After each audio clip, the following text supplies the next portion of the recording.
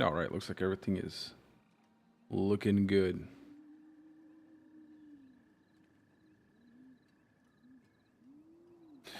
All right, let's just keep on farming up this Bouldercane Druid. God, lightning resist, full power. We don't really need that.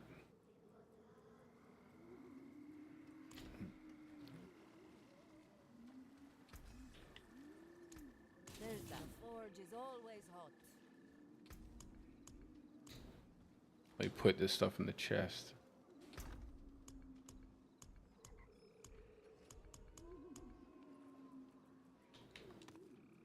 I need to do some bossing too today. I'll go ahead and probably do all of my blood.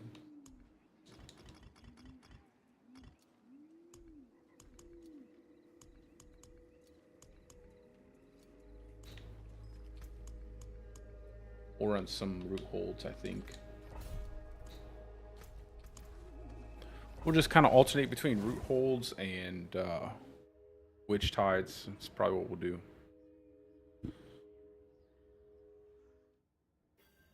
Mix in some bossing. Maybe do some of the pit as well. I could probably climb a little bit in the pit and just level up some of my glyphs.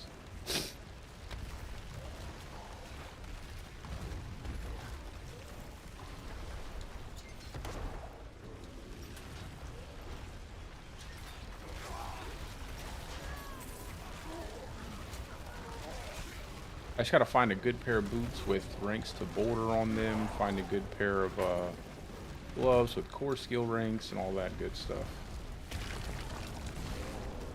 Doesn't have to be perfect, it just has to have a nice set of affixes instead of what I currently have. Unfortunately, I'll probably end up moving out of movement speed, but that is what it is. Can't really do anything about that.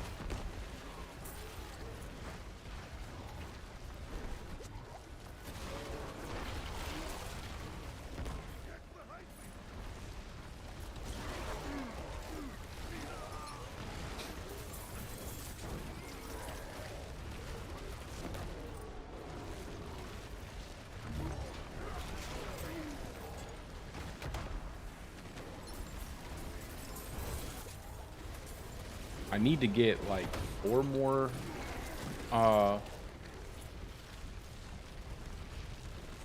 the missing heads, so that way I can finish out my cult gems. I have 2 that I needed. Thankfully they were both easy, just rares. Well, not rares, but magic ones. But I am going to have to work for the last one. Need like 4 fugitive heads, and I have 0 at the moment.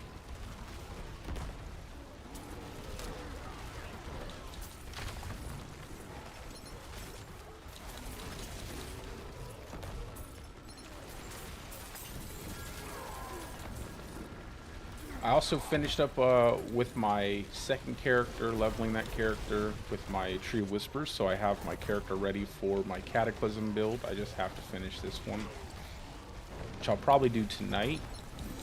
And then once I do that one, then we'll do Shred. I think I might just go straight to Lightning Storm, though, after Shred, because I really want to make a Lightning Storm setup. I feel like that's going to be like the nice little midpoint for Cataclysm, you know, not going a full Cataclysm build, but still having a lot of fun without needing to snapshot the entire thing.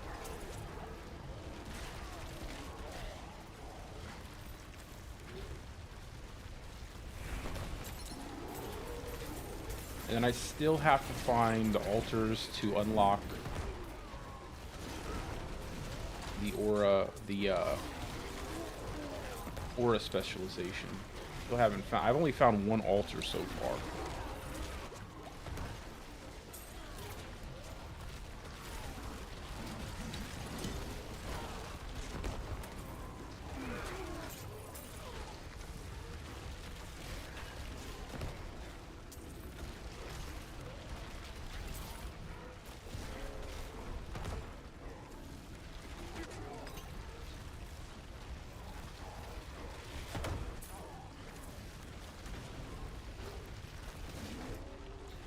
See if there's anything over this way.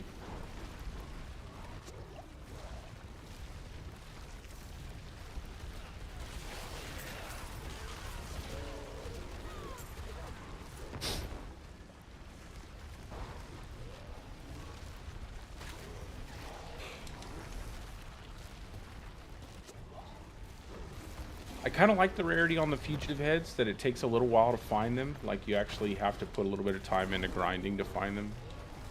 It's kind of a nice little... and the gems are worth it, because they add a lot of damage.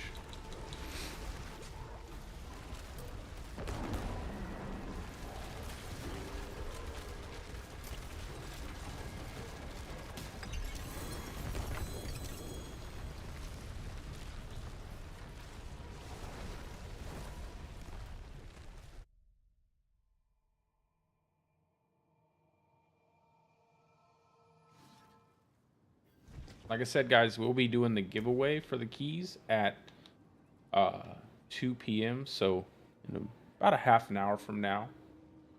You just have to be on YouTube or Twitch to participate. That's really it. And then if you win, just send me a screenshot of your answer through X in my DM so I can verify, and then I'll send you the key. And that's really it. You don't have to be a follower or subscriber or anything.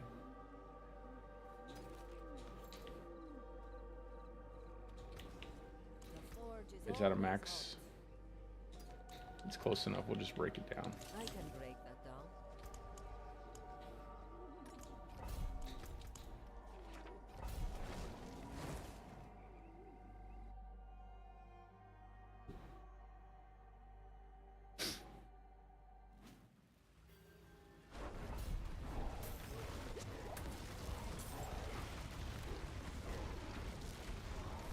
See, we have... Let's do the evade one.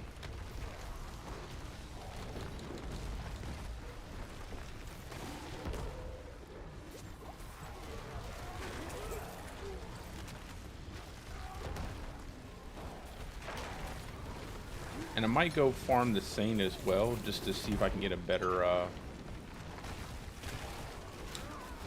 Zenith ring. I'm not using my Zenith ring right now, though.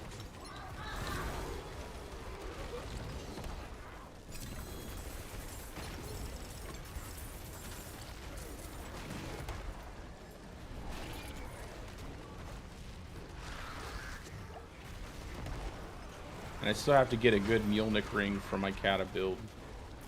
So I'll probably just keep farming. The build is in the link in the description of the stream. All you have to do is click on that link to my Mobalytics page. It'll take you to all of my builds. And it's the Bouldercane bear build.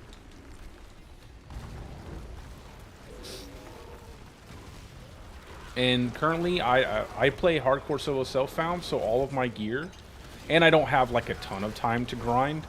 So all of my gear that I have on currently is pretty easy to achieve, I would say, for most players who put a little bit of time into the game. I don't have any mythic uniques on right now.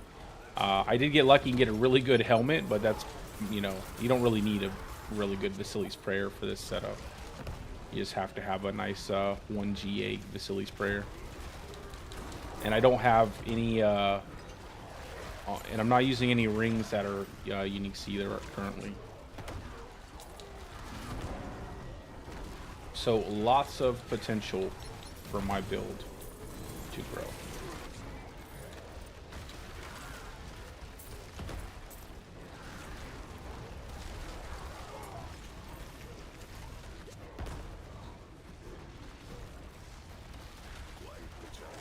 We're going to do some boss farming today, so that'll help kind of... Hopefully I'll get lucky. I'm hoping to get a good Mjolnir ring, and I'm hoping to get possibly a Ring of Starless Skies. We'll see what happens. What I would actually want is a Shroud of False Death, but if we don't get that, I mean, that's going to be a little bit harder to get.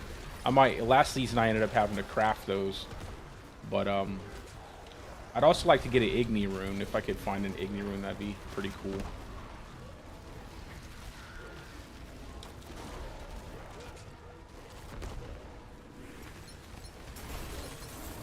I'm I'm gonna probably do a guide on these root holds as well as the witch tides. I have an article I'm writing for the root holds, but I kind of want to make a video to just kind of complement that, and as well as the occult gems. I have an article already up in Mobalytics for the occult gems, but I kind of want to make a video on it just to complement the article.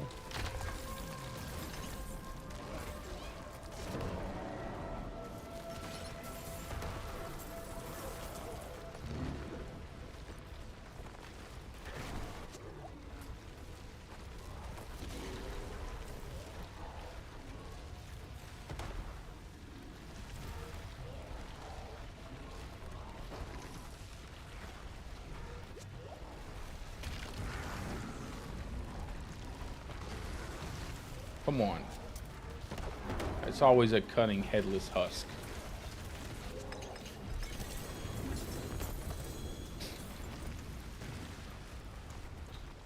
I love how much loot you get out of here, man.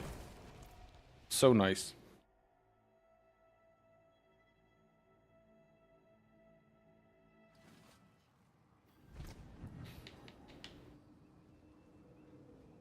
Pretty close to a max there. And this is max life full power. We'll keep that. I think I already have a better aspect on that one. Yeah, I do. So that's good. We'll keep that ring. I think I can definitely use this. Yeah, I'll put it over this ring. But not right now.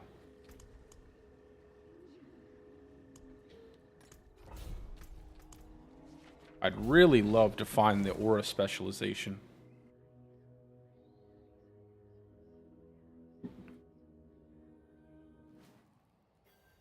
The Pronado is not that big of a deal, or Piranha-nado, or however you say it. Nice.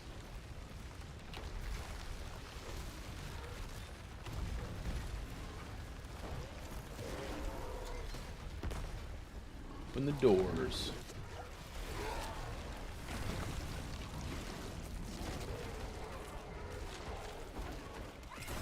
If you have any questions regarding the build, Cyclone, just let me know, bro. I'll show you my gear if you'd like to. It doesn't bother me whatsoever.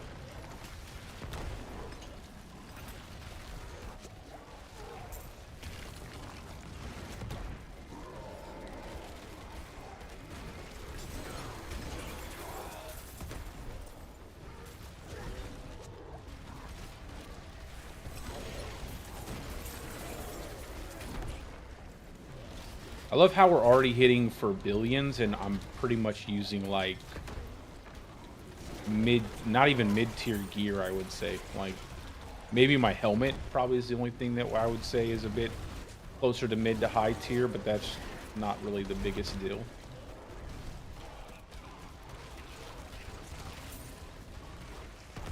All right, let's see what we got. Shadow damage and shadow damage. I'm telling you, man, they gotta start keeping content every season, because this is actually, I like running these reholds. I definitely enjoy running them. They feel rewarding. They feel fun to do. I like the little debuffs you can get. Kind of reminds me of the ultimatum in PoE. Definitely should keep this kind of stuff in the game. It's a lot of fun. I also like the idea that you have to like farm these to find special powers too. Like a random chance at unlocking a special power for your witch powers. That stuff is pretty cool. And it's not like a crazy grind, but it makes it feel just a little bit more rewarding when you do finally find those powers. And it gives it another purpose to run, you know, just outside of getting gear, which it gives tons of gear.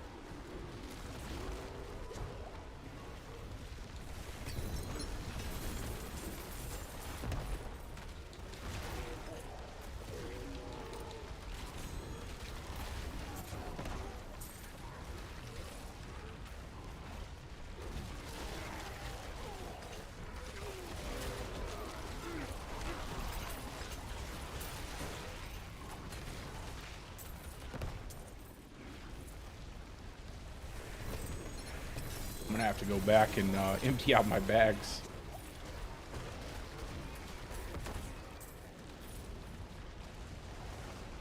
I've only found one of those altars so far.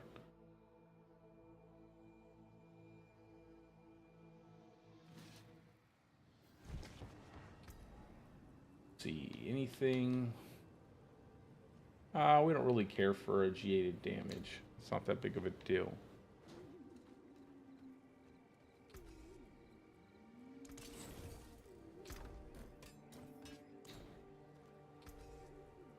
There's that.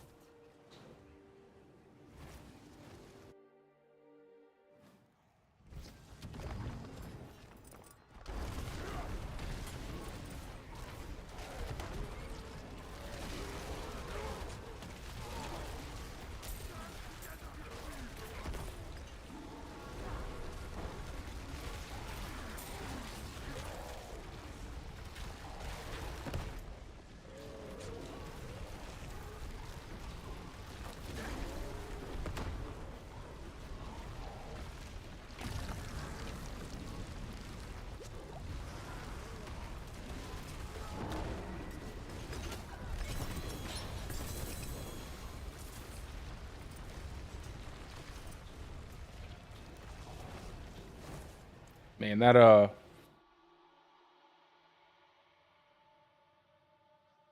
having the Shroud of Falsteth really kind of kills off any kind of chest you would ever use.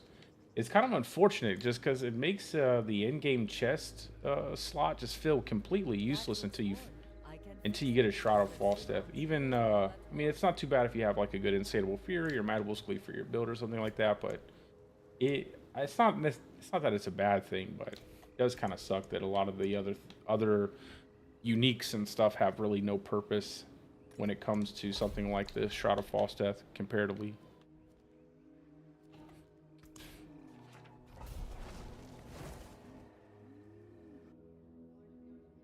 It reminds me when they put out Tyrael's Might. Like, everybody ran Tyrael's Might because it was just so powerful. And then as soon as the Shroud came out, it pretty much killed off Tyrael's Might. Which was not that big of a deal, because I personally did not like Tyrael's Might.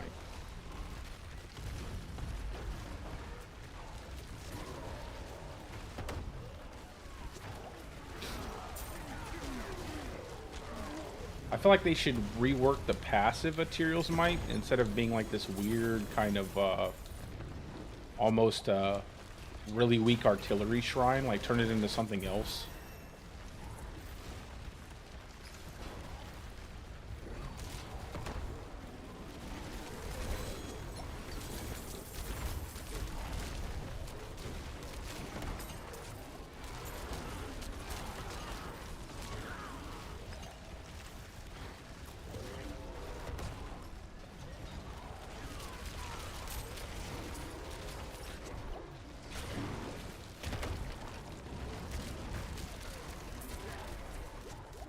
Oh, the stupid bug. By the way, guys, if you play this boulder build, there is this weird bug that will cause, like, the exposed roots to kind of make your boulders disappear, and you'll have to back away from it. What I do is I just kind of go around the outside of the boulder, not the boulder, but the exposed roots. That way my boulders don't disappear. It's not that big of a deal. It's super easy to play around, but it's just a little annoying if you don't know what you're experiencing. Not exactly sure how that bug would arise. That's an interesting bug. It almost makes it feel like there's a suppressor dome or something around the exposed root or something like that. And it's only when you activate it.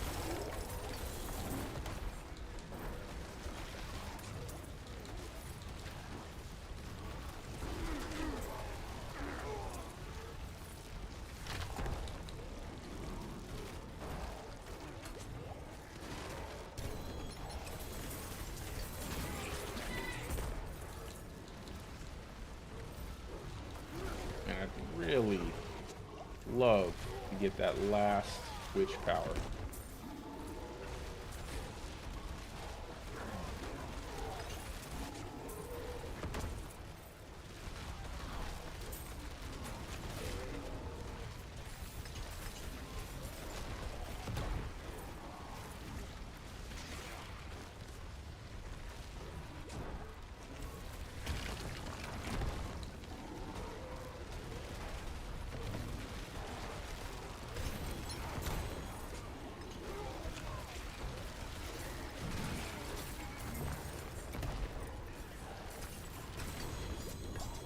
nice. I got another potion.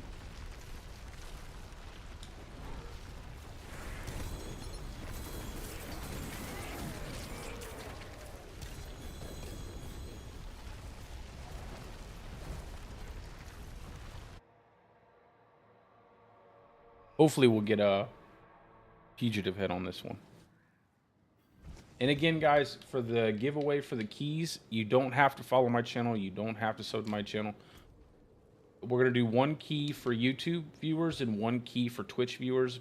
We're going to do the Twitch first, and I will give everybody time to like migrate over if you're trying to like maximize your opportunity to get a battle pass key. And we're going to do like a friendly trivia competition. So I put a post out yesterday on X as well as my YouTube channel about the topics. So it's going to be like famous rockets and then famous devils.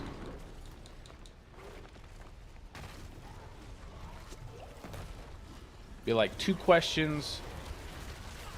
Whoever answers the fastest on the first question, the 2 first answers, first correct answers, will then face off against each other for a last question, and then if whoever wins that will get the battle pass key. If I have explained that coherently enough.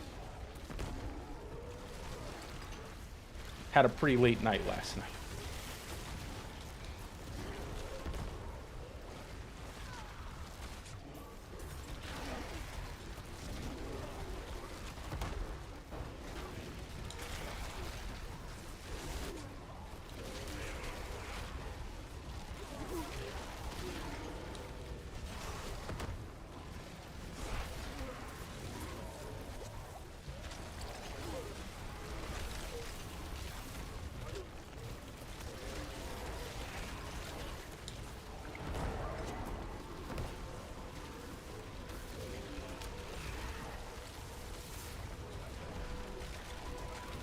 I like that they have these chests still in here, the curse chest. I wish, though, that they were the root rot. Instead of being normal mobs, like just have more root monsters spawning. That'd be pretty cool.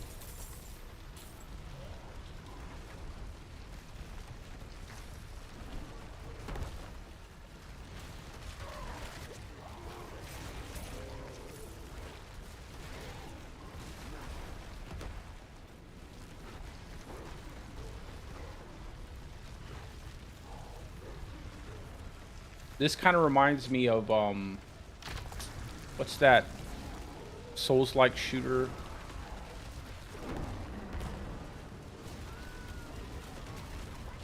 Souls-like looter shooter. I have it in my Steam library. It's not, the name of it's not coming to me.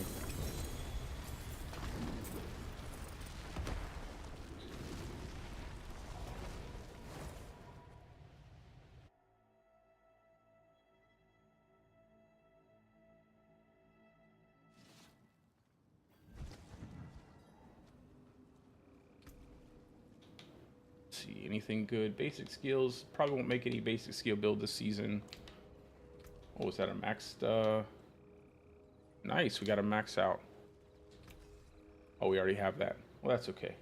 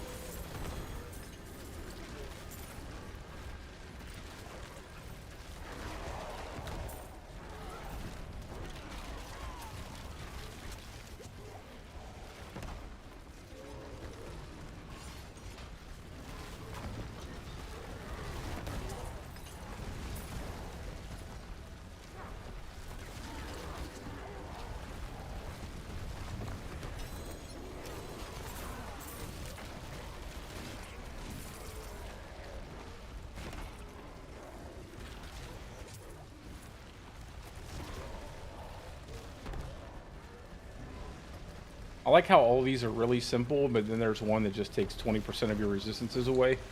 There's no way I'm using that one. Not unless it's legendary.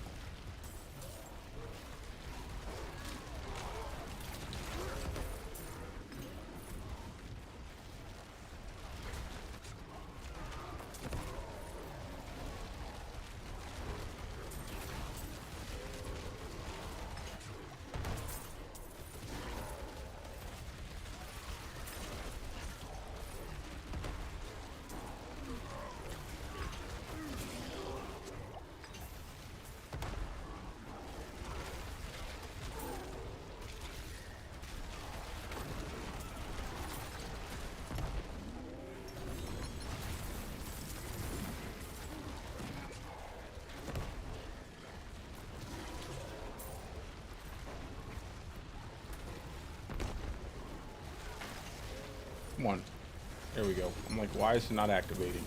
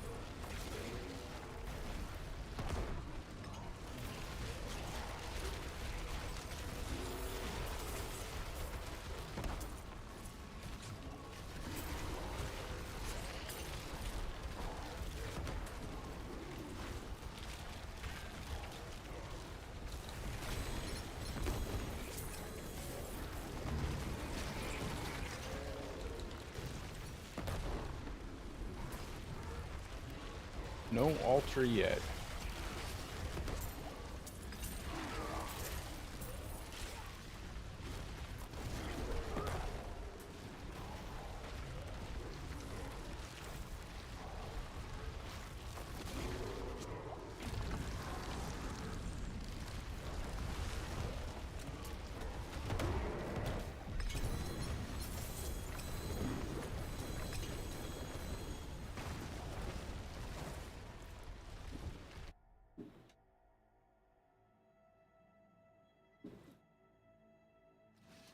I'm probably going to start selling some of this gear, but I don't really need the gold right now.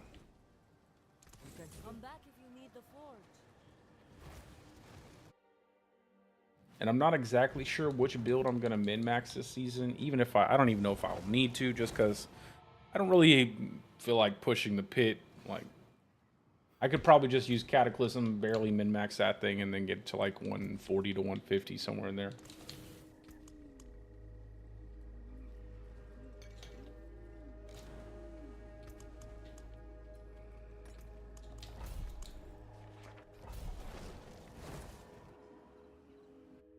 I'll do a couple more of these, and then I'll probably go farm some witch tie.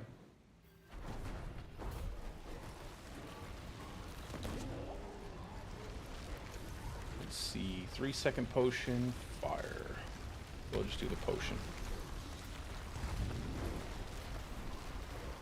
Man, I want that aura specialization pretty bad. That 50% multi to crit damage just sounds really nice. Plus the bigger AoE for the poison, just to hit enemies a lot easier with the poison damage. So you can act, so you can get your Envenom passive going.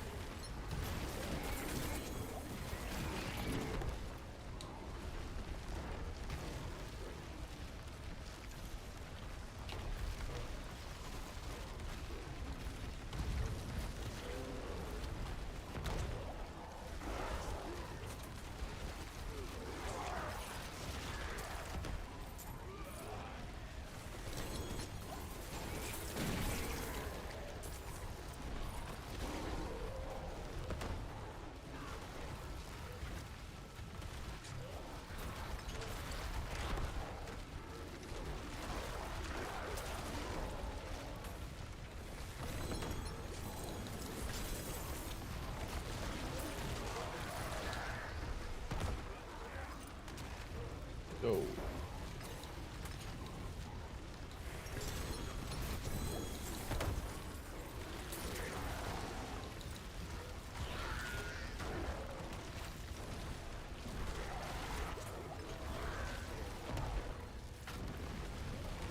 I'm getting a lot of these cursed chests. Haven't really gotten these much since I started the season. Today I'm getting like one every other root hold.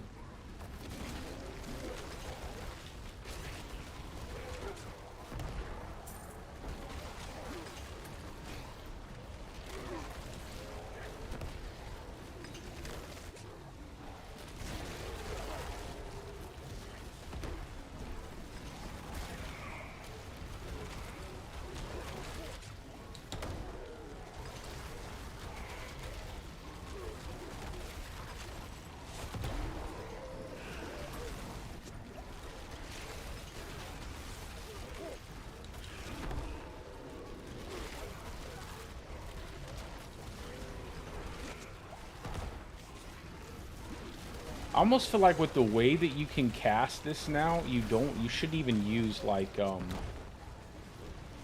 double cast boulder. Just because you'll probably overwrite your boulder too much. And if you do it this way, you only replace one instead of the chances of replacing two.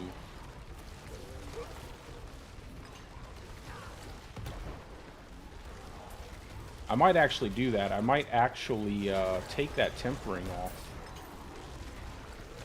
Because I feel like that tempering is just, I don't know, I feel like it's pretty bad. I feel like that should probably be something like chance for boulder to deal double damage or something like that, instead of chance for boulder to cast twice.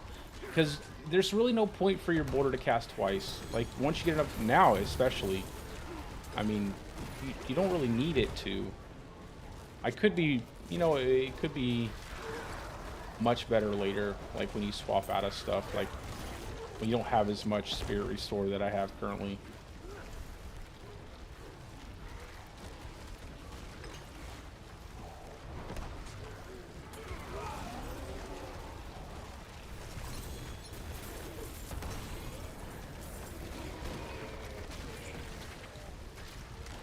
I'll probably make a weapon without that temper and see what happens.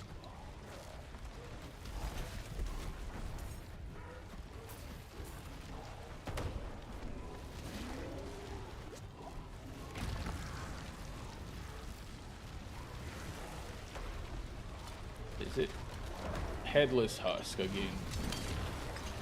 I like his attack. Looks pretty cool.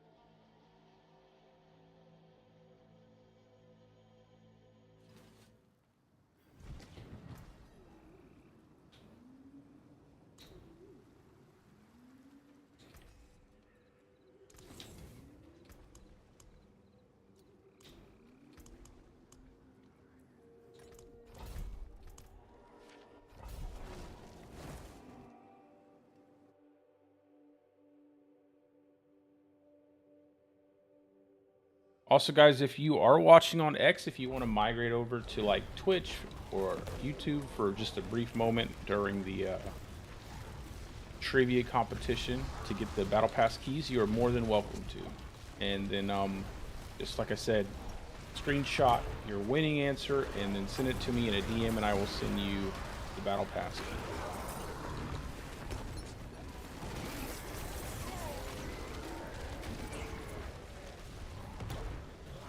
I'm hoping to have at least a couple people in here, so that way we can actually do it. Regardless, though, I'll still give out the keys at 2 o'clock. I'm not cemented to the trivia competition if it doesn't quite go as planned.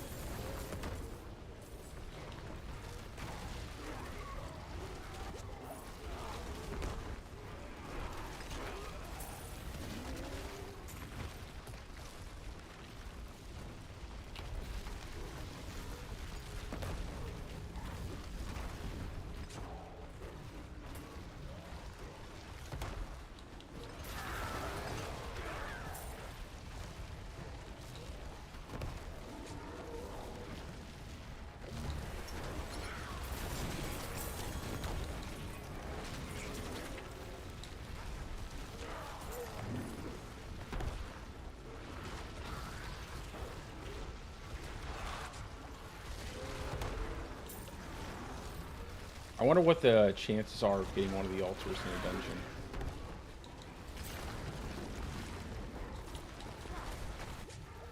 Hey, what's up, Mike? How you doing, brother? It's pretty good so far. I'm having a pretty good time with it. There isn't, unfortunately, anything new in terms of the endgame, but it is a lot of fun. A lot of great changes to the Druid that have been made this season, and the class overall just feels way, way better. We didn't get anything cool to spice up the class, but I would say the class is in the best place it's ever been. The Abomination build, Cataclysm, is the top build this season, unfortunately, but there are a lot of fun builds to play.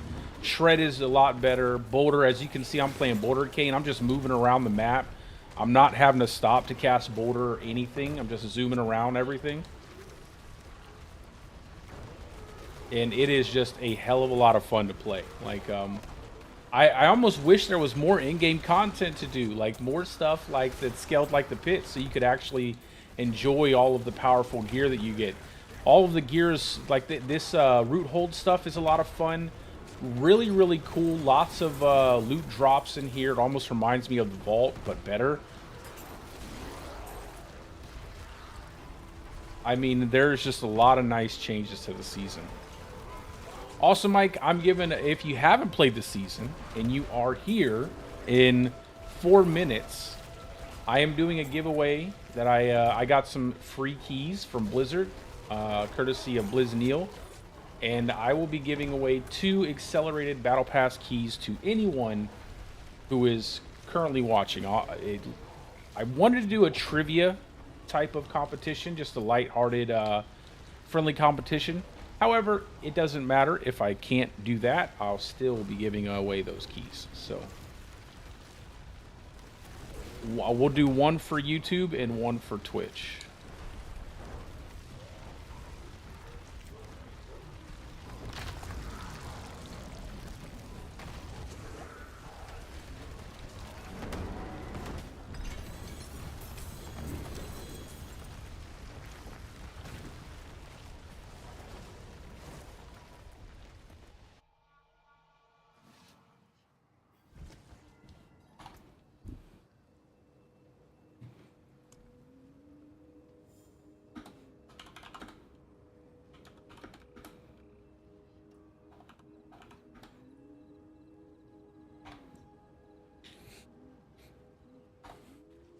Alrighty.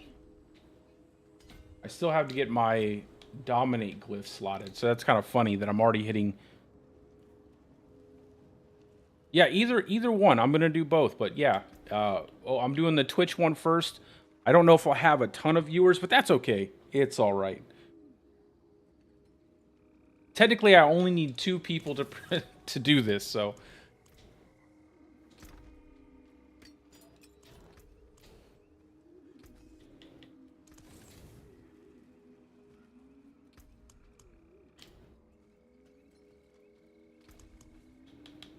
All right, so we'll do one more root hold, and then we'll do the key giveaway.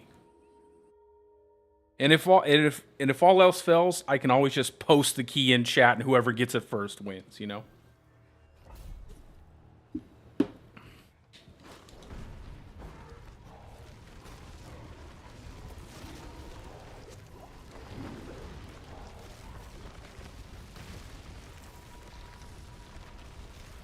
See, this is pretty cool. Like, you get to, it's almost like the ultimatum, like a much easier version of the ultimatum from PoE 2, where you're just kind of selecting what debuff you want on your character to get a massive reward. So that's pretty cool. I will say, though, that it is a bit uneven, because all of the debuffs are pretty simple, and then there's one that does this, like, minus 20% resistances, and no one is picking that. Well, maybe if you don't play hardcore. I've picked it a couple times just because there wasn't anything else that was good, but I mean, the content, you scale out of the content in terms of difficulty so fast.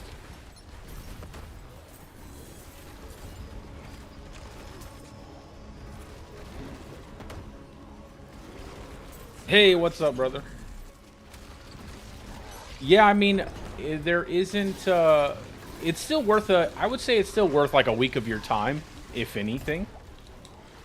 And like I said, a free accelerated battle pass. I mean, come on, you got to max that out.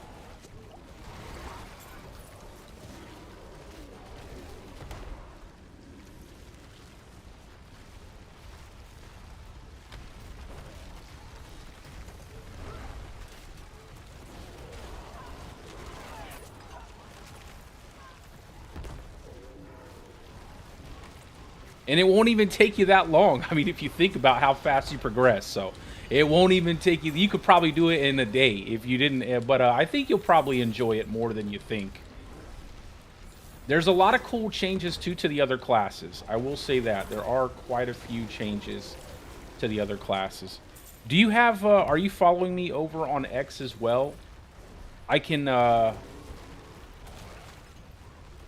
because I kind of wanted people to DM me from there to send them the Battle Pass keys, so that way I knew it was them.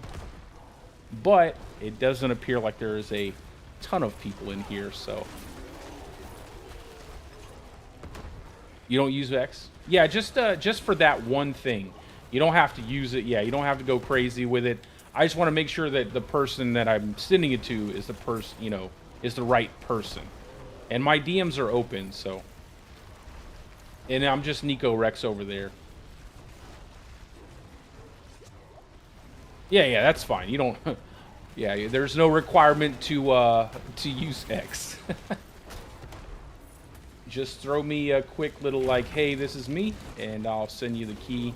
That is, if you win. Hopefully we can get a couple people in here. At least 2 people. That's all we need. Like, 2 solid people for this friendly, competitive trivia competition that I have. I even wrote up questions last night. I was up kind of late last night making a video, trying to get some footage for an article for Mobalytics. And I have a few things to do today. I have to make a video for Bouldercane. I have to make finish up the article that I'm writing for Mobalytics for Roothold. So I have to get pictures from gameplay for that, and then obviously write all that stuff out.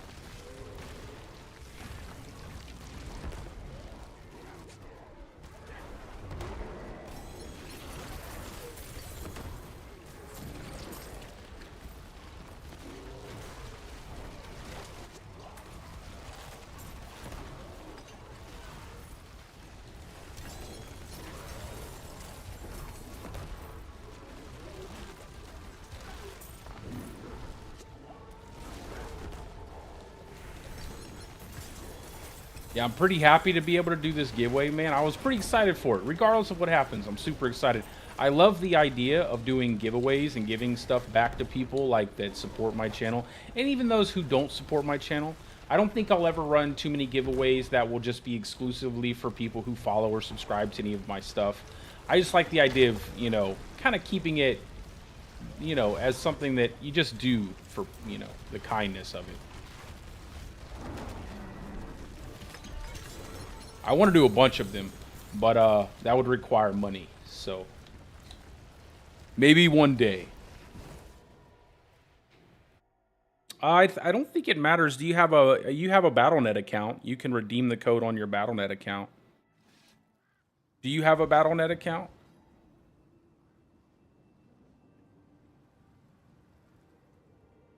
I mean, you should. I think that's how you have to redeem it. That's how I redeemed mine. Of course, of course. I'm all new to this stuff. I've never gotten anything for free for doing anything, so. All right. So it's 2 o'clock. And do we have anybody else here? Anybody else? Just looks like you're the solo dolo guy. All right. So... Battle Pass key giveaway. I am going to force you to still answer these questions because I did take the time to write them up. So are you okay with that?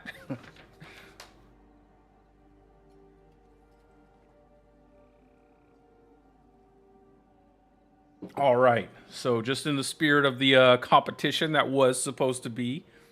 All right. So I had some pretty cool questions. So again, the topic of these trivia questions were famous devils and famous rockets.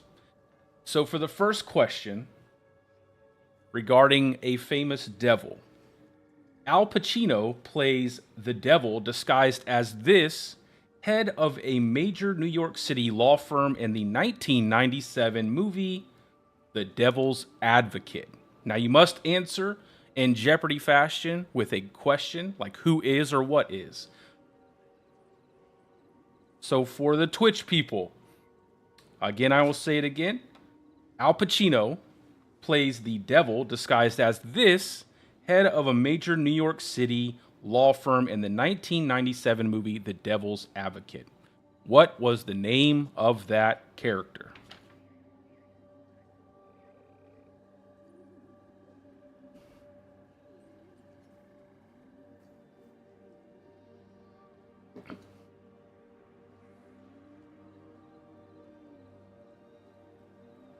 Yeah, hey, these were some doozies. Okay, I tried to give everybody some time. You can use the internet. In all fairness, you can use the internet. Feel free.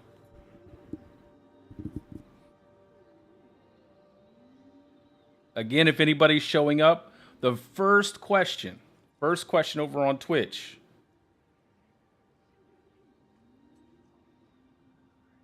Al Pacino plays the devil disguised as this head of a major New York City law firm in the 1997 movie The Devil's Advocate. And you must answer in question format. Who is or what is? I should have some Jeopardy music, but the production value of this stream isn't that high yet, so you got to forgive me. I could always no, I won't do that cringiness. I won't go that cringe. I won't make the Jeopardy sound.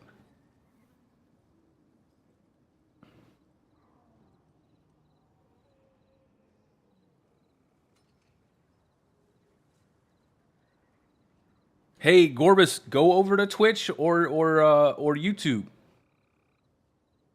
There's no such thing as cheating. You can use the internet. It is perfectly fine. You don't have to, that was the whole point. I wanted to ask very, deep questions so that way people would have some time, just in case there were those out there who had the knowledge but could not type fast. So if you have the answer, go ahead and post it in the chat. Who is John Milton is the correct answer.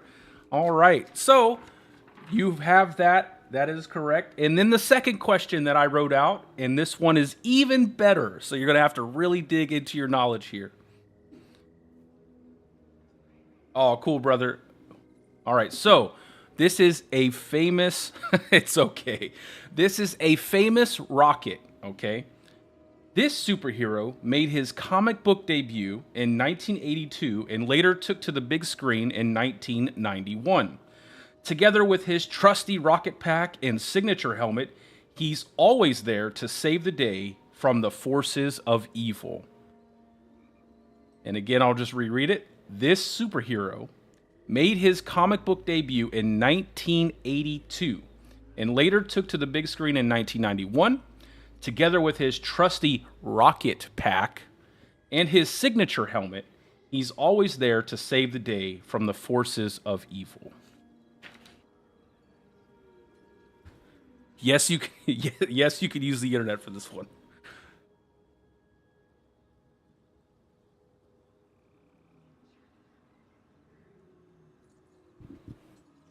These are legit trivia questions, okay? I took the time to write out some legit trivia questions for this competition.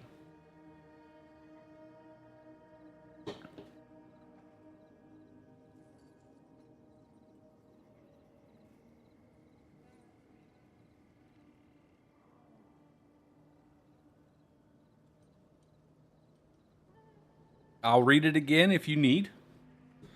So one more time. This superhero I seen it as a kid. I seen it as a child. I don't remember it entirely. But this superhero made his comic book debut in 1982 and later took to the big screen in 1991. Together with his trusty rocket pack and signature helmet, he's always there to save the day from the forces of evil. The forces of evil would be the Germans.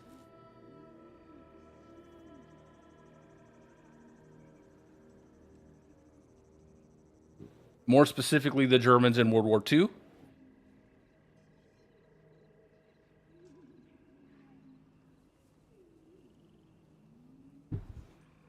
He's got a rocket pack.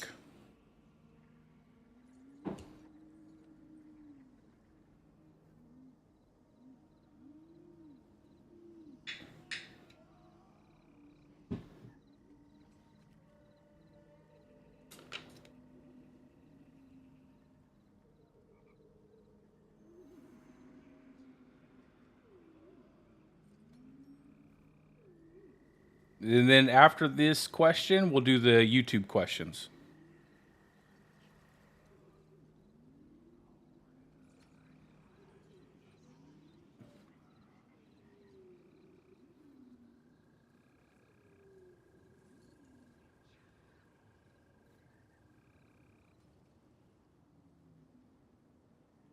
It is true. It is in the name.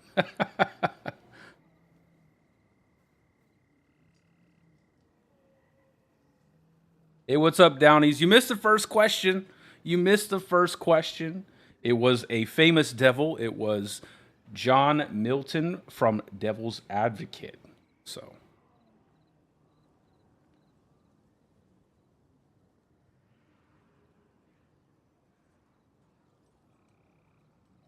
Oh, you gotta phrase it in the form of a question.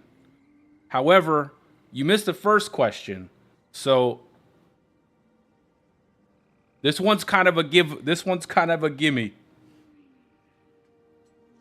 It's got to be who is or what is. But I will say, Downies, if you want to go over to YouTube, I have 2 more questions for the Battle Pass key for YouTube. And then you can just come after that. You can just leave. You don't have to follow my channel.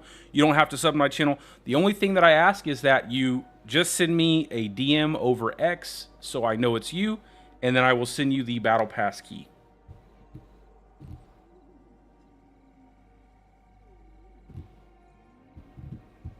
So just go ahead, for the sake of the competition, give me the answer in a who is the Rocketeer.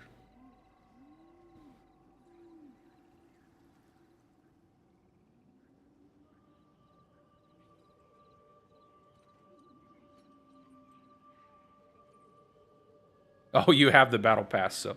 Well, you gotta...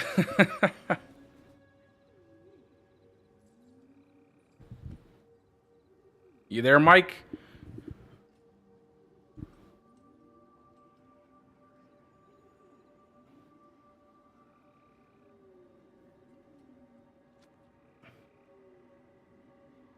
Dang, there we go. That's all. We just needed it. We just needed it. Alrighty, brother. Just send me a DM over on X, and I will send you the Battle Pass key for the Twitch Battle Pass key giveaway. All right, so moving on to the YouTube people. So for my YouTube people over there watching, we have a series of 2 questions for you guys as well for a free accelerated Battle Pass key. And I'm giving this key away regardless. So if you have the pass or not, I mean, I can't. I just don't want to. I just want to give it away. So for the YouTube people, if you are watching over on Twitch or on X and you do have a YouTube account and you want an accelerated Battle Pass key, go over to YouTube right now. I'll give you like a couple seconds and then we'll go on with the questions.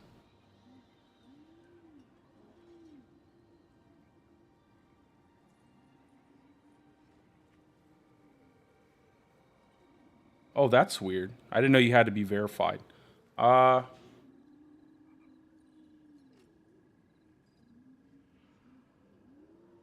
post out I'll figure it out. Maybe I'll post out a comment or something.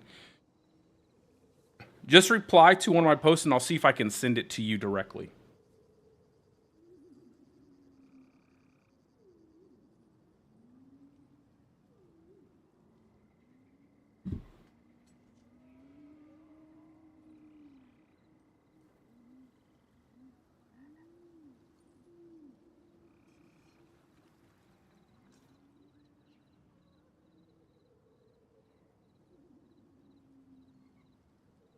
All right, so rigged. I love it. All right, so for the YouTube people, again, if you're watching out there,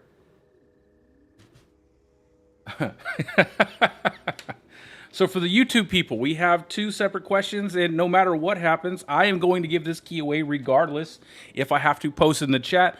But even if there's just one person who wants to type out the answers, that is perfectly fine. We're going to give this key out regardless. So for the second set of questions for the YouTube viewers, since I took the time to write these out, I'm gonna ask these questions regarding a famous rocket.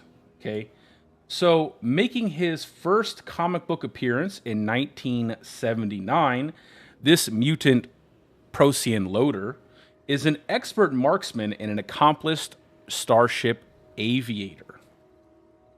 So just gonna read it out one more time. Making his first comic book debut or appearance in 1979, this mutant Procyon loader is an expert marksman and an accomplished starship aviator. For the YouTube folks,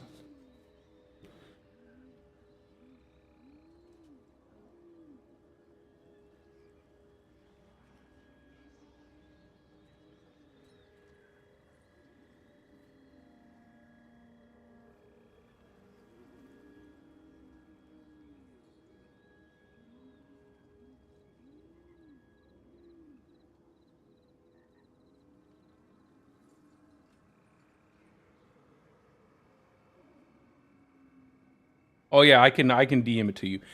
And if you already have the battle pass key, just throw the answer out if you know the answer.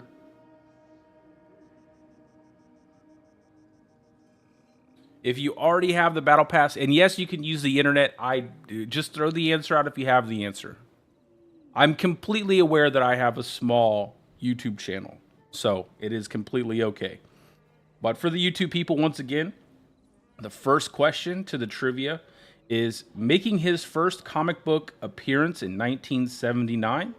This mutant Procyon loader is an expert marksman and an accomplished starship aviator. So it is a comic book character. And they are an expert marksman and they can fly spaceships pretty well. Famous rocket.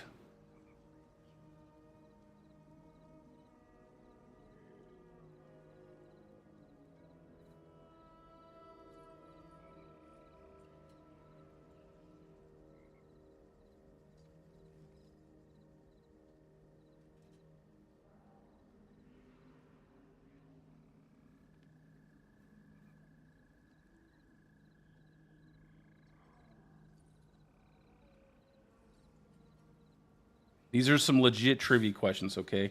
I put some time into this.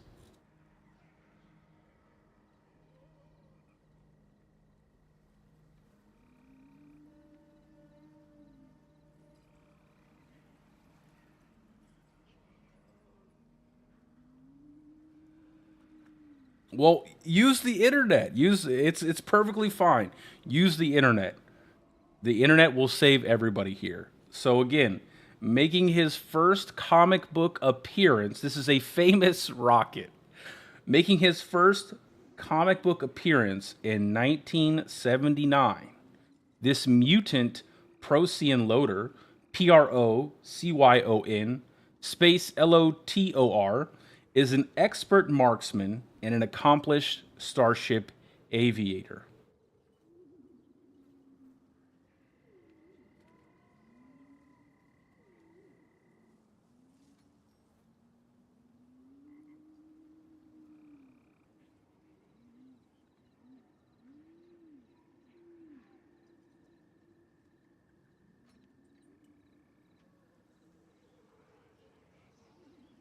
It is the Rocket Raccoon. Yes, you're supposed to say who is Rocket Raccoon though, not okay. It is Rocket Raccoon.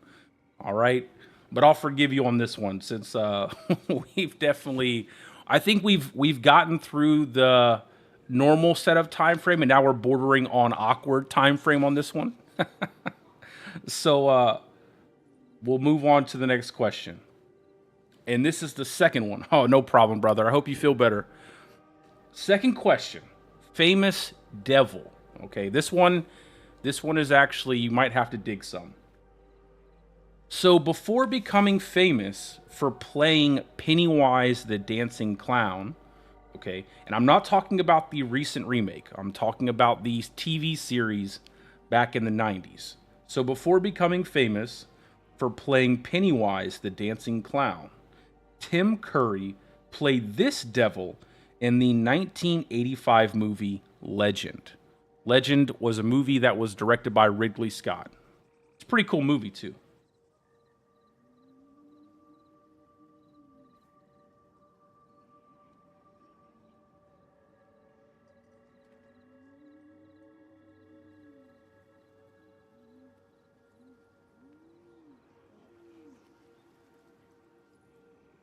Who is darkness? You are correct, sir.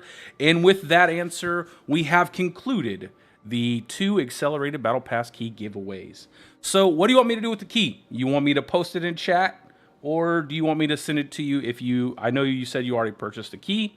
Still, if you would like it, maybe you have a friend or something who's playing the game, you can message me over X or just post under one of my X posts, and I will send you the key in your DMs.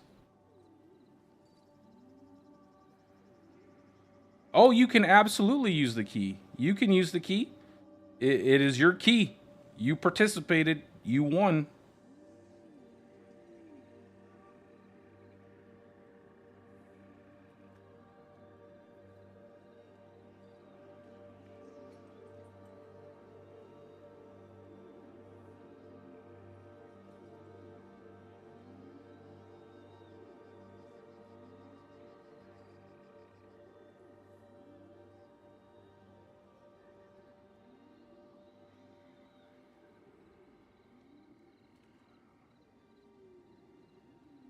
I'm sending you the key right now, Mike.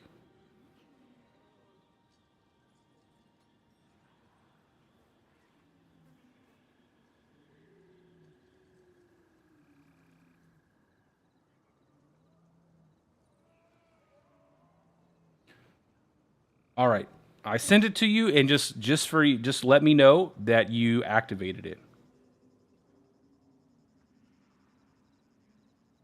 Yeah, absolutely. I think I can do it through. Yeah, just, you know what? Message me over BattleNet. That'll do. I should have probably told you that, Mike. You can message me over BattleNet, and I'll send it to you over BattleNet.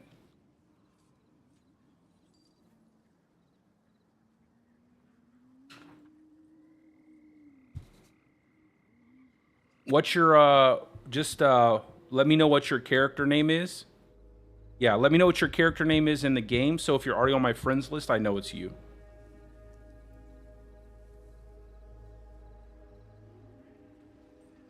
Man, that was pretty fun. I like that stuff, guys. I'm gonna do many more of these in the future. Okay, so again, you don't have to follow me. You don't have to sub to my channel or anything. I just simply want to do it in the spirit of just giving something away to the gaming community. And again, thank you to the Blizzard people as well as Blizznil for giving me these 2 keys to hand out to people. And I appreciate you guys for participating. Bro, you gotta, if you're giving something away, it's gotta have some tough questions, okay? You can't just, you gotta give people time. Like, what if you can't type fast but you know the answer, right? It kind of helps. It kind of helps us old guys keep up with the young guys. You know what I'm saying? Yeah, you can add me through BattleNet in the game. So I have that posted in the description of the stream as well as in all my videos. My BattleNet tag is it's in every single one of my uploaded videos as well as my live streams.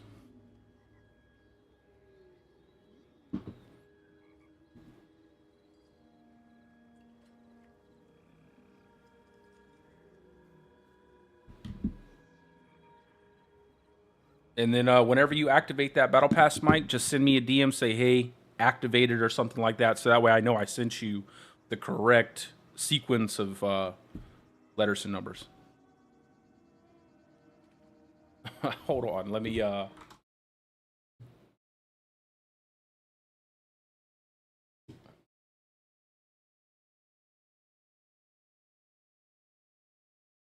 It's right there. NikoWrex number 1304.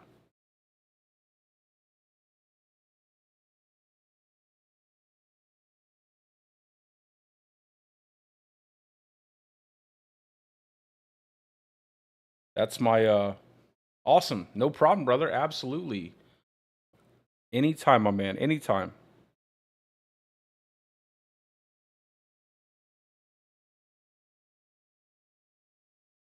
Yeah, NikoWrex number or you here, post yours and I will add you.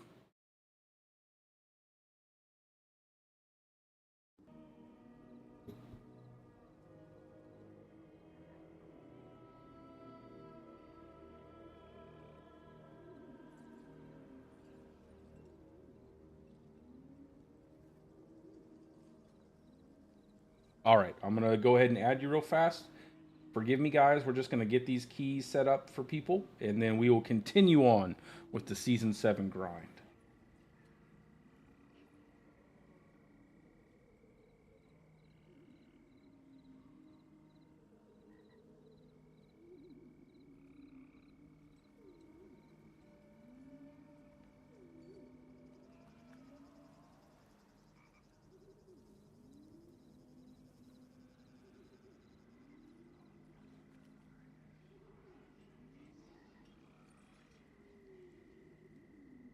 All right, I sent you the friend request.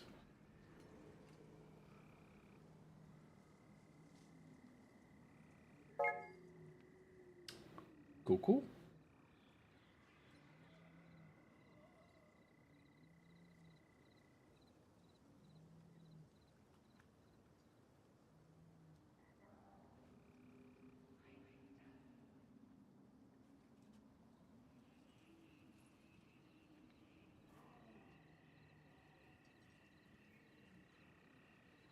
There we go. Awesome.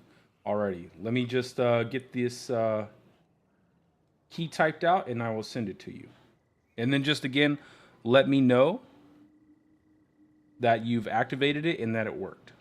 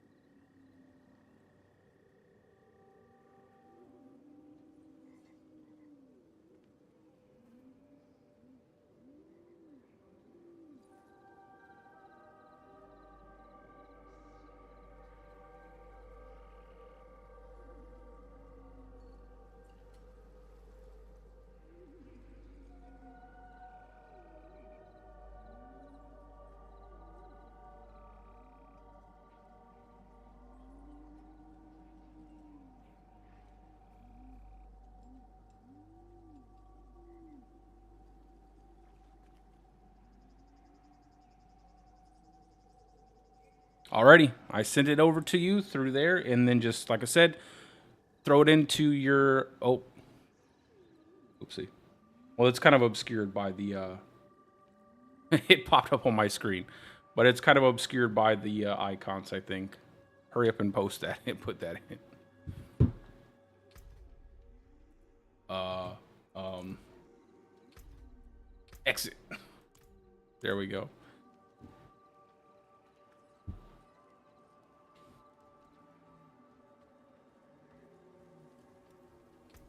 Anyway, I sent it to you.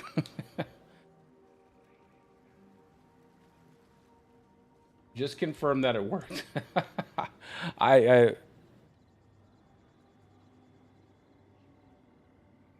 oh, that's fine as long as you have your. That doesn't matter. It goes account wide. I play on my Xbox, so everything's linked through my Xbox a lot. I play on my Xbox a lot in my living room when I'm not streaming and stuff, just because it's easier.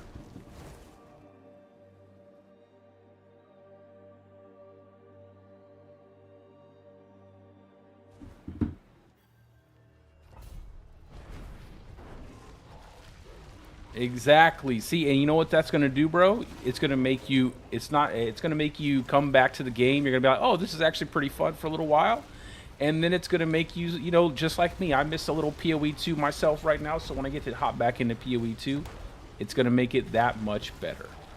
Taking a break from PoE 2 is kind of nice because it is a bit stressful. Not well, not necessarily stressful, but you know, it's a little bit harder of a game. You really have to focus on.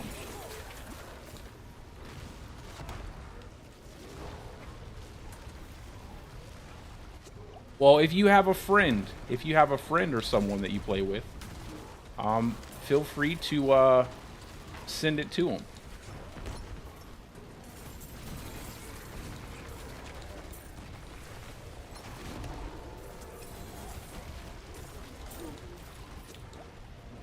Sure, sure, you can. It's your key. It's your key. You can post it wherever you want, give it away to whoever you want. You were here, you participated. It's your key to do whatever you want with it.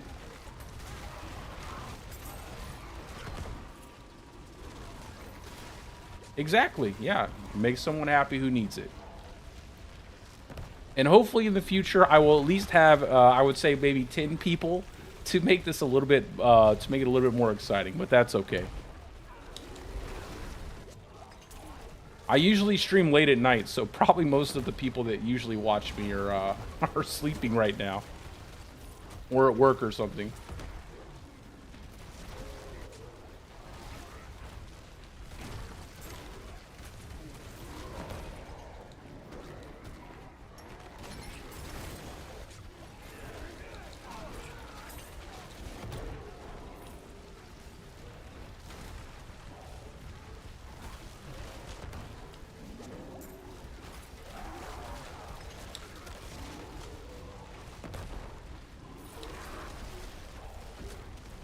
So now we are back to the grind.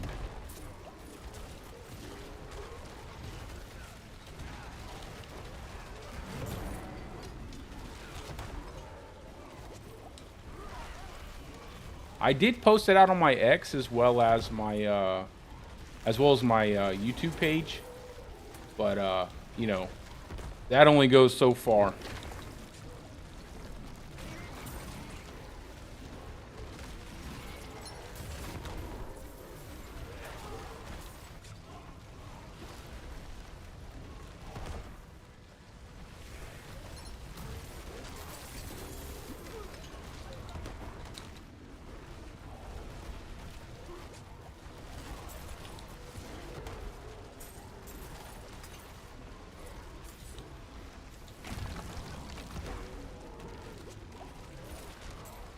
But yeah, Mike, I think you'll have a really good time in season 7, bro. It's a pretty good. It's actually a really nice. I feel like PoE 2 and D4 are really complementary to one another. It's like you have to spend that extra time grinding in PoE 2, learning the game. You know, it's quite a bit more complicated, quite a bit more difficult. And then D4 is just a lot friendlier to pick up and play, kind of relax. You don't have to focus so hard. Like for me, like I play hardcore solo self-found, so I kind of have to focus constantly when I'm playing. You know, I can't. It's harder to talk to chat, harder to talk to you guys and everything. And you know, it's kind of nice to be able to kind of chill out, play, kill some demons, and you know, not have to duck, dodge, dip, dive, and dodge every 2 seconds. But man, I've been having a good time in PoE 2. I can't wait till they put out the Druid, man. That's going to be really awesome. Having the Druid in D4 feeling pretty good. The Druid in PoE 2. You know they're going to do a good job on it. It's going to be a lot of fun.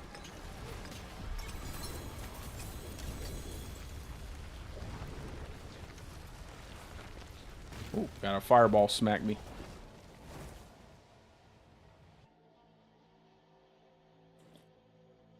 Now I'm going to open up my computer room door because the room is hot. So my kids might run in here and make a ruckus, but that's okay. And more weapon. Yeah, bro. I want a two-hand sword or a two-hand axe. That's what I want. I don't want that stinky two-hand mace. It feels so slow and sluggish. The only thing you can do with that thing is use, like, shield skills, and that's just annoying. I've been playing pretty much strictly warrior, hardcore solo self-found, and I did when I played the game, I didn't use any guides. I learned it all past it, like just organically. And man, I mean, I'm gonna tell you what. For me, just on the difficulty level of alone, it is my favorite action RPG. Definitely my favorite. I love the difficulty, but there's just something about the ease of, you know, D4 has like a crazy good inventory system, really easy to pick up and play, tons of things you can do. They just need to like build out the end game. They really need to build out the end game. I think we need a tier 5, like a Torment 5. But I like a Torment 5, but with no added power by doing it. It just needs to have like more reward drops and be something you can do to say like, hey, I did Torment 5. Because I think it's really good, but it's in a bit of a it's too easy right now. Like even for casual players, I think it's a bit too easy. And I'm one of those people who thinks like, you know, just because a game is built for casual players doesn't mean it needs to lack all form of difficulty. So it would be nice if they kind of spice things up a little bit with some more difficult content, added a little bit more depth in that regard. Maybe did something with the Paragon boards to add a little bit more depth there, in terms of like build creation. But overall, I think Season 7 is definitely a big step in the right direction for the game. And the game is just, like, just the class alone from a Druid standpoint, just my class, it feels great. Again, I'm not a big fan of Cataclysm. I think that build is an abomination. I don't think it's a fun build to play whatsoever.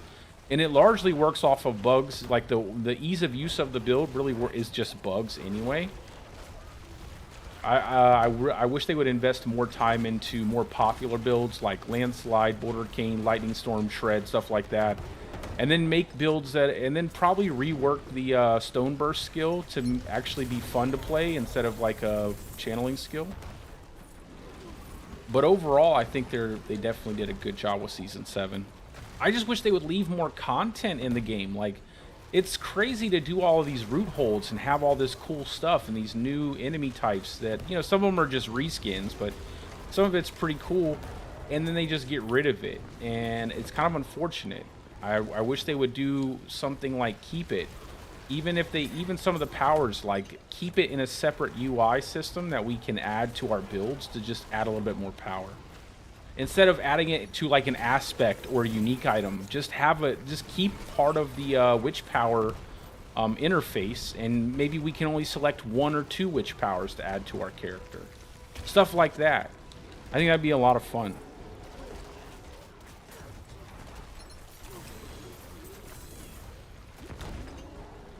Yeah, Merc is pretty. Merc has some pretty decent ascendancies, man. I actually have. Right now I'm working on a Deadeye build, and I'm working on a Warrior build. I had a Merc, but I decided to just roll off a Merc, but I do like that class a lot. You know, most of the classes are actually really good. It's more or less the weapon types. Like, Warrior is not a bad class. It's the weapon type, the Mason Shield. It's very slow and sluggish, and it kind of forces you into using something like Stampede.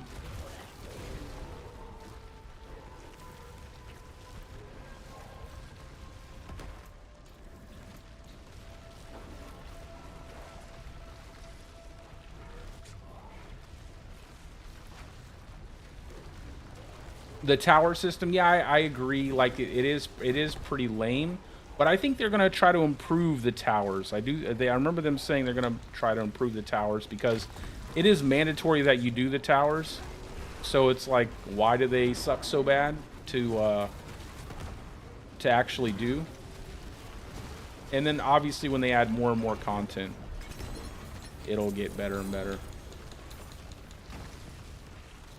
I say my only harsh criticism about that game is the whole idea of early access. I'm not a big fan of early access because I feel like it's a really poor marketing tool to just like double dip on your success. I'd much rather replace them just like stand on business to say this is the release of the game and we're coming with more features. But you know, it is what it is. Everything is, you know, that's how it is. That's how people do things. Early access, and at least they're doing it right. So Yeah, armor being terrible. It only I know. Yeah, it's funny when you think about it because if you just look at it from a design standpoint, armor does absolutely nothing, especially when energy shield is basically just more HP. It's like super HP. And evasion just outright evades the entire damage, the entirety of the damage. So it's just like block in that essence, where you just evade the entirety of the damage. But then armor just has like this weird kind of stacking debuff, where the higher the hit, the less it actually functions. And I don't think you could actually make armor valuable as a survivability stat unless it could directly affect the amount of damage that you take to at least a significant degree. Because if not, you know, energy shield and evasion is always going to be far better because it just negates the entire damage, or it just gives you a massive, you know, effective health pool.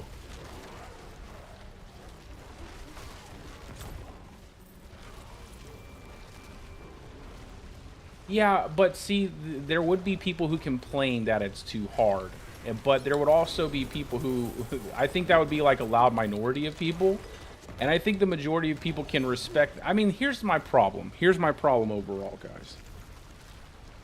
Is that the same people who would complain about the difficulty being too hard are the same people who would probably say that PoE 2 is amazing and a great game, right? It's like, you can't, like, PoE 2 is good because it has this kind of difficulty to it. Now, I'm not saying that Diablo 4 has to be as difficult as PoE 2, but certainly it has to have some level of difficulty. Like, I love all the content creators. Trust me, I love all the content creators. I think they all do a phenomenal job at what they do, and clearly they're better at it than I am by just the sheer fact that their channel has grown far faster than mine over the same period of time. But a lot of these people play PoE 2, and I'm not going to name names, but they're also the same people who don't want to give nerfs. They're like, don't nerf anything, don't take the fun away from Diablo 4. But what's quickly happened is we've basically trivialized all of the content of the game, and now, and even in Season 7, there are builds that are trivializing 150 pit, and even in Season 6 with how broken Spiritborn was, but, you know, that is what it is. So it's like there's no content to actually do. You farm up your build in less than a week if you play, you know, for any amount of time. You're basically chewing through all of the Torment 4 bosses in a second. Like, they just die. They just die. I could go into any Torment 4 boss, including Uber Lilith right now, and I would smoke them all in very little time. And so what that leaves you to do is just the pit. And unfortunately, the pit has pretty much been the end game since Season 2 with the Abattoir of Zur. And then when they brought it back as the pit in Season 4. And that just doesn't really leave much for players to do and to enjoy that maximum, you know, amount of power that they've gained through their gear. So the only way to really fix that is either, one, nerf everything, so that way it's more in line with the average difficulty of the game, and people have to be okay with not beating the pit at 150, or they need to add more scalable content, higher tiers of the pit, a higher torment level, and you should not be able to acquire any more power other than what you can acquire in Torment 4 and below in that torment. So it should just be a strictly difficulty only torment level. It's the only way I can think of that you could actually make in-game content that you didn't just blow right through, because everything else is just super easy. And the Citadel was actually pretty cool, but a lot of people don't want to play the Citadel because it's not as rewarding as it should be. And we don't have any legit, like, PvP options in the game, which I think they should definitely invest in. I think having a fun PvP mode would be really cool. Doesn't have to be hyper competitive, but it could just be like something that would be fun to play. Some kind of matchmaking like Battlegrounds or something like that would be a lot of fun. I mean, they are aware of it to us. I don't know, but, you know, I don't know how much they're going to prioritize it. Like, I don't know what it is in their priorities. It feels like, given the fact that Season 7 is the way it is, it almost feels like Season 8 is going to be, you know, like Season 8 is, we're all going to clear Tier 150 pits with a basic skill. Like, that's like how it feels in a way.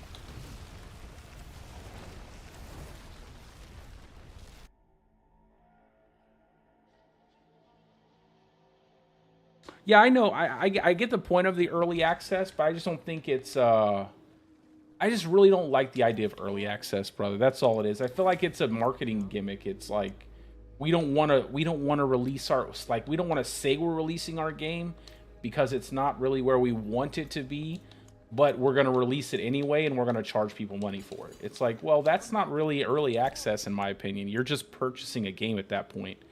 Like I can literally purchase in PoE 2, I purchased the game and you can max out your pass at over $400. So I don't feel like that's early access. I feel like I'm purchasing the game. Now you can label it early access, and that's not a dig. I'm just saying that's just my opinion. You can label it early access all you want, but in my opinion, you've released your game. This is the game. But I will say, with all of their goodwill that they've built up, not that they don't deserve it because they've done an amazing job. It's like they're going to get that like they're going to have the early access release, and then they're going to get the popularity from doing an official release, because every content creator out there is going to hype up PoE 2 again when it's time for the official release.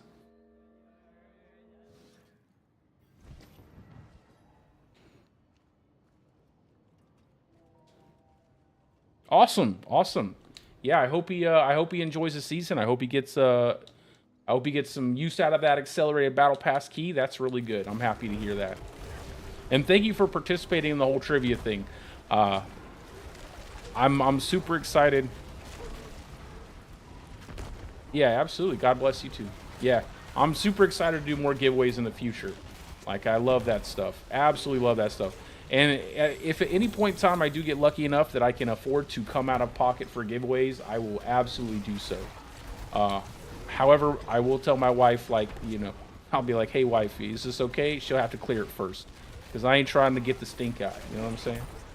But, yeah, anytime. I love giving back. I love giving back to people. Like, that's the only reason why I made a whole channel. I wanted to make a channel to have, like, a really cool gaming community, like, of people who are really, like, you know, just talk with each other, maybe make some friends, some gaming friends, stuff like that, and, give back to people who support my channel, give back to people who don't, you know? It's kind of a cool idea. I like that.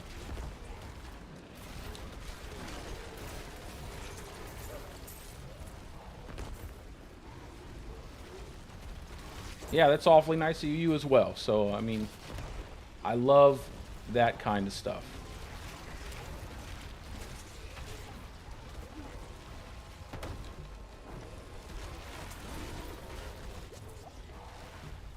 And I agree, sometimes the devs just give into the community too much.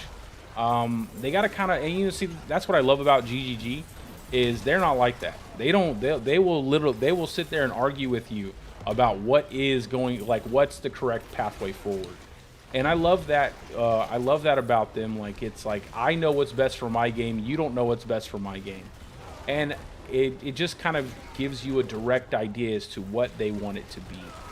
And I feel like sometimes the community, and I love the D4 community, don't get me wrong, but I feel like they just, it's too much. Like, it's way too much. Like, if they don't get their way, it's far too much negativity. It's just, they go after the devs too much, but they kind of open themselves up to that because they bend so easily. It's just like anything, you know. If you give in really easy, well, then people know that, and they're just going to kind of they're going to just raise their voice a little bit, and bam, you just kind of give in. So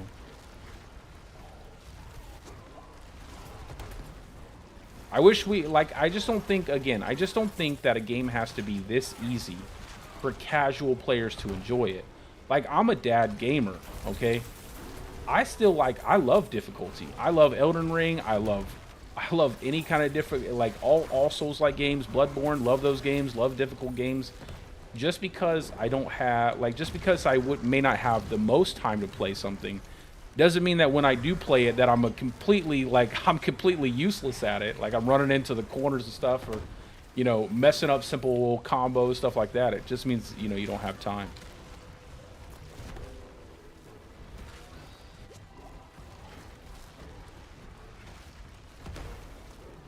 No, I agree with you. GGG definitely. See, and it's not just that they play their own game.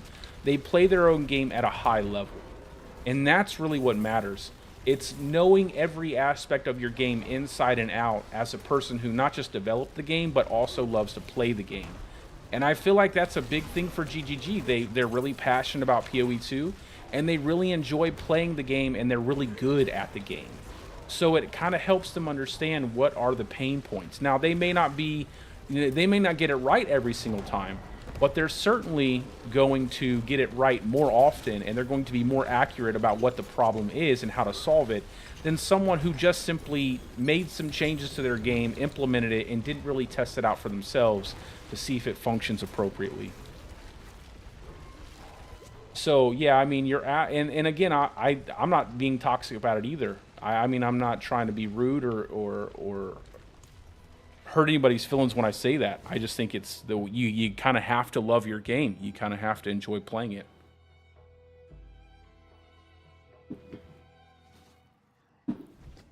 Because it doesn't change my opinion at the end of the day. I love playing D4, and I think that they have a phenomenal opportunity here because they are still the only open world action RPG. Like, right? It's still their big thing, this whole open world concept.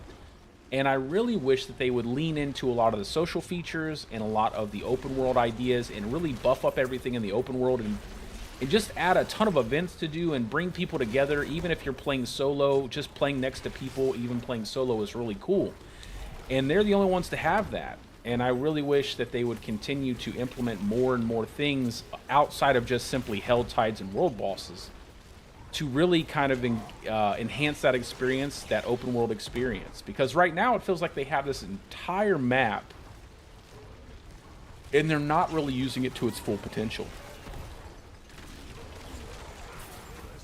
Yeah, more co-op everything. And, you know, it doesn't necessarily have to be mandatory, but I think if they just lean into it more, it'd be a lot, it'd be a lot of fun.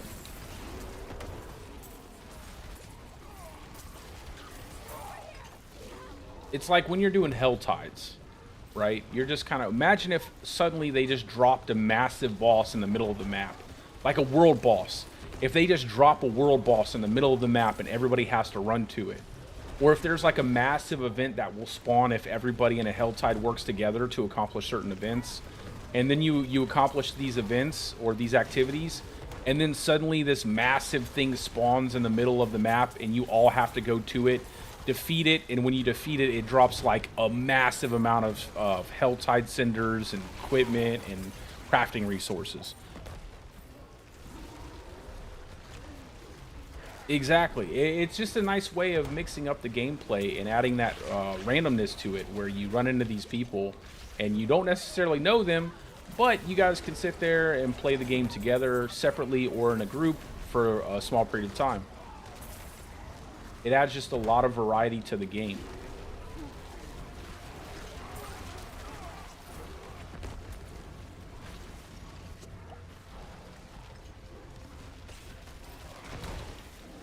And like, yeah, speaking of Dark Citadel, that's, oh yeah, bro, the Cataclysm build is still the best in the business. Cataclysm builds are the best in the business. I did forget to change the overpower temperings on the build to lightning bolt temperings from to this season, so I did go ahead and do that in the build planner. So yeah, you can follow it. After I finish up my Bouldercane build, I'll be swapping over to my Cataclysm setup and really fine-tuning that for hardcore, and posting the build video shortly after that. But yeah, Cataclysm is still the best in terms of pit pushing. Not the best in terms of fun, in my opinion, but definitely head and shoulders above pretty much every build in the Druid class, and it isn't definitely an S tier build for the meta. Probably pretty close to what Sorks can pull off, if not maybe a little bit better.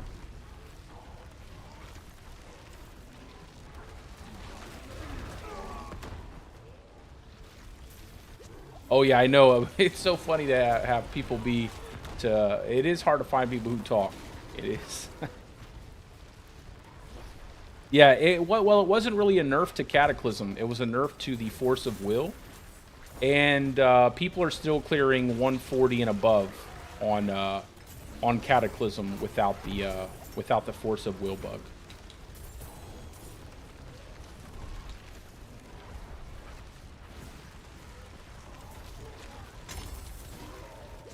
Yeah, even after that nerf, it's still the best build for Druid.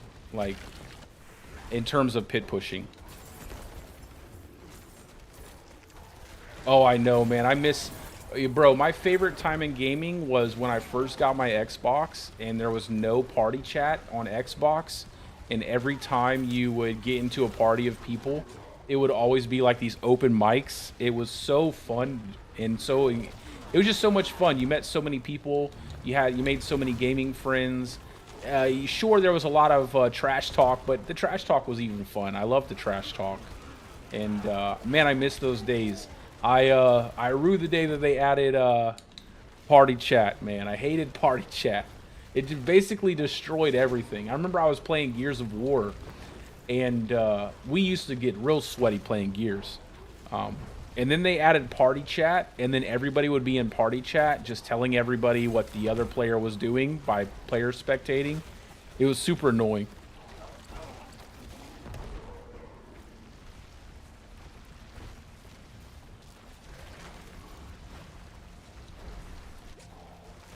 Yeah, that stuff was so much fun.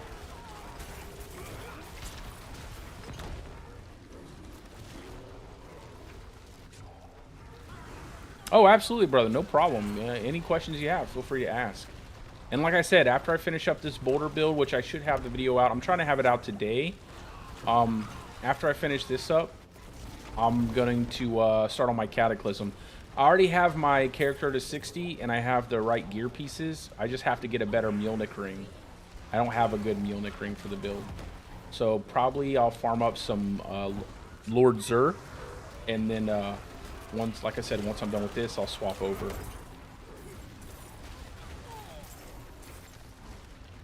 But I always play hardcore. I always play hardcore solo self-found, so it's like I always have feel like it's good because it's a more accurate representation of what the build can do for the average player. Yeah, I've noticed a lot of people complaining about the survivability of a lot of people's Cataclysm builds, and I'm probably just as guilty of that. But I will fix that. I just have to get a hold of it, and kind of sort everything out. Oh yeah, Spiritborn just has the aesthetic for a lot of players. See, I'm a ride or die for Druid, but yeah, Spiritborn just has that really cool look to it. Plus, it's fast. It moves quickly. It has like all these nice little quality of life things built into the class. It's always like that. Like, if you want to know how to design a really fun class for people to play in an action RPG, the first thing you should start with is mobility. Like, the absolute first thing you should start with is mobility. There has to be a way for you to eventually unlock the class to be able to move incredibly fast. Because what's going to happen is, anytime you develop a class and there are other classes that have higher mobility, say like teleports or something like that, people are naturally going to want to play that more because it's going to feel better. You're going to move around faster. And the only time that they wouldn't is if the damage was so trash that it basically made the mobility pointless.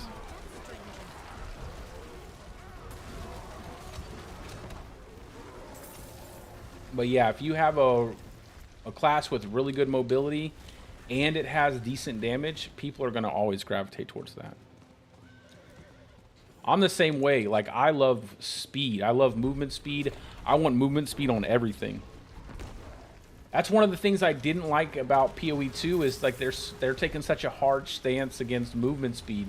And I'm like, I really wish that they would give us like a base 10 to 15% more movement speed, just right off rip, or make movement speed an implicit on boots or something like that. But they're really about like, they said, no, we are going to keep movement speed the way it is. I mean, the game's so good, that's probably one of my only complaints. That and the inventory system. The inventory system and third-party loot filters, I'm not a big fan. I wish they would just put a loot filter in the game, like last Epoch, where they basically just had a built-in loot filter.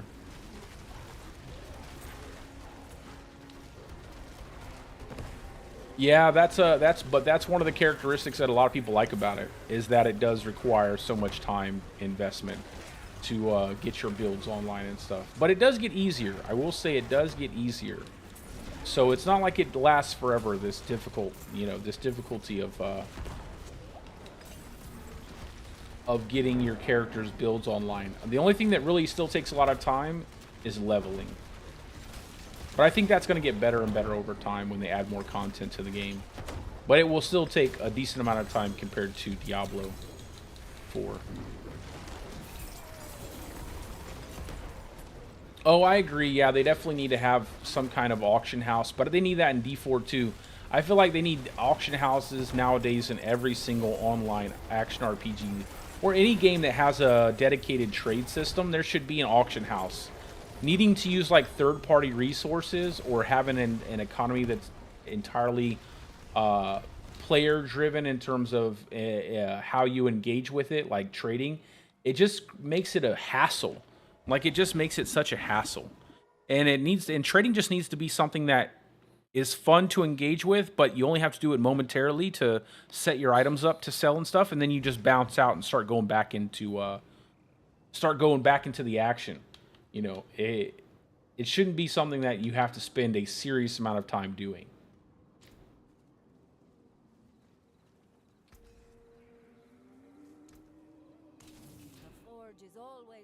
Oh, yeah, the maps. Yeah, the maps are pretty big. I will say they have made it better, though. They have made it a lot better with the checkpoint system, and they added more checkpoints to map keys, to the in-game maps and stuff. So it kind of helped alleviate a lot of that problem. But there is still a decent amount of backtracking. There is still...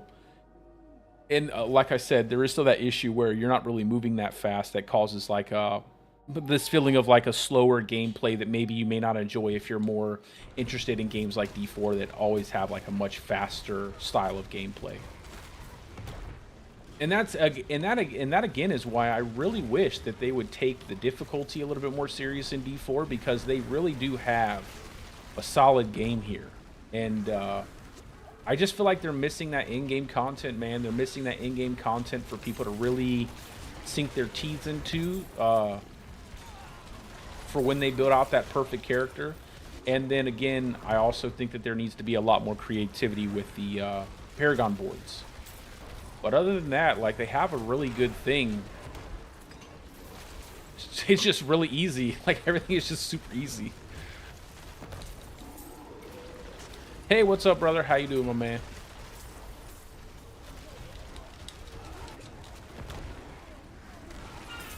PK Free. I like that.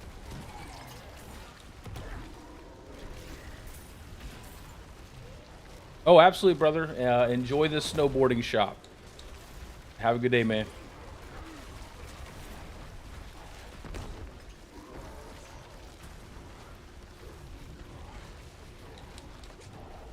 Yeah, depending on what kind of build you use, if you're like a homebrew person, you'll definitely get more out of it than if you're somebody who uses like the tippy top best build. You know, you go, you find the guides, you hit up the guide, you use the best build in the game, you'll just smoke through everything. But if you're a bit of a homebrew person that doesn't really play like into the meta, you can definitely get a lot more out of it. But generally, most people are those like hunting for the best build of the season, blasting through everything, you know. I mean, pretty much the entire community played Spiritborn in Season 6. And I imagine a lot of people are going to be playing Sork, and a lot of people are going to be playing Cataclysm Druid this season.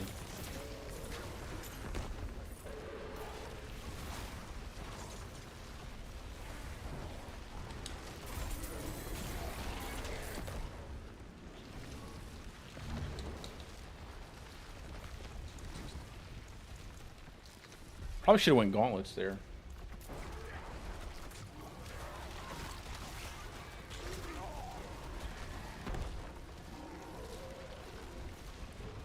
But I really like the way they do these witch tides, man. I love the idea, like all of these little events that you can do that are spread around the map, like giving you reasons to even pick up plants now with these Tree Whispers quests.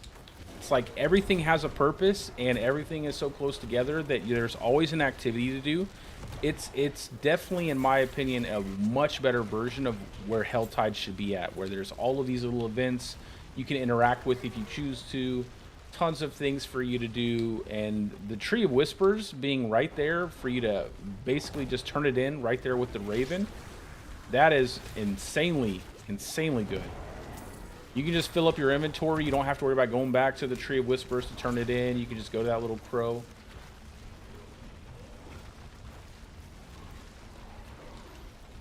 For the wolf build, for hardcore, yeah, I mean, if I was to say to give you any general advice, if you're having any issues with the hardcore with the wolves build, just try to get as much DR out of your witch powers. That's a good way to do it. I mean, there's Vengeful Spirit, obviously insanely good. Pretty much soaks up all the damage whenever it's up. Then you also have the Hex of Shattering that gives you a big amount of damage reduction against enemies that you've damaged. So stuff like that. The Aura of Siphoning is really good. Gives you a little bit of HP regeneration early on. And then obviously you want to get Heightened Senses. You want to get Iron Fur if you can afford it. You want to have things like that just give you damage reduction out of your passive tree. If you are still having survivability problems, you can always pick up something like Werewolf Glyph to give you damage reduction while you're in werewolf form. It's a little bit harder because you spend most of your time in werewolf form, so you're inherently less tanky than if you use something like a werebear build because you don't have access to all that HP. But you can make up for it in other ways. The wolves kind of have their own little damage reduction just by tanking some enemies, but that does tend to fall off later because all you're doing is spamming the active skill. You can also maybe even pick up some damage reduction through your rune words. That might help. Rogue has a really good one, the Shadow, I forget what the skill is called, but it's the one that gives you like the Shadow Orbs to give you damage reduction depending on how many you have around your character. And then obviously throwing HP on every single gear piece that you can, except for like your amulet. You want to save your amulet for the triple passive.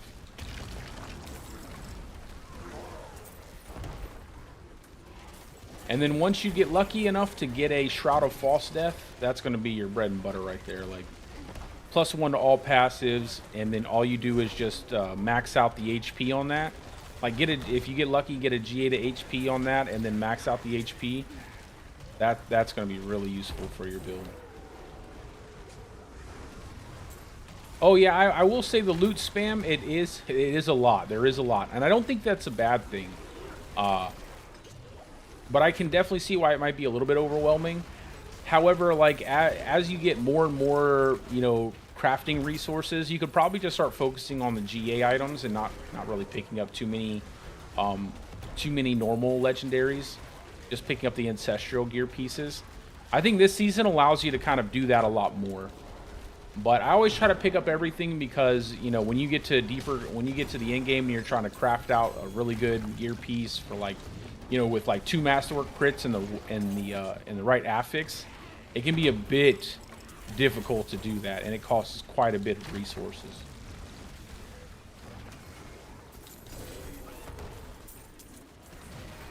Oh, the screen effects. That's understandable too. Especially when you get like a root hold and you have a couple of the exposed roots that are close together and you hit them all at the same time and it's just like massive amount of loot everywhere.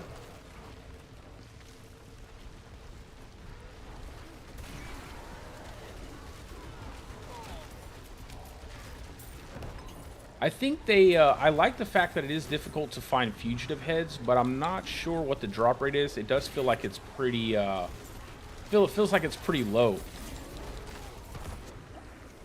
I've only found 3, and I mistakenly used one to open up a little restless rot cache. So I was kind of 1 in 3%. It definitely feels like that. It definitely, but at least we have that potion. We have that potion that gives us the 50%. I don't know if I have my potions up, and I'm gonna go ahead and reapply them. Let's see, what do we just have the plant left over here?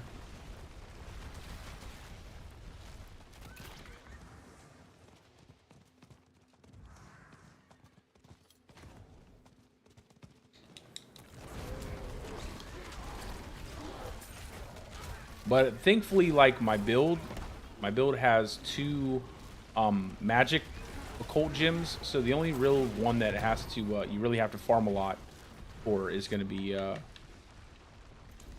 the bog, whatever it's called. It's like some kind of bog thing.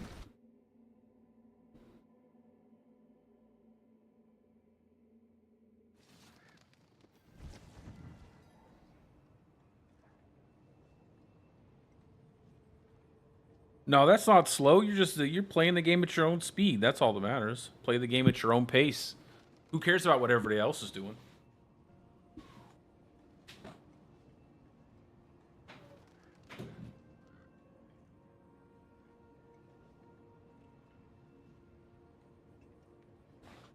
As long as you're having a good time, that's all that matters. Whew, I had to open up the door in here, man. I got to get better ventilation for this room. It gets warm.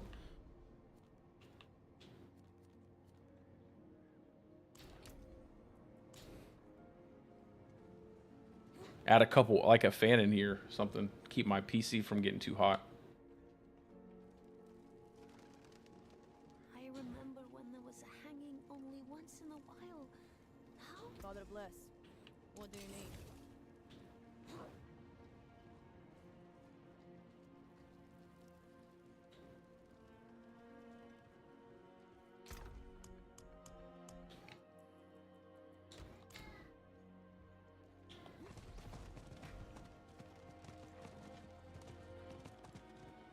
Back to the Spiritborn. Yeah, Necro's pretty good this season with the Blood Wave and everything, but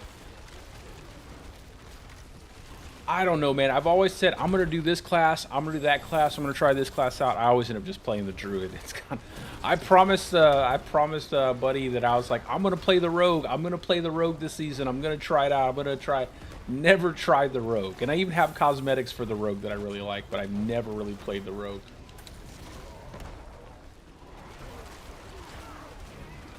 Just something about the old Druid. Plus, I like making all the builds for people who want to enjoy them. Like, I really, I'm going to make this video, then Cataclysm, then Shred, and then I'll probably do a Lightning Storm build, and that I'm really excited to try out, too. Shred and Lightning Storm, I'm really excited to try those 2 out.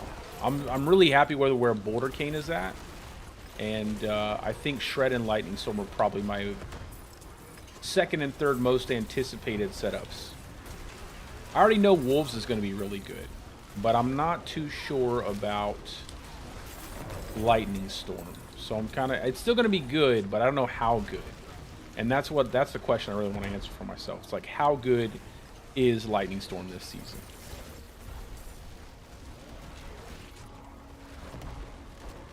Oh yeah, that's pretty cool.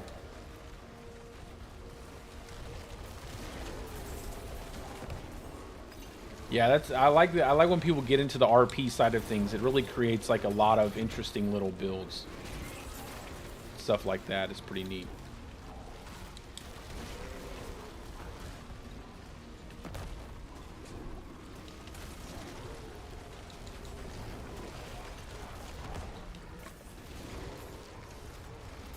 Yeah, we all play differently. Like, I like to play hardcore SSF. Not many people like to play hardcore SSF, and there's obviously why. I mean, Jesus, it's like torturing yourself. Like in PoE 2, I've been playing hardcore SSF Warrior the entire time, just like probably having the worst gameplay experience you could possibly have, but I've been having a blast doing it.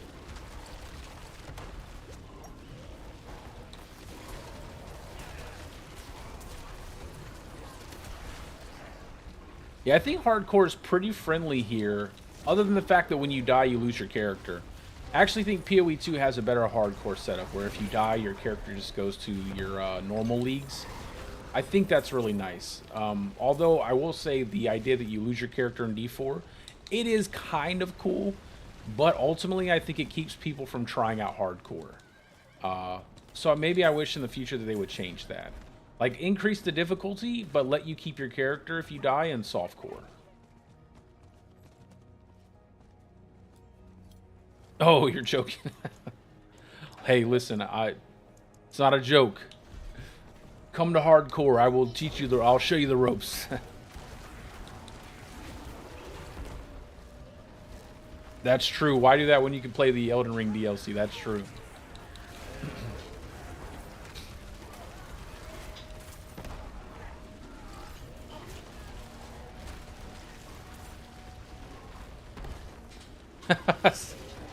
Yeah, don't do that. No slamming of the head. No.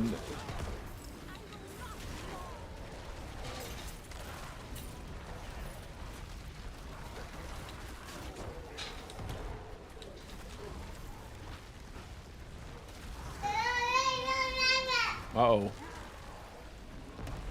My little ones have cometh. Hello, my son.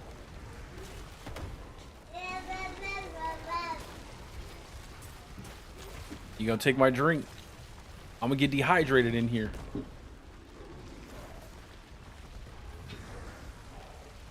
Oh, I can see that. I've spoken to a couple people that I've gotten into hardcore, and they're always like, I get attached to my characters when they die. I legitimately get sad. I'm like, I can see that. I can definitely see that.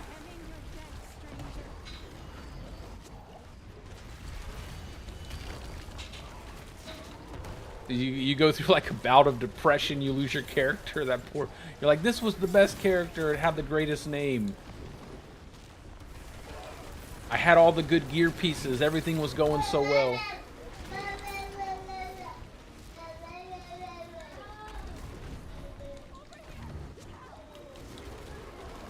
I know, bro. I know. Elon gets pretty sad when he loses his hardcore characters. My boy is like, I have a full day of depression. Like, I could just imagine. People probably like, what's wrong, bro? It's like, I lost my hardcore character. They're like, what does that mean? You know, it's like, some people just get passionate, man. They get passionate.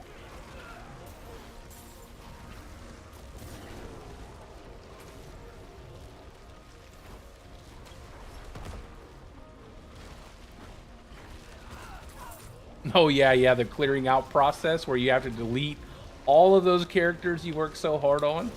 Yeah, that is pretty interesting.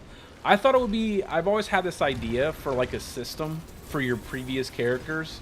So like, instead of them going into the graveyard or something like that, where they just don't exist at all, basically, I always thought it would be a cool idea that if you could take one of your characters from each season and like somehow buff your character in some type of way for the new season, not in any way that would be so significant that it would make you far more powerful than everybody else, but if like you could add them as a like a lineage slot or something like that, right? Like they had like a family tree, and you could slot in your character in this like family tree type system, and then they would basically passively buff your character in some small way. So it's like you don't really lose the character all the way. You just have like this kind of nice little tree that grows as you continue playing season to season. I always thought that would be a cool idea. I don't know how they would implement it, but I think it would be really dope to have something like that.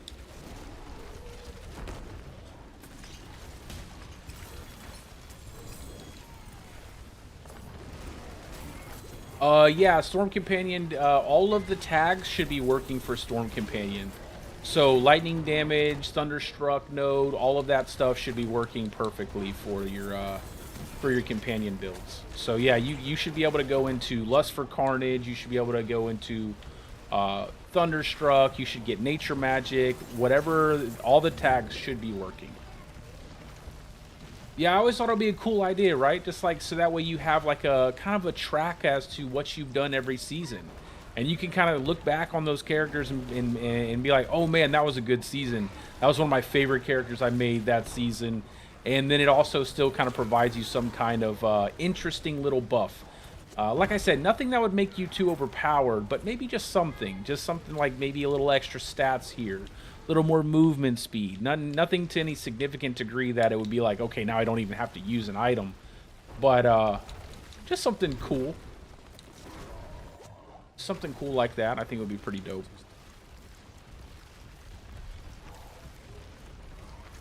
Yeah, no problem, brother. Absolutely, anytime. Anytime you have any questions, feel free to ask if I'm online.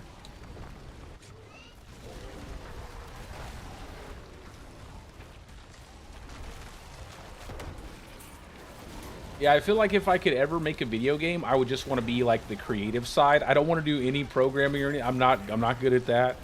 But I feel like I have some pretty creative ideas that would be pretty cool if they could implement into a game.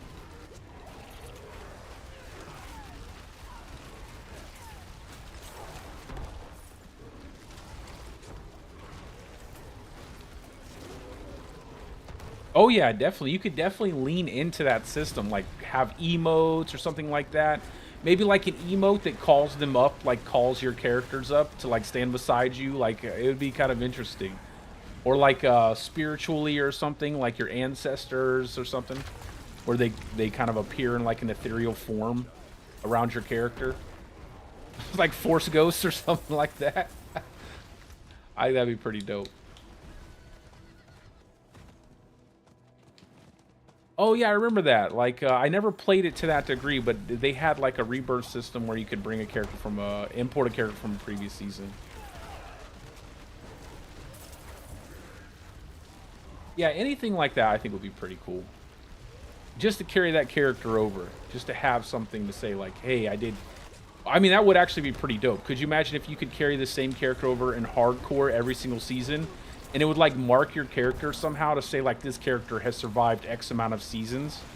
That could actually be like a leaderboard, like a long-term leaderboard of some kind, where the game tracks how long your character has been alive from season to season. That would be badass. Like, that would be one of the coolest little ways of adding some interesting depth to the hardcore scene. Like, this character has been alive for 7 seasons straight, every single season.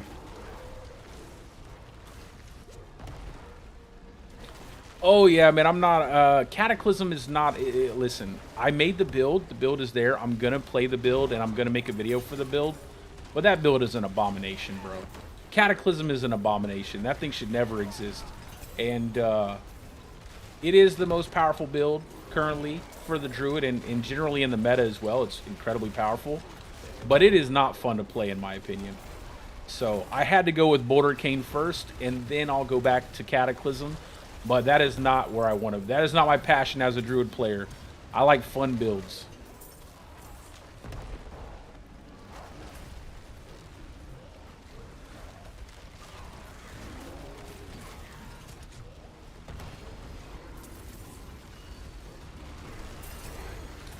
You don't really, in Cataclysm, you don't really need to, I think the only thing you really need to snapshot is the Zan and Quas rune. I mean, that's what gives you your overpowered crit.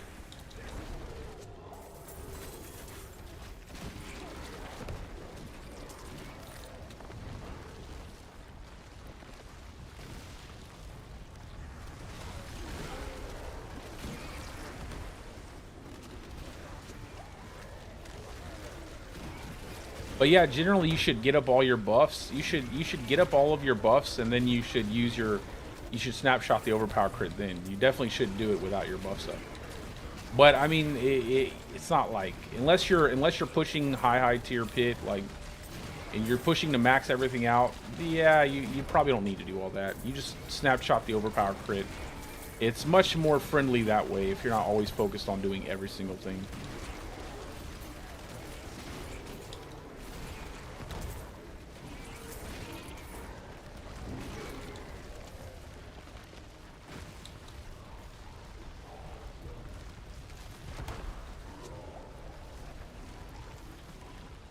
Go do the plants, turn this in, get the harvest done.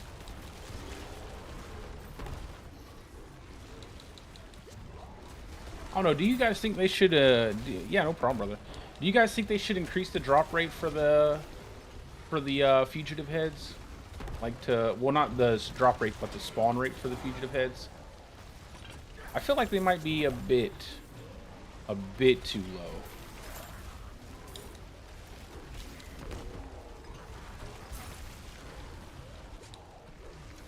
I mean, I want people to have something to grind for, though, so that's why I'm kind of hesitant to say that they should. But I will say, I've only found, I think, I've had... No, I had 4, not 3. I said 3 earlier. I've had 4.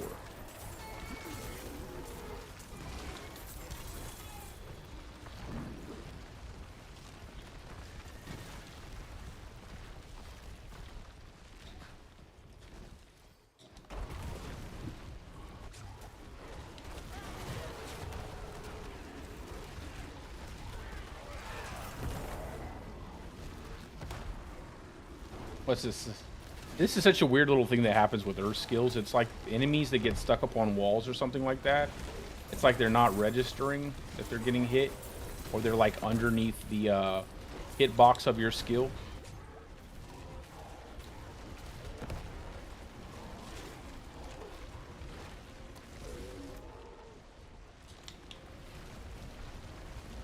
I think that... No, I still have like frogs and stuff I can do.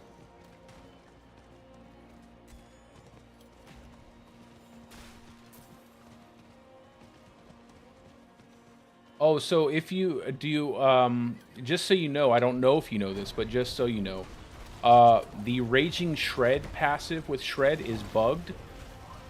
And if you use that, you'll end up proccing your Stormclaw aspect a lot. So it adds a ton of damage to your Shred. That's why on my Shred build I have Raging Shred on that one instead of the Primal Shred. Yeah, it's incredibly powerful. So what happens is, like, say you're pushing like high tier pit or something like that, and you're using your Andariel's Visage to pull all the enemies together. When you smack them with the Raging Shred, the poison ticks will actually cause your Stormclaw to proc, and you'll just melt them. Like, you'll just see like a ton of Stormclaw procs happen suddenly, and they'll just completely get melted like crazy. And it should add like a solid amount of pit tiers to your overall Shred build. So what I typically recommend people to do is, when you're just doing casual farming and stuff, just use Primal Shred for the dashes and everything. But when you're trying to push into higher tier pits, swap over to Raging Shred so you get that massive amount of damage coming from your Stormclaw aspect. Yeah, it's pretty crazy. It was working in Season 6 too, but it was a bit of an unknown bug because not a lot of players play Druid, and even far fewer played Shred. But yeah, it definitely still works this season. My buddy was testing out Shred, and I asked him to test that out for me. He said it still works. So I'm gonna obviously test it myself when I get over to Shred, but yeah, it should still work. It works best on packs. It works obviously best on packs. So I wouldn't recommend playing that without an Erida's Inexorable Will Ring.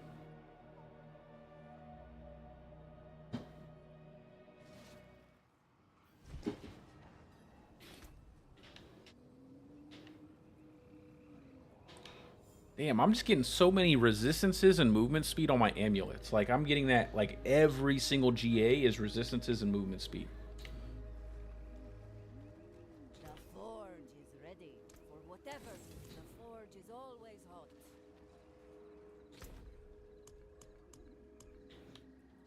Man, look at all these Tree of Whispers caches. Love it. Absolutely love it.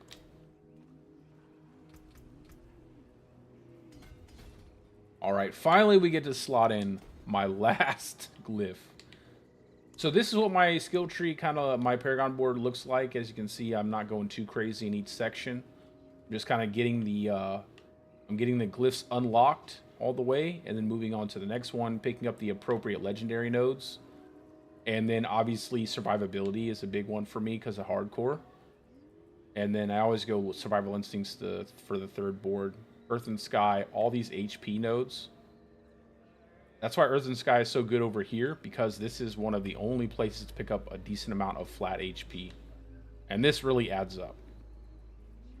And then use my spirit here, pick up height and malice here. And then last but not least, we go dominate over here. And then again, they have some nice HP nodes that I pick up first. So not really caring too much about the damage directly, and then just kind of like flowing into it later on in the Paragon board. That's how I like to do it for hardcore. We're going to go ahead and pop into Kill Varshan real quick since it's up. But I have this epic Vasili's Prayer that I got yesterday. I was like, oh my god, that is badass. I would rather have a really good Dolmen Stone, but I'll take the 3GA Vasili's Prayer. I will take it.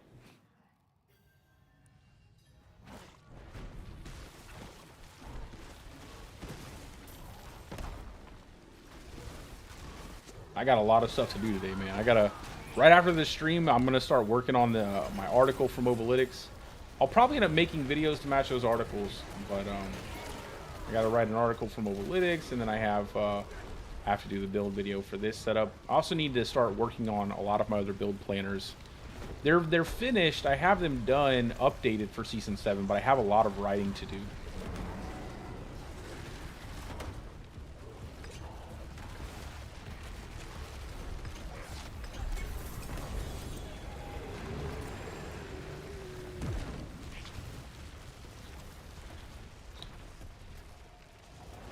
See. Man, I feel so sad. I feel so sad for Stormclaw builds. I wish they would do something for Stormclaw, man. I missed the Stormclaw setup. That looks worn. That thing needs to be buffed. I would love for that to be buffed like crazy. Screw Cataclysm, like buff out Stormclaw to the point where it just like one-shots everything, and then I'm happy. Like that build, I'm fine with being OP. We could just clear a 150 with like one smack of a Stormclaw. Obviously, I'm exaggerating with that. If any build was to be ridiculously overpowered, I would prefer it to be Stormclaw. How much time is left on this? 19 minutes. Yeah, we'll go ahead and go back and do this. Why not?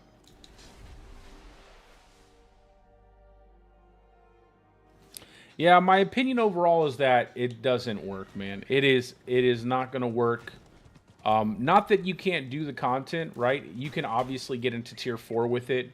You can get into tier 4 with a lot of builds.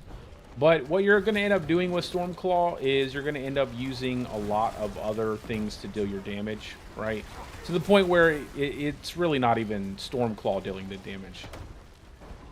It's in a pretty bad spot. It really is it's in a pretty bad spot, and they definitely need to kind of do something with it, like figure out how to make it function in this meta where everything is dealing so much damage. Like, I feel like you could give Stormclaw almost like a 1000x buff or something like that, and it would probably be on par with some of the top builds. Maybe even not. I could be wrong about that. I could be wrong entirely. It might not even be that. Maybe not. It might not even be on par with that. I mean, considering the meta is basically like overpowered crit meta. That's how you do your damage. Overpowered crit is almost a necessity for every single build. I would say outside of like Lightning Storm. Lightning Storm actually is pretty well designed now. But everything else is like must have overpowered crit. Boulder overpower crit, Pulverize overpower crit, Landslide, Shred, basically every build. And even the top builds, Cataclysm, Lacerate, all of that. Like, everything needs to overpower crit. And it doesn't really give itself, like, Stormclaw doesn't really work that well with overpower crits because the damage isn't high enough. Like, you can still do it, but the damage just would be pretty lackluster.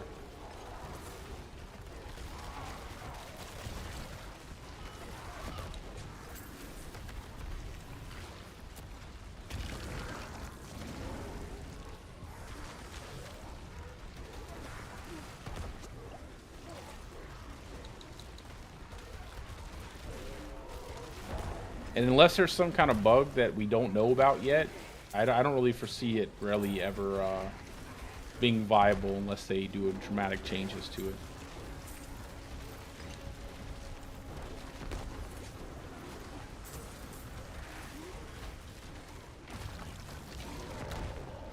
Yeah, no problem, brother.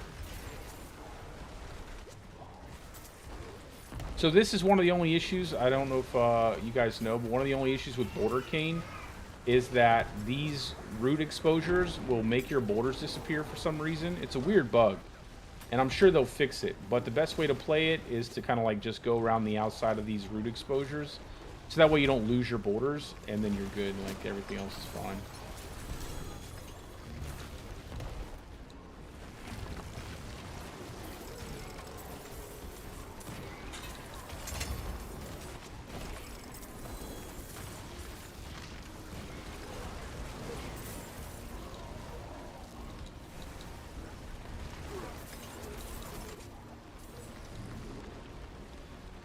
I actually really like the way the the Bloodwave Necro looks, like the skill animation. Like this giant wave of stuff like colliding into the enemies is pretty dope.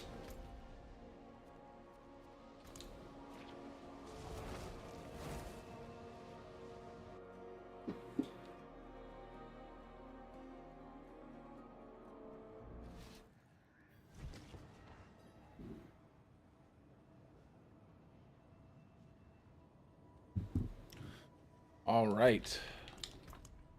How many? I have a ton. I could probably start leveling up. What else do I use here?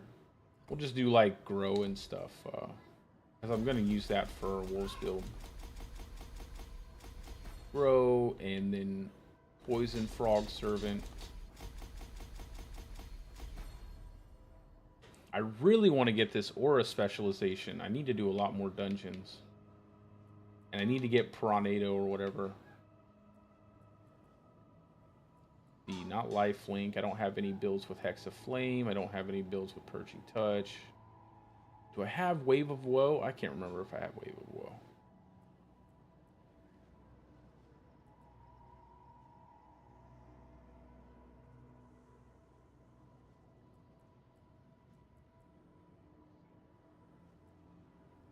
So yeah, 1, 2, 3, 4, 5, 6. I need 4 more. I think we can just do like Doom Orb. We'll just do these two. And then I gotta level this stuff anyway for the season journey. We'll just cut it there because I feel like I can definitely get lucky enough to get an altar so I can unlock that witch power.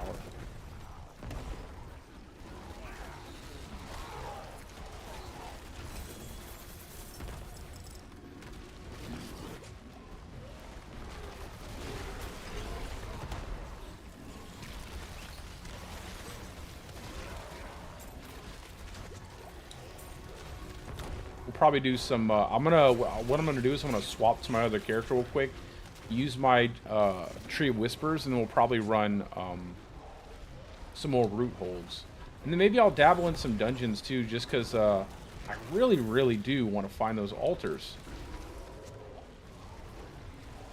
I would love to have the aura specialization, so I get that 50% X multiplier to my crit damage.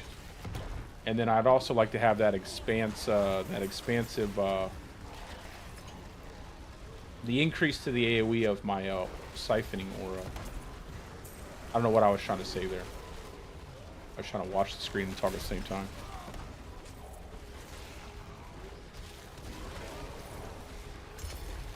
Oh, nice.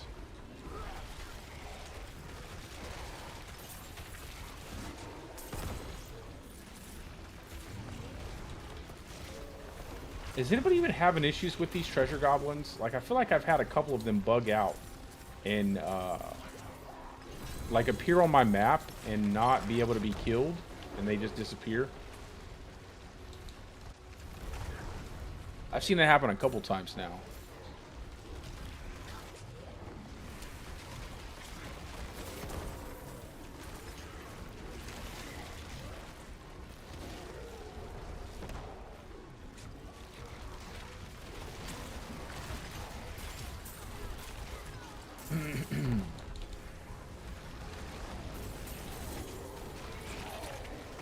I think I will do some bossing here in a second too. I'll probably do the bossing first before I do more root holds. I'd really like to get an Igni room.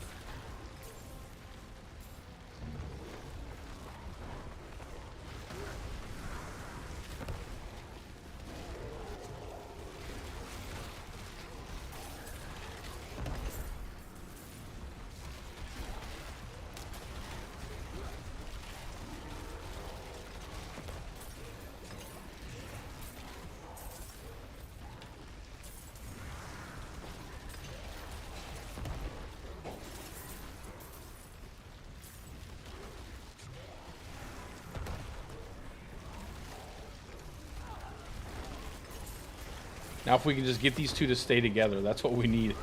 Get these two to stay together.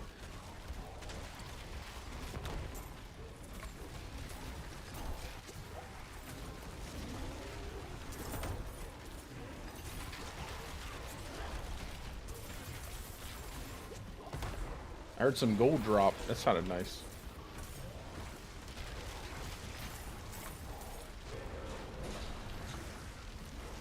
All right. So convenient that the just turn your Tree of Whispers in right here. Badass, man.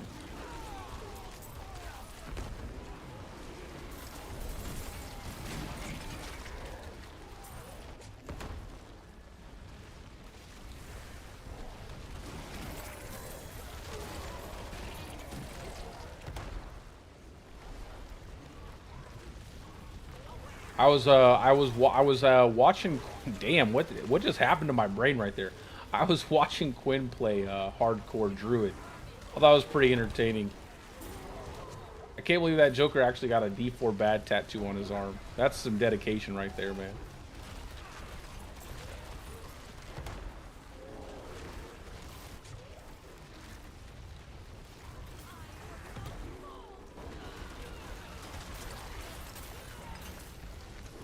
It's always interesting to watch like good players come to a game that you know, and to see how they personally start to like engage with it and learn it.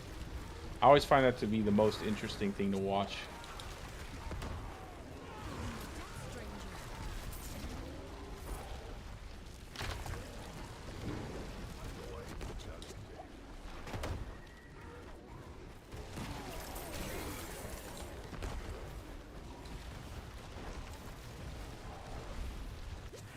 Open.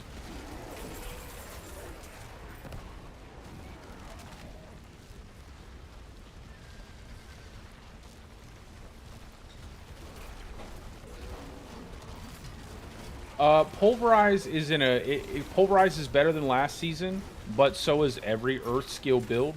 So Pulverize still ends up being in pretty much the same place it was last season in terms of like the meta. However, like if you love playing Pulverize, you're gonna have a good time playing the build this season. Like the every 6th overpower from Obsidian Slam is a massive change. Plus, there is a ton of different witch powers that complement overpower damage and give you HP, as well as willpower. So it's definitely really good. However, the problem with overpower really lies in the fact that it was originally designed as an overpower build, and overpower used to be incredibly hard to obtain. So because of that fact, the base ability actually doesn't hit that hard and is relatively slow compared to other skills. And I think they need to go ahead and just buff the shit out of it, because if they don't, it's always going to be less than Landslide and less than Bouldercane.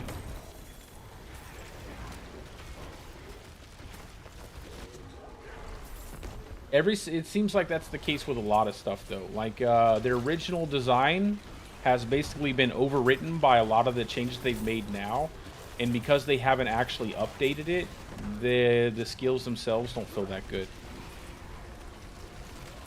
And again, like I said, Pulverize feels good, but it needs a massive buff if it's going to keep up with this meta, or they need to go back on all of this overpower that they're giving everything. Like pretty much everything has an ability to overpower consistently now.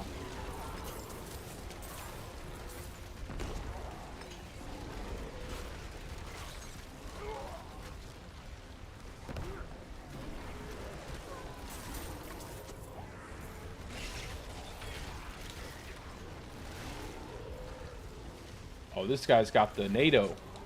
I'm jealous. Although I do like the Vengeful Spirit. I might end up keeping Vengeful Spirit.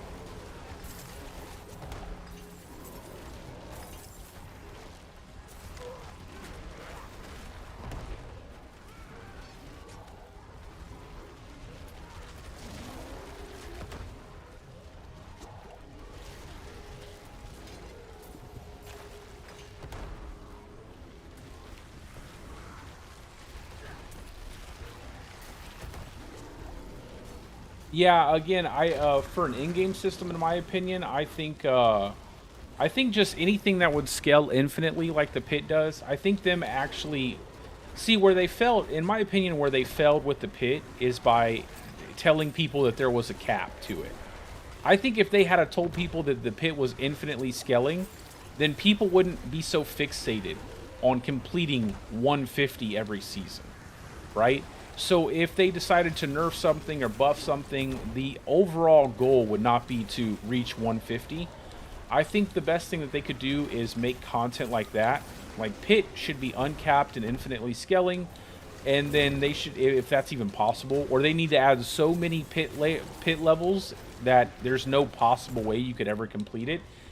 And then they should do the same thing with different game modes. Like a really cool game mode would be like infinite horde mode, like what you're just referencing there.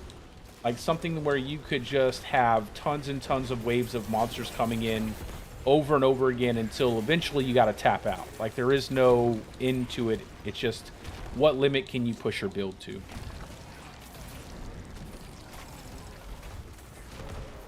I mean, I don't know if that was their intention to fixate people on 150 because of the plain simple fact that they've always said, like, you're not supposed to be able to do that.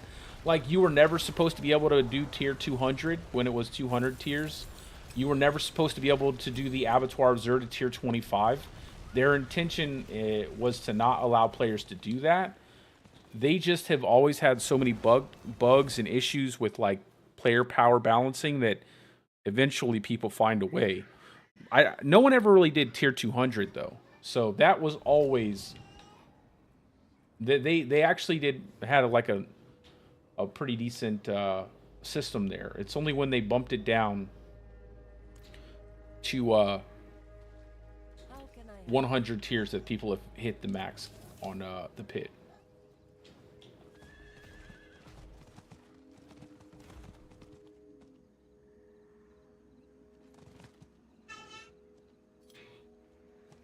Yeah, Druid Landslide's been pretty good since they changed the entire the entire way that it functions, basically. Well, not that it functions, but that they added the Earthbreaker ring, and then they also basically buffed it like crazy, as well as made it a lot bigger in terms of its hitbox and stuff.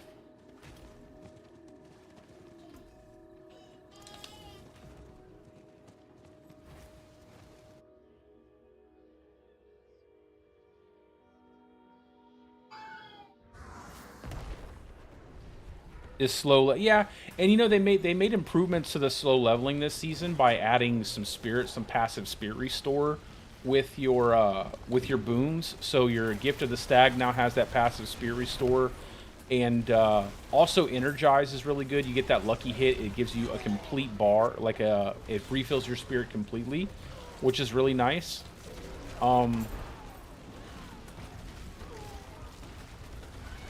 So it's a little bit better in terms of leveling. Another good change was the new rune word that gives you movement speed, like a stacking movement speed buff. If you get like boots that reset your evade cooldown, and you throw the early rune word that gives you offering when you evade, it's an easy way to stack up to 50% movement speed. So a lot of that stuff has been kind of, if you build correctly, a lot of that stuff is a lot better to actually engage with. But yeah, I agree. Druid has been pretty decent overall in-game wise. And I would even go so far as to say, like, the average Druid build is pretty close together in terms of its overall damage. Now, this season, obviously, there's the outlier in Cataclysm, and Bouldercane does pretty decent as well. And I suspect Lightning Storm will be pretty good also, mainly because it naturally plays into the lightning bolt mechanic and having Cataclysm up 100% of the time.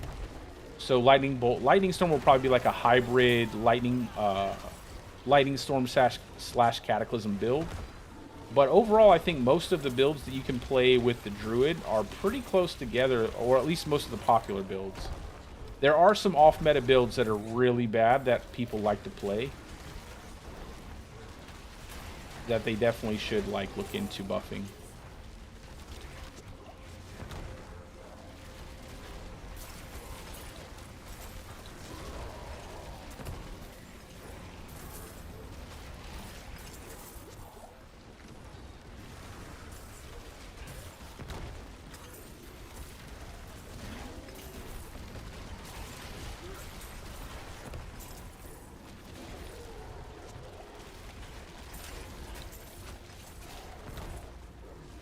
Well, wolves are actually pretty strong this season. In fact, I'm gonna be trying that build out later on in the season.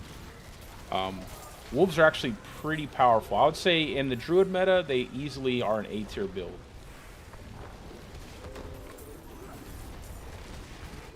Like, obviously, Cataclysm is S tier for damage. I'll put Boulder as like S tier for farming and like fun and all that stuff, just to have a second build there. But Wolves is right there, man. I mean, Wolves is pretty powerful. I think their passive and their overall, the way they function could be improved on. But when you start cranking the active skill up and getting that instant reset from your pack leader boon, like you're burning through enemies with your wolves.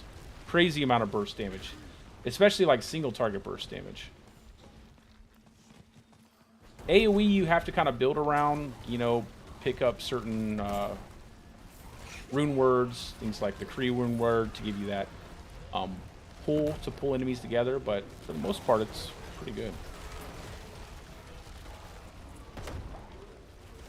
Oh yeah, absolutely. No, I 100% agree. A few seasons ago, that thing was trash.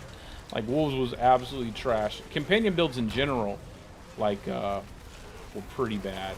Now only Wolves is really good, I'd say.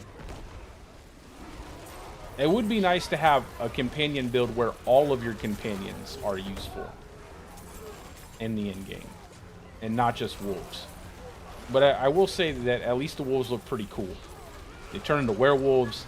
And now with the grow mechanic, you can have giant werewolves. I mean, you can't really beat that.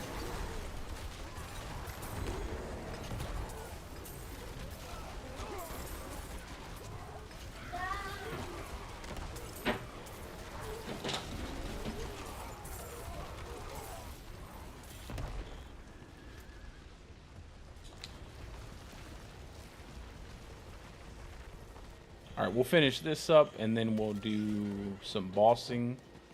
I'll use my Tree Whispers caches, we'll do some bossing, and then I'll probably do some more dungeons.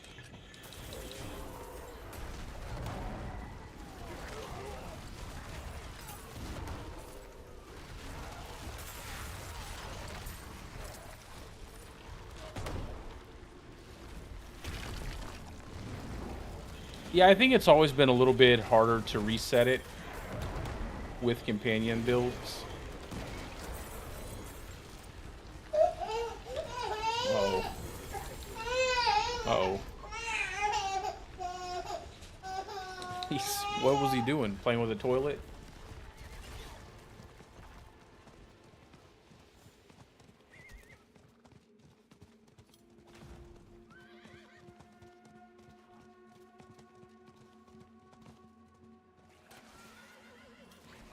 I think my littlest one, it's probably time for his nap.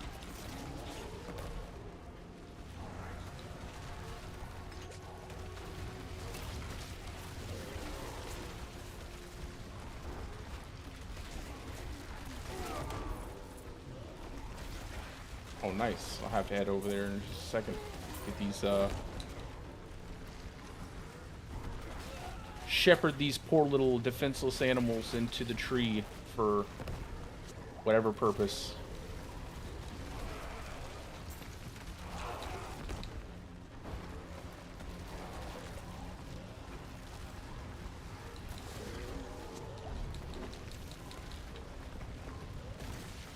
Where's it at? Oh, it's there it is.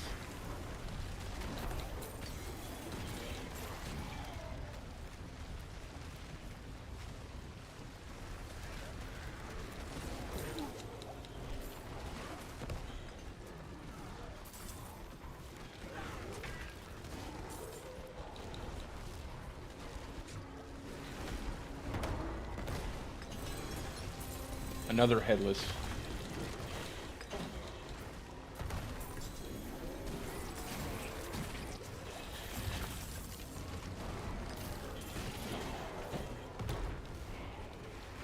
Damn, alright, what do we got left? How many? 3 Grim Favor. Yeah, we'll do these 2 plants and then we'll head out. That should be the, should be all I need to get me another Tree Whispers cache.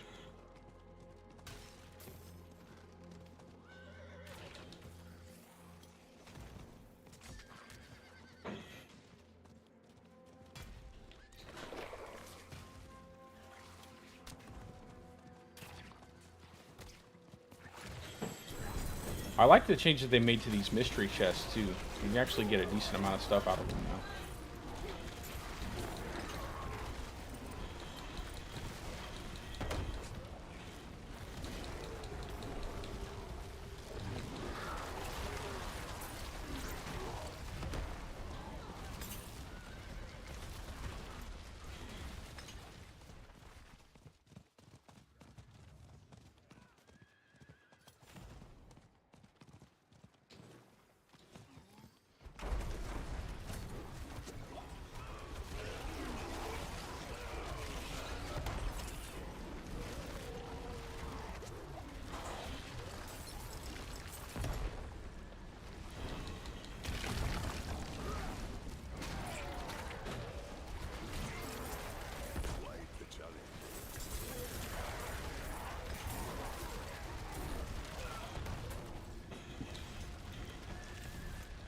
All right.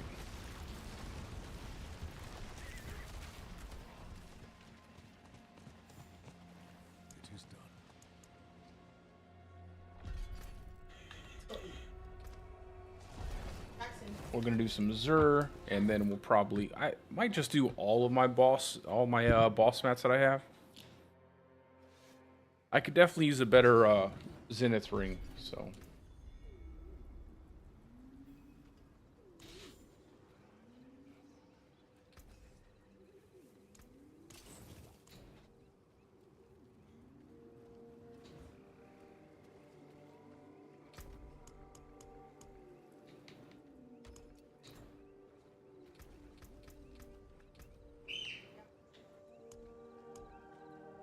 What's the closest int I have?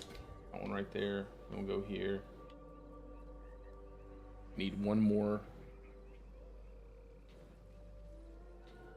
1, 2, 3. 3 Paragon points, and then we'll have the overpower damage unlocked.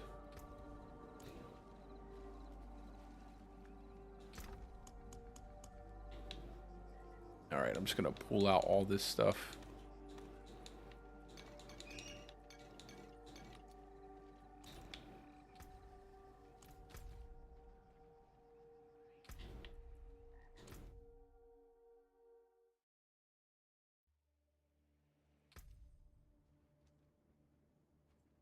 We switching to the blood wave. Ain't nothing wrong with that, brother.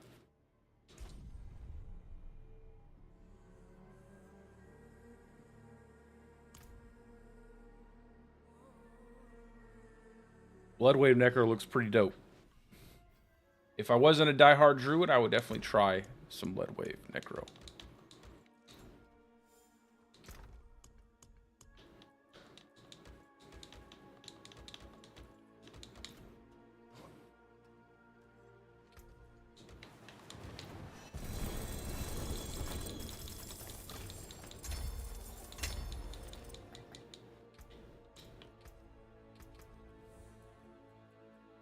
See, what do we get? Garbage. We don't need any helmets. That's fine. I'll keep that. You don't really need helmets.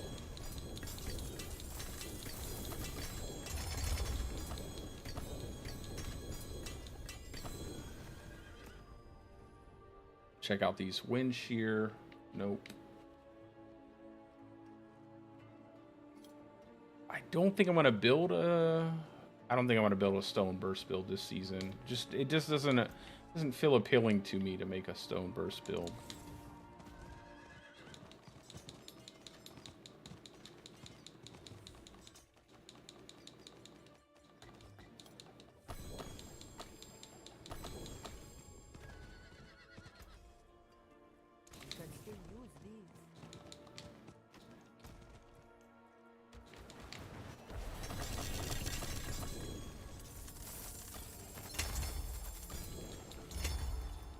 I like that it seems like they've increased the drop rate of glyphs from your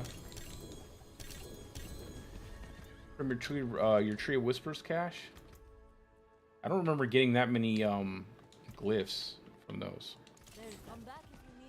It's like now it's like I have a full set of glyphs every time. Pretty easily.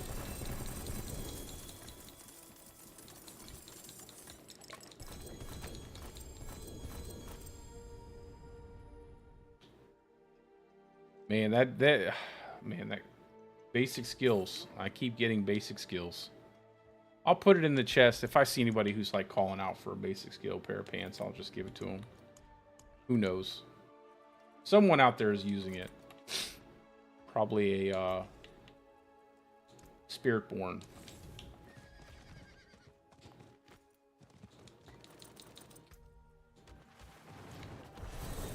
There we go.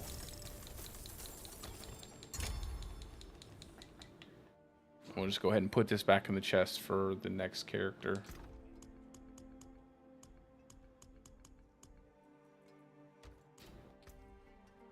Anything good? No, nothing good. That looks worn. I can fix it. Don't ruin all that work.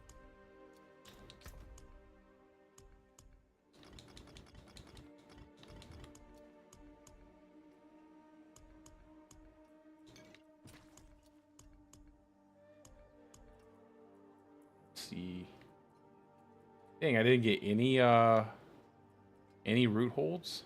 It's kind of sucky. That's not a bad dungeon. I'll get rid of those. Heathens isn't bad. Not bad. Not bad. I'll just get rid of the rest. Well, let's have a look. Alrighty. This will be my shred druid.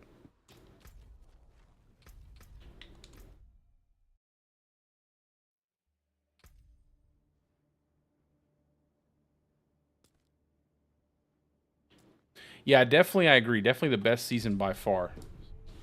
Definitely so.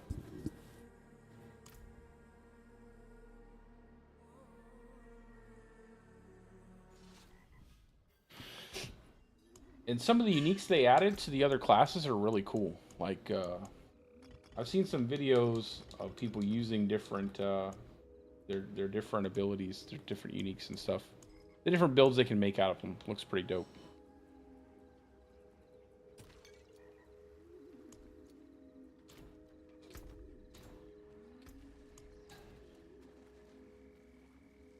Alright, we'll just start here and then just make a whole trip out of it.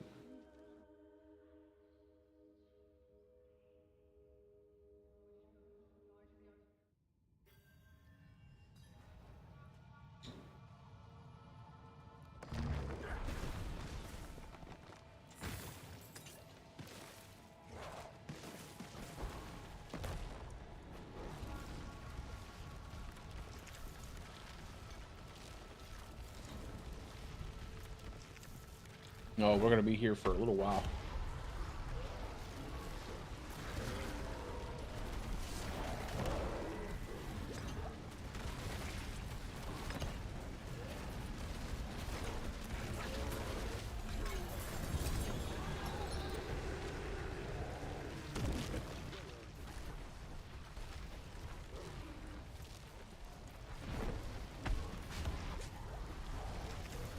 Horde tormented 4 bosses.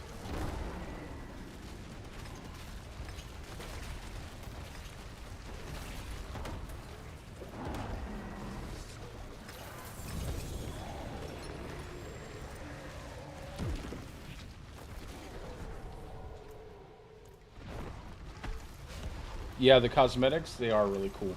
I really like the new cosmetics, like the angelic ones with the mount. I thought that was pretty dope.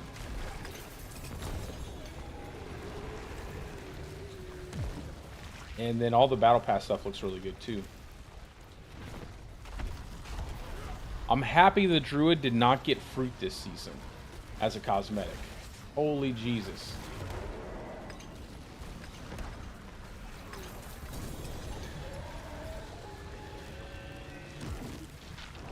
They really do the Druid wrong. I'm telling you, I'll also say that the one thing that scares me about this season being the season where the Druid has like a really high level build is that the build that the Druid has is not necessarily a popular one, and it's not necessarily a fun one to play.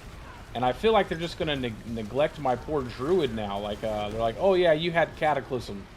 It's like, but what about all the other things that we want to play? Like, they're going to be like, you had Cataclysm, you were powerful for that season, that's good enough. It's like don't not buff the class. It's I'm telling you, there are plenty of problems. No one was asking for lightning bolts. No one asked for that.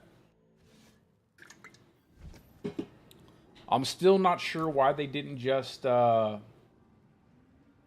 make lightning bolts, lightning strikes, you know, and just get rid of that whole distinction between the two. And instead they just like doubled down into it. Still not sure why they did that, but it is what it is. How can I help?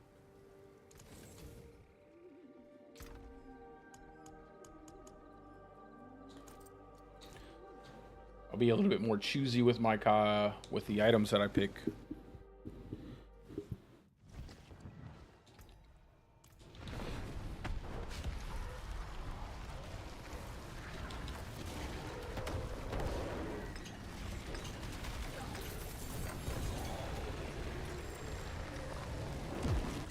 I'm gonna end up having to I'm gonna end up having to go back through and completely clear out my inventory, my stash space.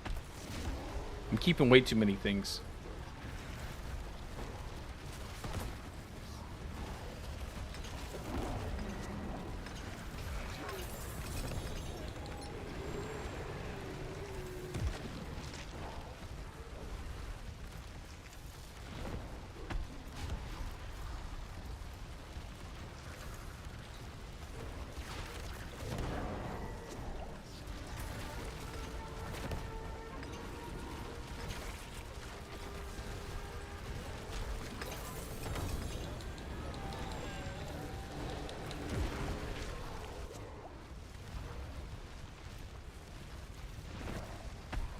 I mean, that's how I feel. I mean, you have all these, especially like human druid. Like, there's no good builds for human druid. It's kind of sucky. Like, to not have a build that's really good for human form druid. All you got is like werebear builds, and you know, it's kind of sad. It's like you have this human form that should be like this elemental master, and then you should have like werewolf just going crazy, rapidly attacking, and then you have werebear, which would be like this tanky character hitting with overpowers, but it's just like you really just all you can play is shapeshift, and even the passives pretty much make it where you have to play shapeshift too.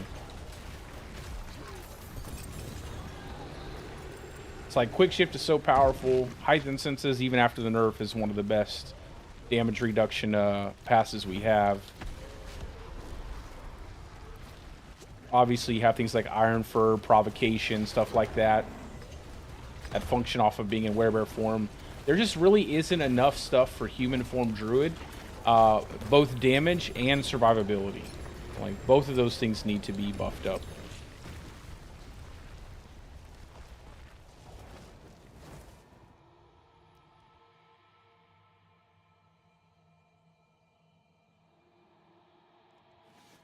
A couple seasons back, I made like a human lightning storm druid that I thought was pretty cool.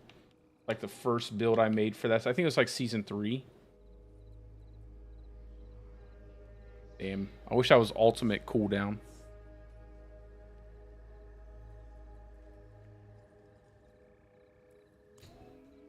How can I help? There's that.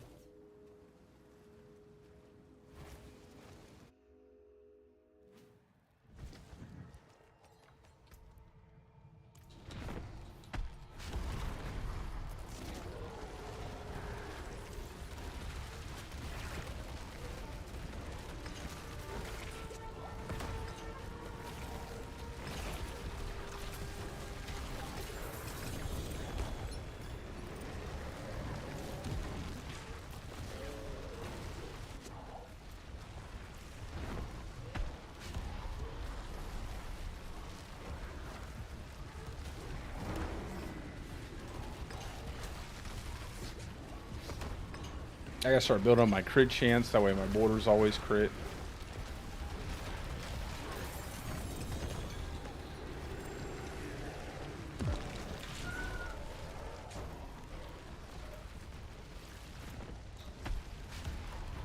Got like 3 more kills, 2 or 3 more kills. And I'll go back.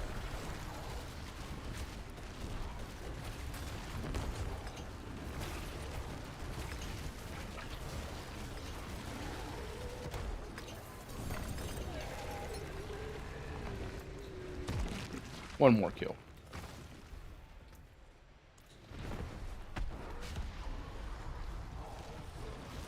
And then I'll do another 10, and then I'll probably hop into a different boss.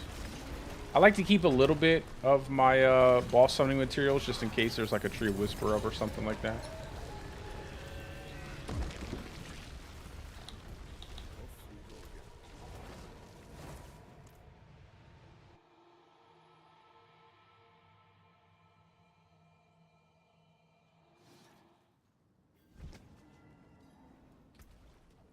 Well, the good thing is they've really done well. Like, they finally ironed out a lot of the problems that were issues with the shapeshift version of Druid. And I think if maybe they've, you know, like this season, they were trying to focus entirely on Werewolf and making that much better. And I think they've done a decent job with that. Probably could still do a little bit better in terms of the overall meta.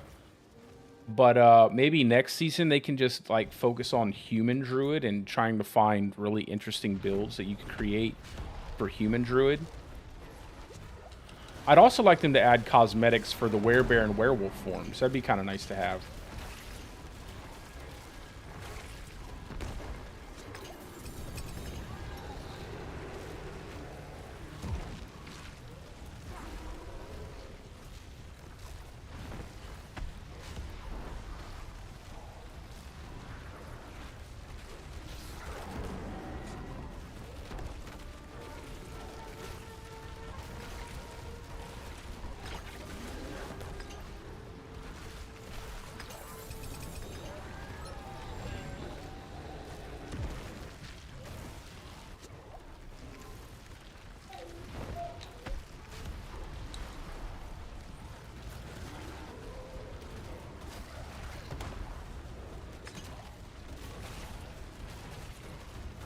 Oh, he got me.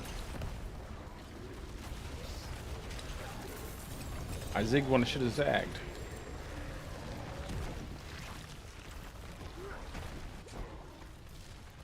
Now, I mean, I'm telling you, they have a lot of good boss mechanics in this game, but it's just like you kill the boss so fast. It's like there's some really interesting mechanics they have here that are not they're not overly complicated, but they're still fun to engage with. It's just you kill the bosses so fast. It's like this, what's the point? Like, what's the point even putting them in the... You might as well just summon the boss and it stand there, because that's basically what it does.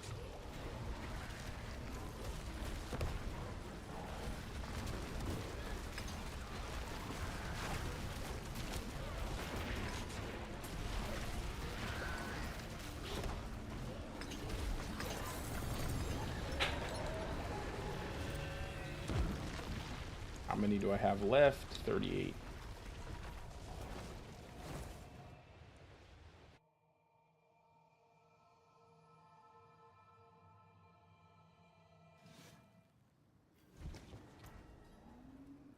Let's see. Damage to close. Nope. Nope. It's not ultimate. I don't want it. We'll do a couple more, and then we'll go over to the Galvanic Saint.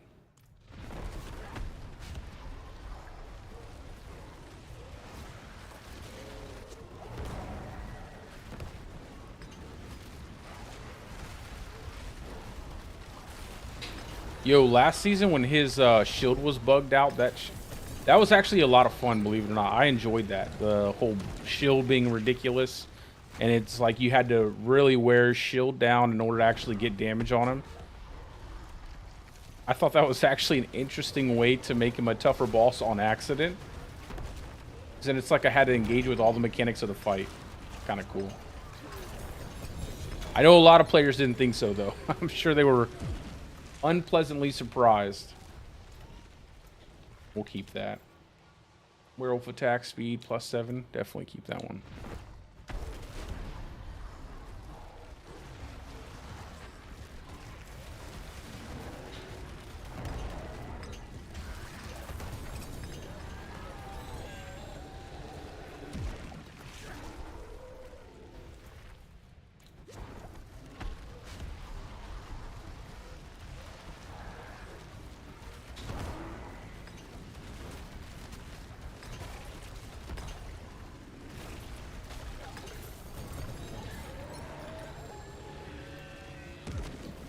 One more.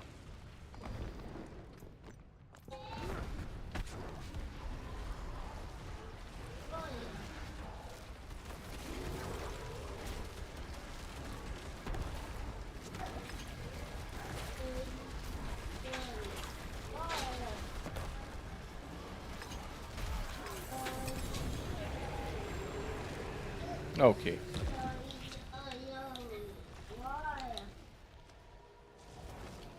On to the Galvanic Saint.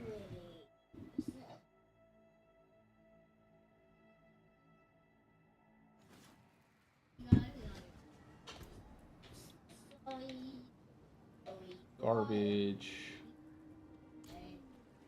So many uniques that are just not useful, man. Like this Mother's Embrace, Frostburn. They sound like I wish they would do something with those.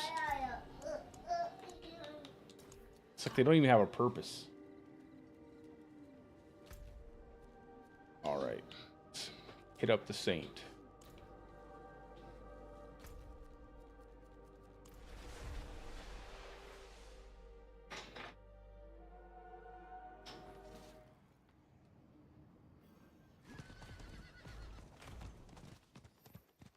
Now all we need is like a blacksmith or something like that inside of the bossing areas, and we're good to go. Or like a portable we could get like a portable blacksmith, a pocket blacksmith, some kind of imp like creature, magical imp creature that spawns out of nothing.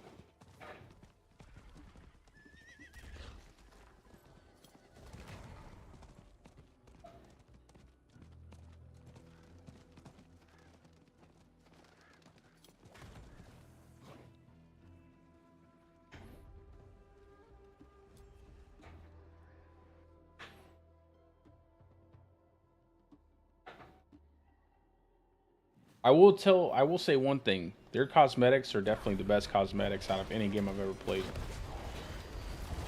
Like, they do a really great job with these cosmetics.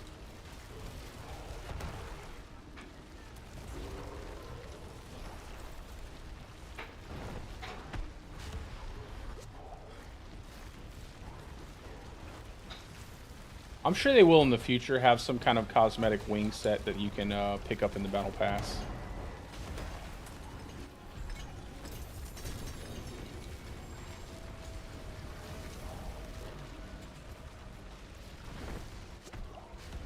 Depends on how, like, Bouldercane is not better than Cataclysm in terms of damage. Bouldercane is better than Cataclysm in terms of fun.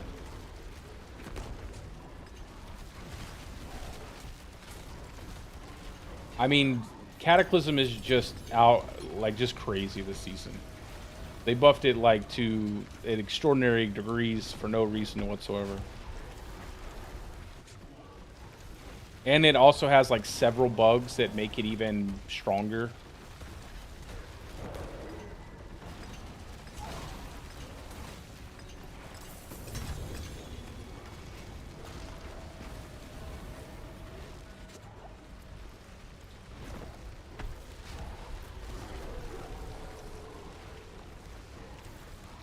But I'm going to be doing Cataclysm next after this.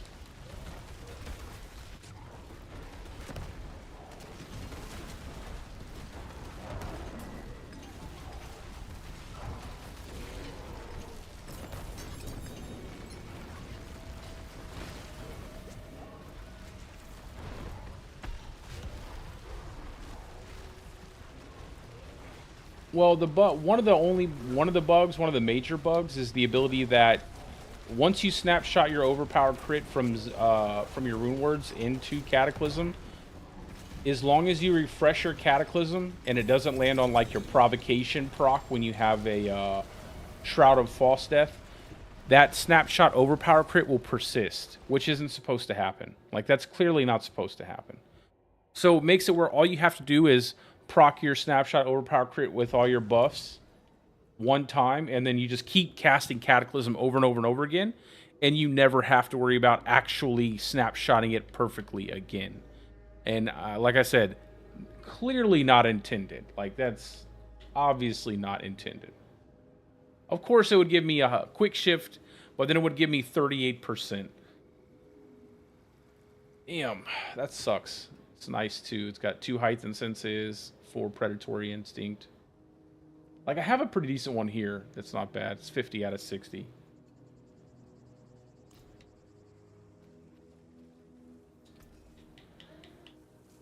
But other than that, like, they just made lightning bolts do absurd amounts of damage, and then obviously they added lightning bolts affecting your Mjolnir ring, and that just sent Cataclysm through the roof immediately. Once they, like, I made the build on the PTR, and I was like, yeah, this is GG. Like, there's nothing for you to do after you make a Cataclysm.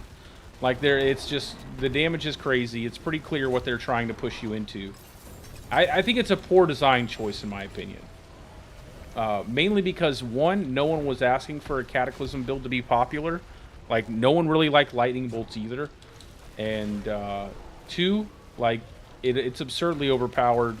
And people are going to, you know, like, it just doesn't represent the Druid class's overall power in the game very well.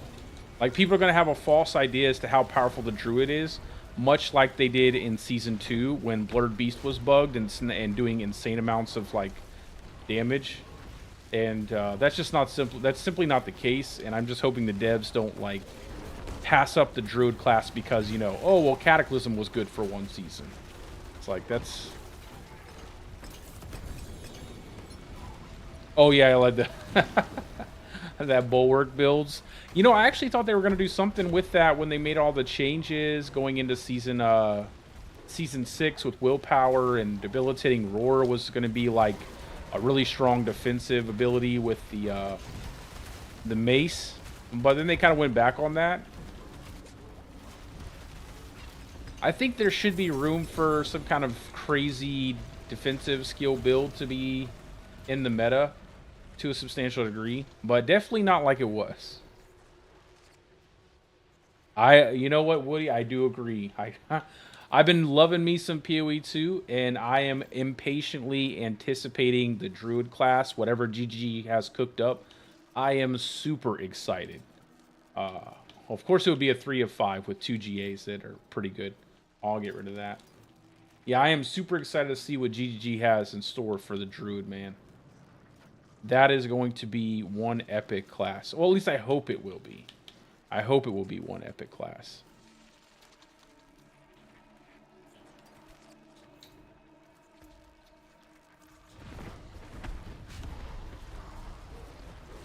For high pits, what do you? Well, that's a. What do you mean by high pits? Because it's a little bit different this season because of Cataclysm, and Cataclysm is absolutely busted. What would be your standard for high pits, and I can give you an accurate response to that. Oh yeah, perfect, bro. You'll smoke through 90 plus. I don't even have really good gear on my character because I play hardcore SSF. But yeah, I could probably do a tier 90 right now, and I don't even have a mythic. Like, it'll smoke, bro. You'll be doing like pits in like 110 plus, like easily with some min max. You'll probably doing like 110 plus, especially with all of the occult gems and stuff that they have. Yeah, you'll be smoking through over 100 plus easy. Yeah, easy. And all my builds are in the link of the stream on YouTube, so if you want to go down there, I'm curating the Druid builds for Mobalytics this season, so I'm going to be making the Bouldercane build video for this hopefully by tonight. I just want to sort a couple things out over after I get off stream with the setup and, you know, get some gameplay footage. But yeah, in my opinion, like Cataclysm, and I just said this earlier, Cataclysm is like #1 in terms of damage, obviously, but Bouldercane, bro, it is #1 in terms of fun. Like all the changes they made for the build, it's insanely fun to play, and it's definitely one of those builds that you gotta play. Like if you love playing the Druid, you definitely have to play Bouldercane this season. I'd say Bouldercane and Shred, those 2 builds, you gotta play those 2 builds this season.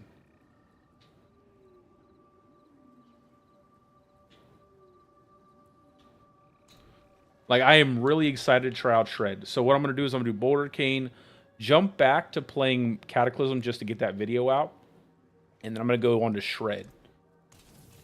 And then after that, I'll probably do Lightning Storm. Because I think people are overlooking Lightning Storm this season, and I honestly think because Lightning Storm plays so well into the Cataclysm setup, that Lightning Storm could potentially be a nice hybrid way of getting some power out of Cataclysm without the annoyance of snapshotting overpowered crits, right? So you'll get Lightning Storm was already really powerful in season 6 in terms of the overall Druid meta, not to the meta overall, but for the Druid meta. And in season 7, I think if you just add in Rune Workers, which you can naturally do with Lightning Storm, your Cataclysm Lightning Storm setups will be really good. Yeah, I think you'll love Boulder, man. It is such a fun build to play. And this is the best season for it. Like, hands down the best season for it.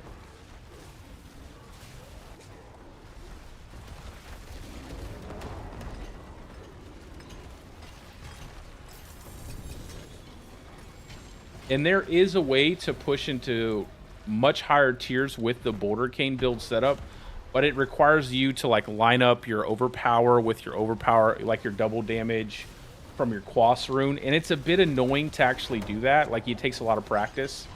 So if you are crazy hardcore, it gives you that kind of satisfaction of learning how to do something that's pretty difficult. But overall, I wouldn't recommend it if you're just looking for something to have a little bit of fun with.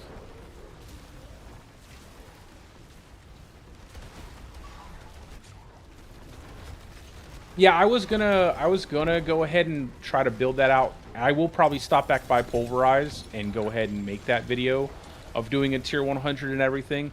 But I got the right stuff for Bouldercane, and I was so interested in playing the build that I just had to switch over. I couldn't even help myself.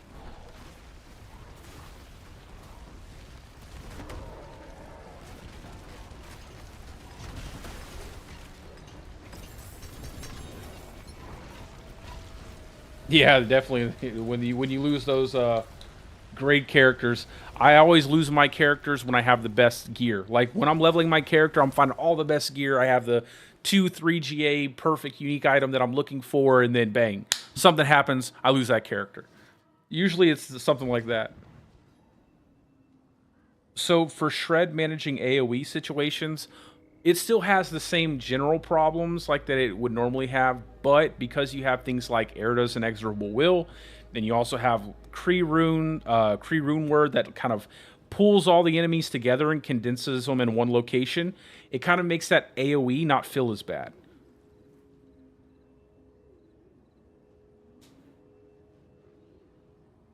Oh yeah, bro, that was me last season, but I'm not gonna lie.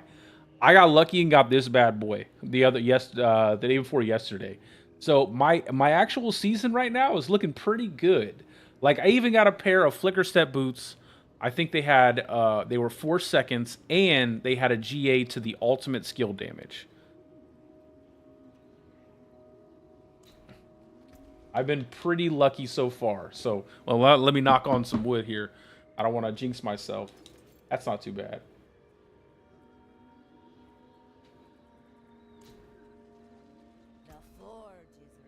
But yeah, last season, I couldn't find anything, bro. Not a thing. I was having such a hard time.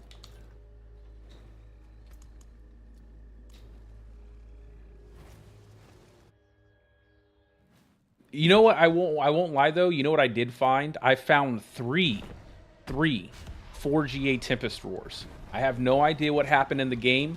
I don't know why I found 3 4GA Tempest Roars, but I did. Last season, it was like in relatively quick succession too, and then nothing after that. I don't know what happened. Nice. It's always nice to have those generous friends, man, that give you some nice items. Hey, as long as it's shitty gear, it's not that big of a deal, right? The leveling is easy. It's the gearing that's the... You have some nice pieces of gear, you definitely don't want to die.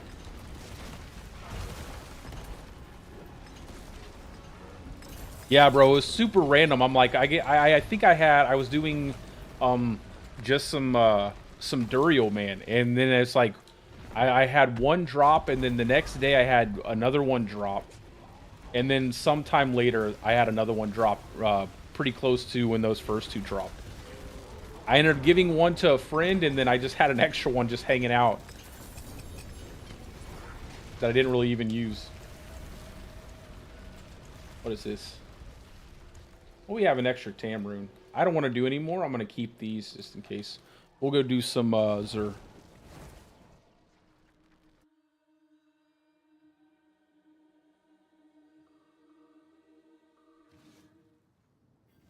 It's not proccing lightning. Like, it should be. Like, are you talking about the Stormclaw aspect? The forge is ready for whatever is that. Oh, yeah. Cataclysm does everything good this season. It's a jack of all trades. It isn't? That's weird. It should be proccing your Stormclaw. I'm not exactly sure why it wouldn't be proccing the Stormclaw aspect. I mean, if you slap it on your two-hand weapon, it pretty much just copies the damage over.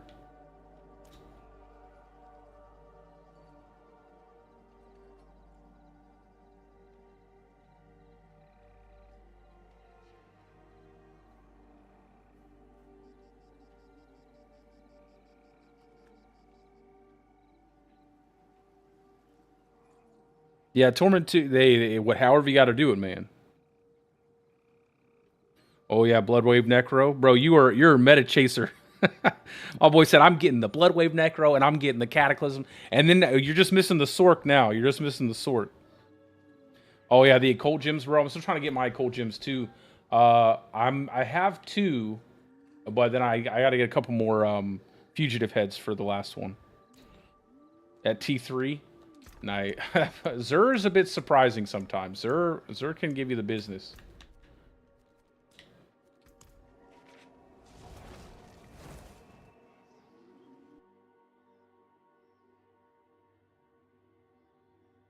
No, I don't switch to Masochistic on my... I'll stick it out with the Overload on Cataclysm.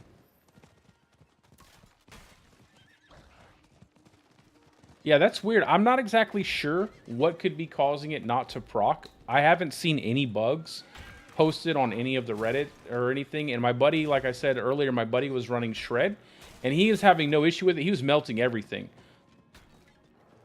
So I'm not exactly sure what problem you're experiencing. Yeah, I have this. This is on Boulder. This Boulder Druid's on Mobalytics.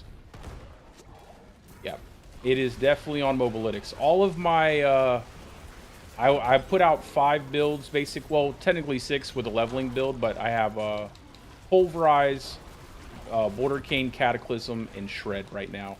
And I'm going to be adding Lightning Storms this week coming up, and probably Landslide as well. I just have to write out all the information on the build planner.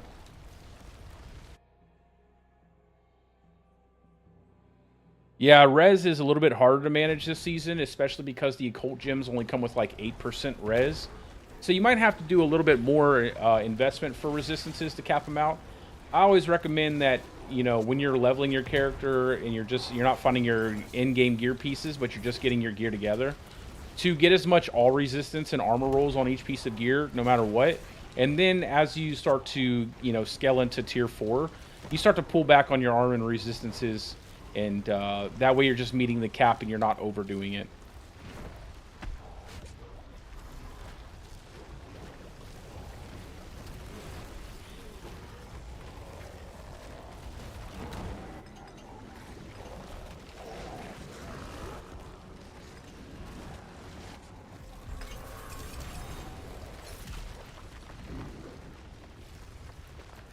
I'll check it out, champ, and see what's going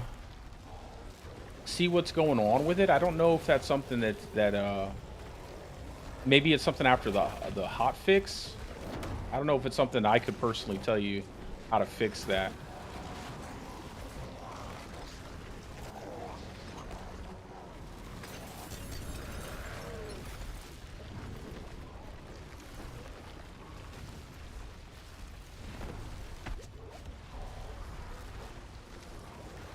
Barely hitting 46%.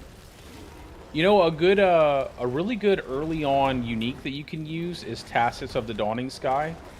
That typically helps me out a lot. If I'm having problems hitting resistance caps early on, Also want a pair of Tacits of the Dawning Sky and just try to get like one Masterwork crit into the all resist, and that pretty much helps me get into tier 4 no matter what.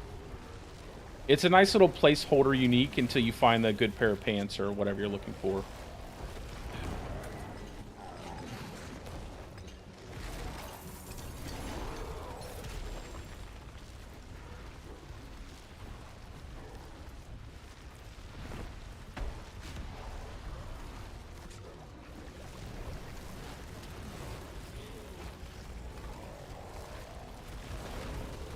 Yeah, you can just find yourself a pair of Tacits. It should be perfectly fine, you know.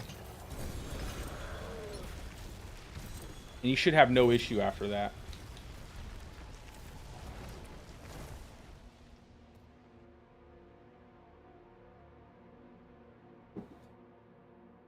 Oh, yeah. Yeah, that... The most underused unique item. Oh, nice. +3 with 82x. I like that. That's really good. Yeah, I do a lot of weird stuff with my builds, believe it or not. A lot of stuff that other people don't do. That, like, one season I was just running with Temerity all the time. I love Temerity. Temerity's such a good unique for survivability. It basically just doubles your HP. It's crazy, and nobody really used it.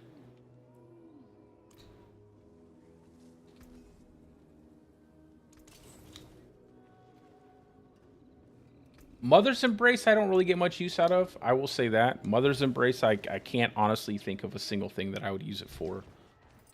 Just because of how many enemies, is like you have to hit like 5 enemies with a skill or whatever. Yeah, Temerity is badass, bro. It gets overlooked, but I mean, 100% of your HP as barrier, basically doubling your effective health pool. And then not only that, but any overhill that you get just basically keeps healing that barrier up over and over again. It's crazy. I mean, this is one of the best. And it has damage reduction while healthy, which you're always healthy if you have barrier. And max life percent. But yeah, up to 100%. I'm not exactly sure why this isn't in more people's builds. Probably just because you can get so much survivability that you don't need it at the end of the day.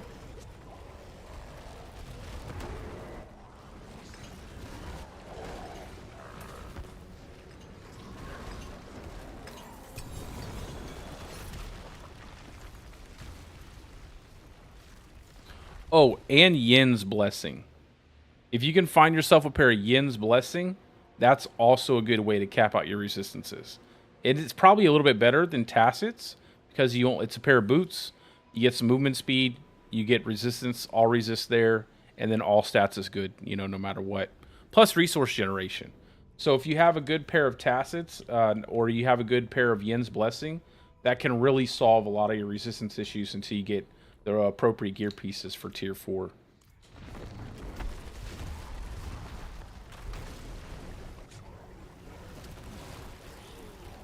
Oh yeah, Yin's was super popular last season. Yin's was like one of the best pair of boots everybody was looking for.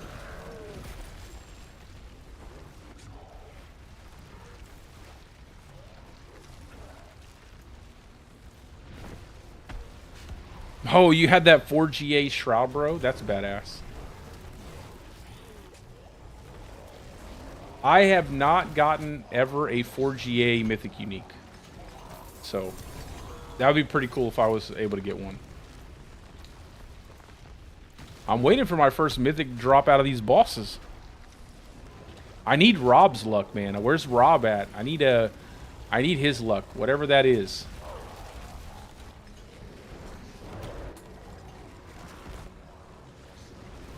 I need to summon my inner Rob.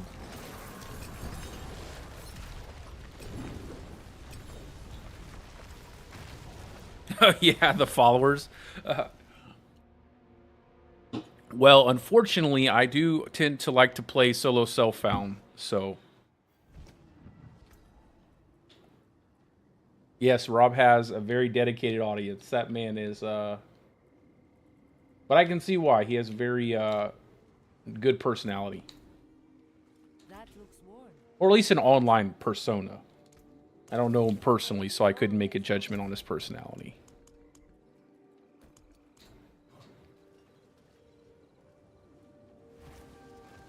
Yeah, we don't count those softcore players, bro. None of those guys count. We can't be exclusionary, you know. I gotta count my softcore brothers out there, my brothers and sisters in there. Put in the good work in softcore. They're probably having more fun than I am, because they never have to worry about their character being lost forever.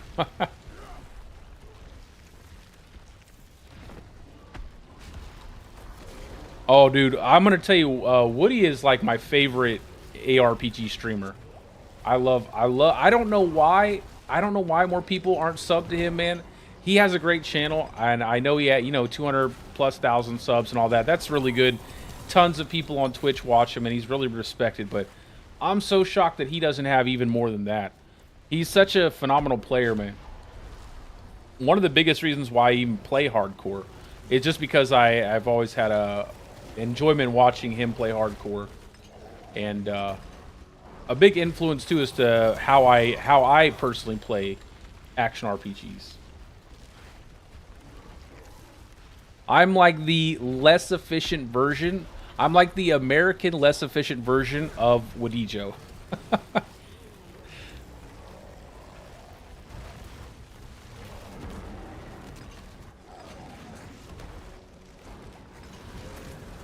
Whom plays Druid? Woody typically plays like range builds, so I like the melee builds.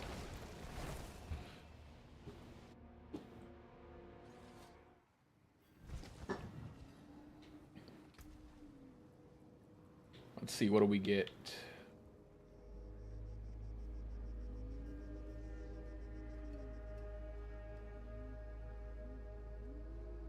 Well, I think, it's like anything, bro. Things don't change much from season to season, and he helps run max roll and everything too. So it's like, oh wow, got a 100x, nice. So it's pretty hard to not be influenced by other players, especially where he is at. Kind of does a lot of different things, but I think for the most part, he does pretty well at making up his own stuff. Even if it is, even if things do get influenced by other players. But you can't really help that. And there are just some things that are quite obvious. Like, there are things that are so obvious that that's, the most powerful thing for the season. That it's almost a known.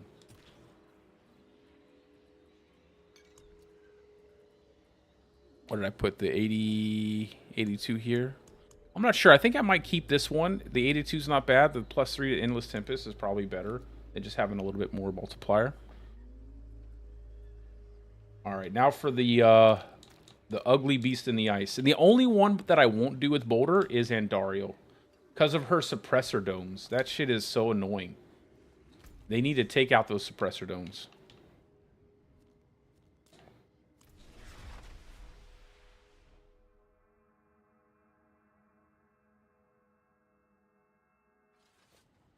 Well, I think that generally what Woody does is just show people that even the worst class is good enough, right? Like what happens a lot of times, especially in online communities, the most popular players will typically make the meta, and then everything underneath that, people will feel like, oh, well, that's just not a good build, or that build can't do anything. Like, for example, last season with the Druid, people thought you couldn't even do a tier 100 with the Druid. For real. Like, I can't even tell you how many people thought that I had to go back and forth with. They were like, no, the Druid can't even do this. Like, enjoy playing your Druid in tier 90 or tier 80 pits. It's like, bro, Druid's clearing well above tier 100. You know what I'm saying? But people didn't know that because everybody was all about the Spiritborn. And, a lot of the online communities were just not really covering the Druid. And so people's idea of what that class could do was kind of, wasn't really accurate to what the class could actually do. And so because Woody plays so many different classes and he is a skilled player, he kind of highlights that, the things that a lot of people don't know. And that is, a lot of times, the classes you think that are really, really bad aren't actually that bad if you play it a certain type of way with a certain type of build, something like that. You know what I mean?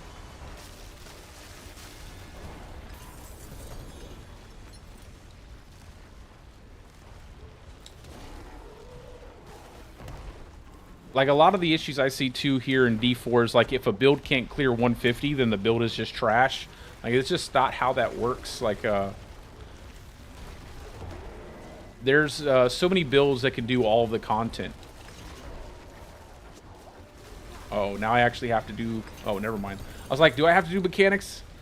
Let me pay attention here so I don't get blown out.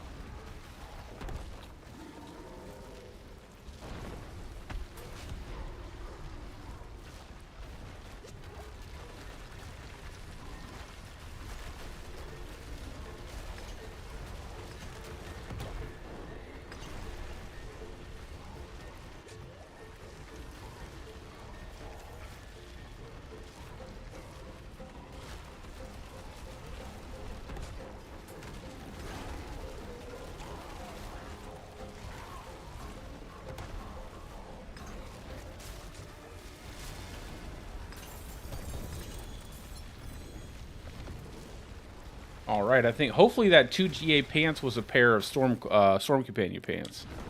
I'd love to have like pack leader and werewolf skills. That would be badass. That'd be the perfect set of companion pants.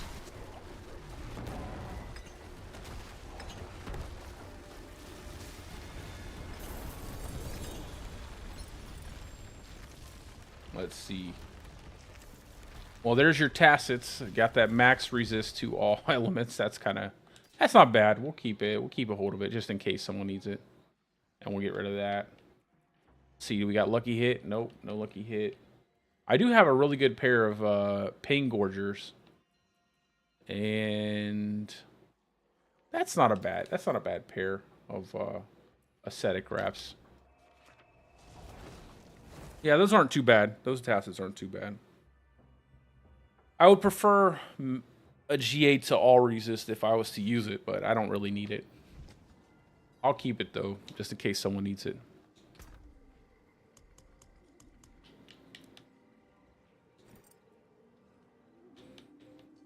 Werewolf attack speed is so useless now, or wolves attack speed. It's like wolves attack speed would be good, but all you do is use the active. Like, all you're doing is spamming the active of the skill, so kind of makes it useless.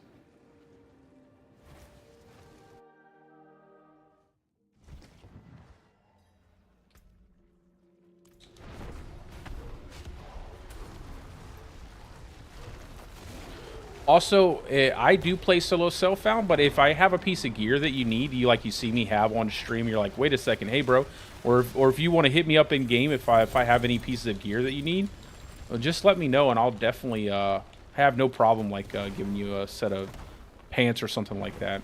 If you play hardcore, I will probably get into some softcore every now and again in certain seasons, but I'm not gonna lie, I'm kind of excited to get back to some PoE once I finish up the season here. So this season, I probably won't make any softcore characters. Next season, I might.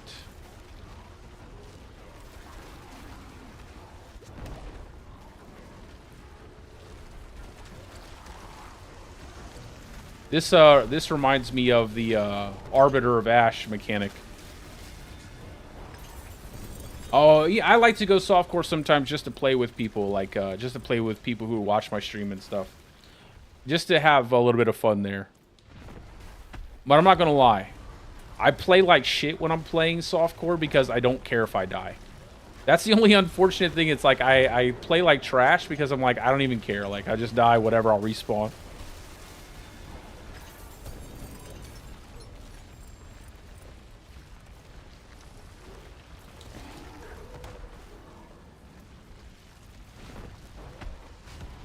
Yeah, my softcore streams are probably not the best. I mean, I'm still getting good at this stuff, but that's definitely not the prettiest thing to watch. Especially if I'm leveling, bro. Like, I'm just like, oh, I died, whatever. Respawn back. Oh, I died again. It's like, I see some people that play, like, they'll do, like, softcore only, and that's how they play. And they're always like on, they're always, paying attention. It's like when I do it, I'm just like, fuck it, whatever. Oh, there's a giant pack of enemies that's going to kill me? I'm just going to run into it and die. It looks ridiculous.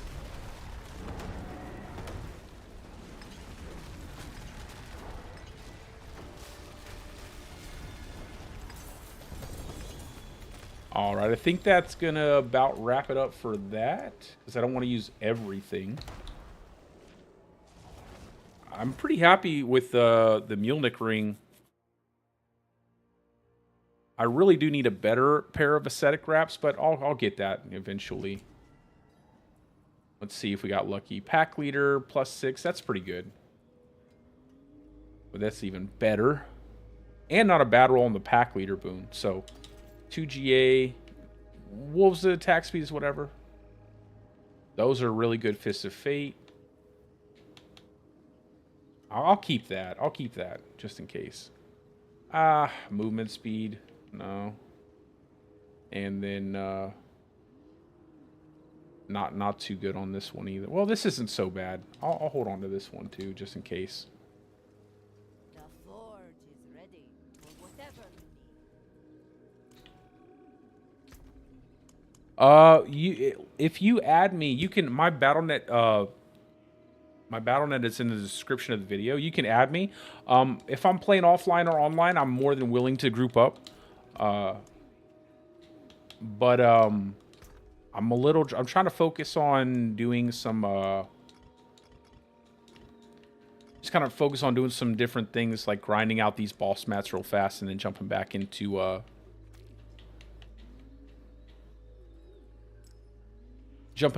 doing some witch tides.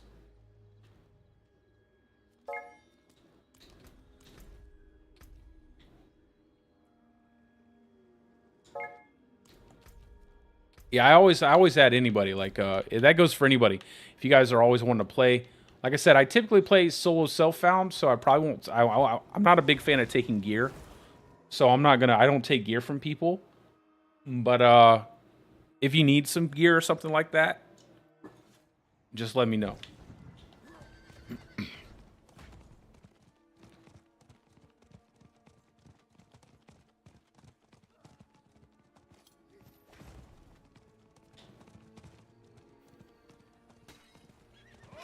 I have to remember your in-game character name.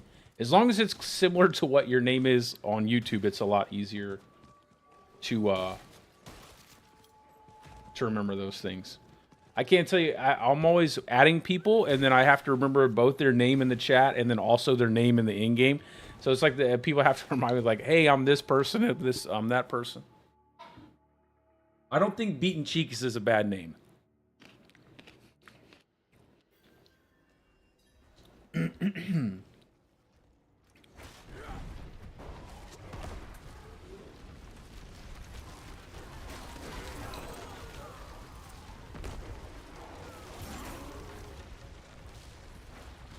It's like Beaten Cheeks invited you to a party. Okay, it's like, I know who that guy is.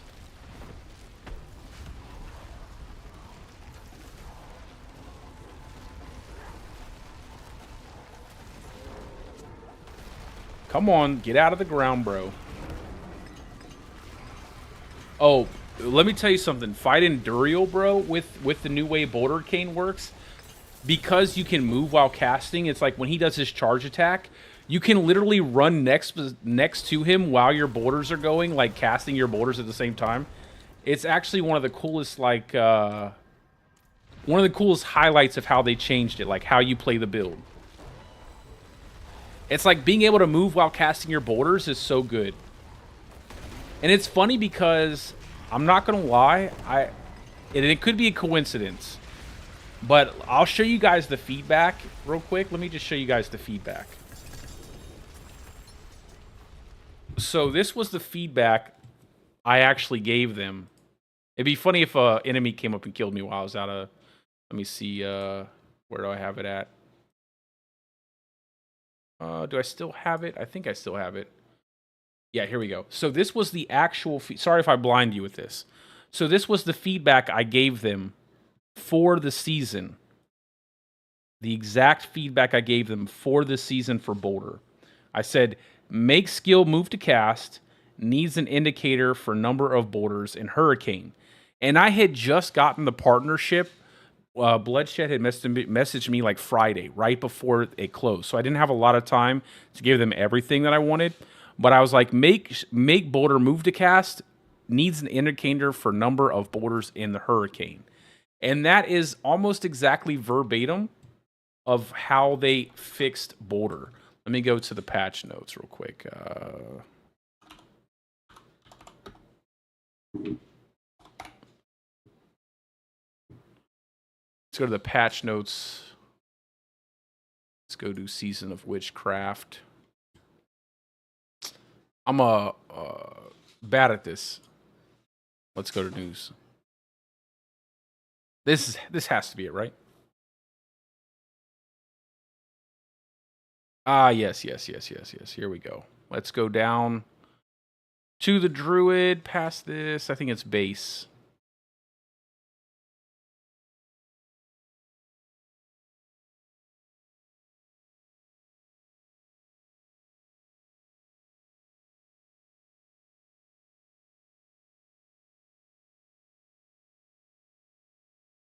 Where's it at? I know it's here somewhere. Where did it go? But anyway, the changes that they made to the skill, I can't find it. I'm not going to waste any time looking for it either. Well, I kind of did just waste time looking for it, but that's okay. But anyway, the exact changes they made were exactly that, almost verbatim. So it's probably a coincidence, but part of me wants to say that they read that feedback and they were like, that's a good idea. Like they actually read it and they were like, yes, that is a great choice that we should make for Boulder.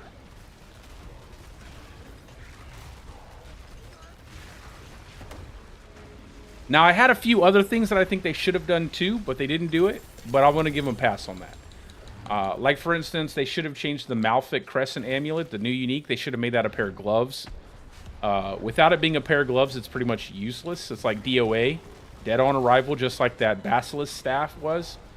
I also told them that the 5-for-5 bonus for Grizzly Rage, as well as the 5-for-5 bonus for Cataclysm, was bad, like really, really bad, because it is really, really bad. Like, the 5-for-5 bonus for Grizzly Rage just doesn't even make any sense. Like, doesn't even make any sense. It's like you cast it, when you use your Grizzly Rage, you don't use Grizzly Rage to spam it. You use Grizzly Rage once and you want to stay in Grizzly Rage the entire time. But the way that the 5-for-5 works, almost, it basically says, like, we want you to spam it, which is impossible. Like, you literally could not spam Grizzly Rage if you wanted to. Just not the way the skill is designed.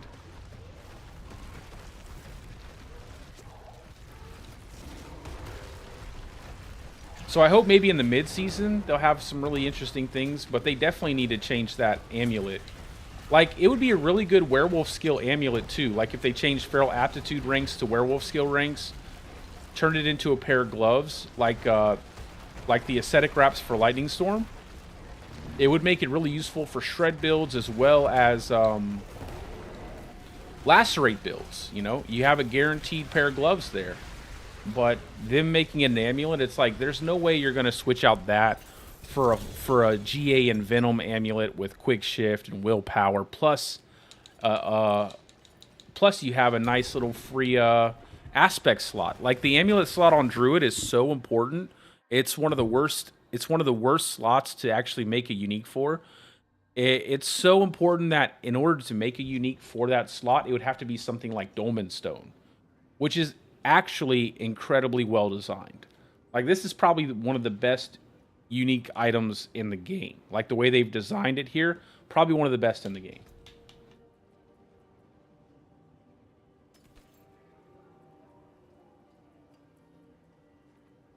Like, it does something meaningful in terms of changing what you look at on the screen for your character. So it's cool to look at, but then it also has a really nice passive that boosts up your damage by a considerable amount. So it's actually pretty well designed. I think they should have more uniques like that.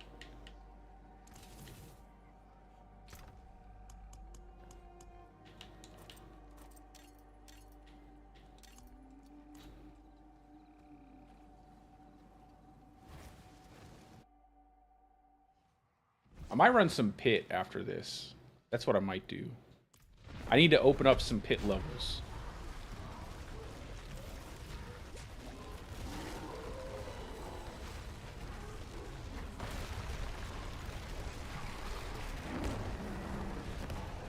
And then I'll probably do some farming.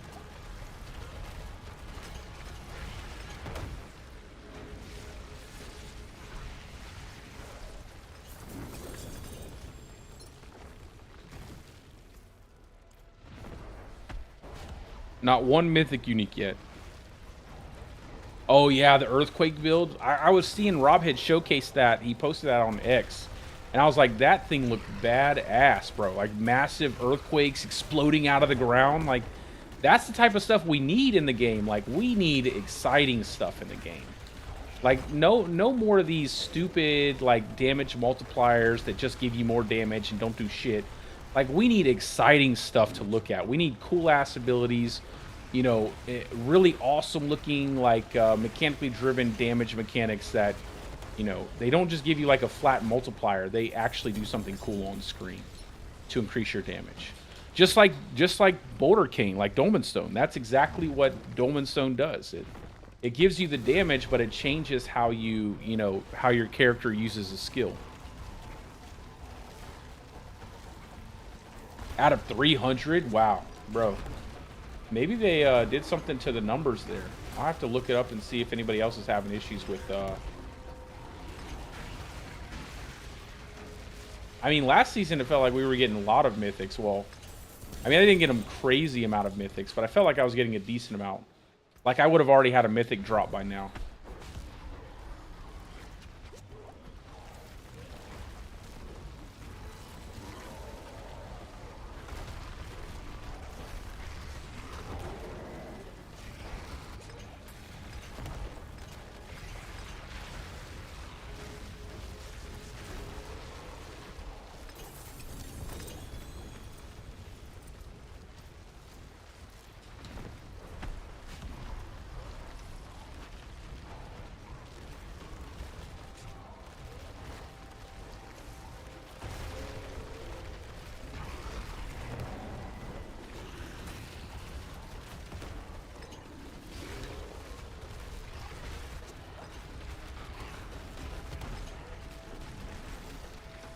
The king of maggots.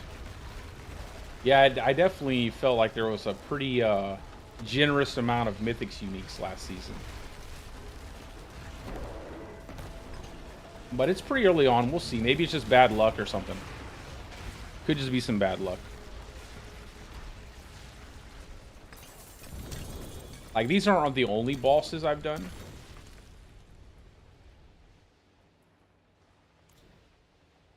And I haven't gotten one yet.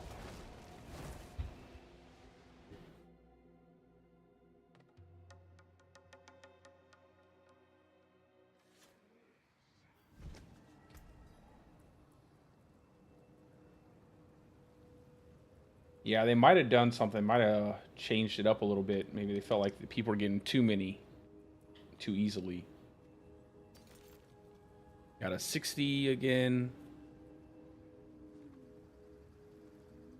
That's not bad.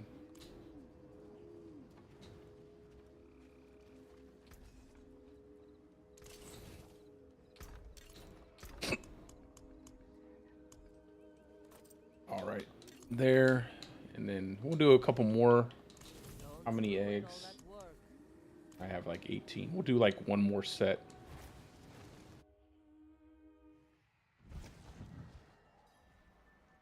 Oh yeah, those heads are pretty low drop rate. It seems like someone said 1 in 3, 1 in 3% of your root bosses will be actually a fugitive head, so it's not really that common. Like, I've only had 4 drops so far, and I didn't know what to do at first. Like the best way to use them, and I accidentally used one for one of the caches, which was absolutely a terrible idea. And then I used 2 of them to get these gems, and then I need like 4 more. Well, 3 more, I think, for the last gem that I want to pick up.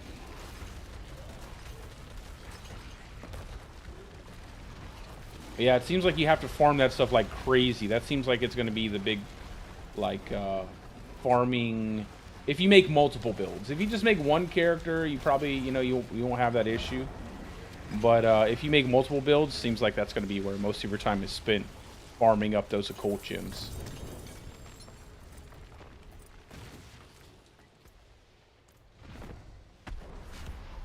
And I still haven't finished up my witch powers. I still haven't found a lot of the altars to unlock the last witch powers, so. Like, I still need aura specialization. I still need Piranado or whatever. Piranha Tornado. I still need those.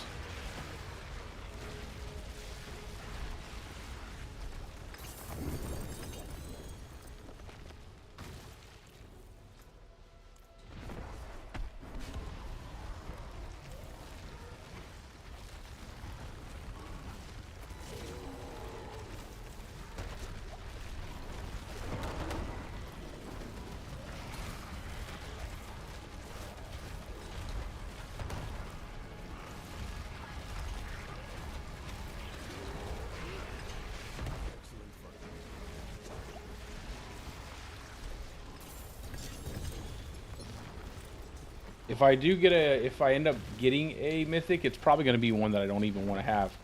I always end up getting stuff like Sealigs, or I'll get that new staff, that new polearm that gives you poison damage or whatever. Like, I end up getting that trashy ass stuff.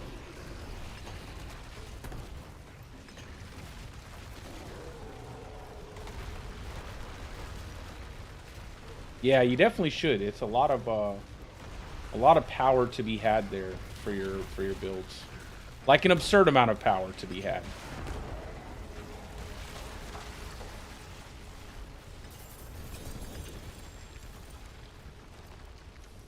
Anything good?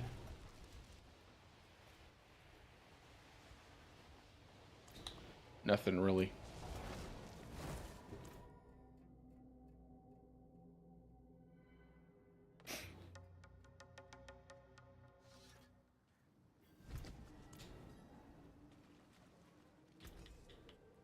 I can break that down.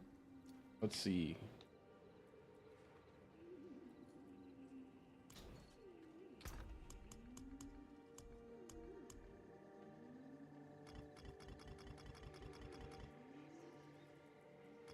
Yeah, so I have this gem here.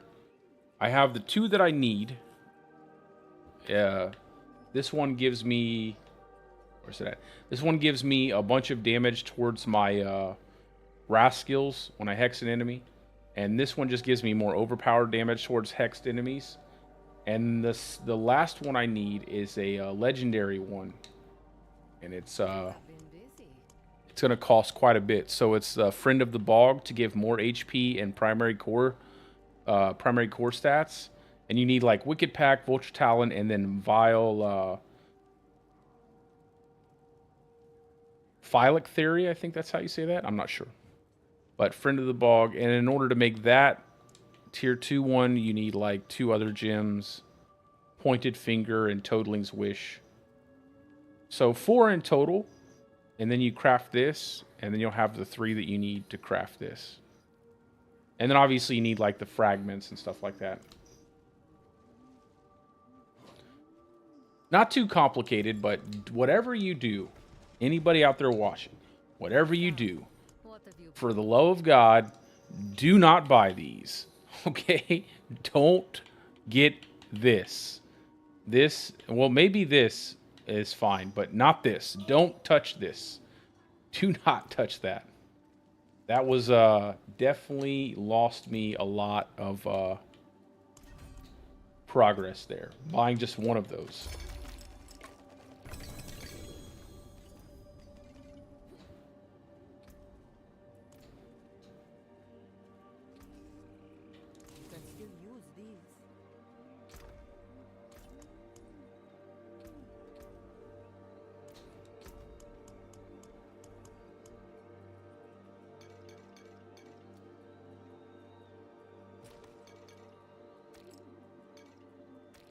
Store all this stuff.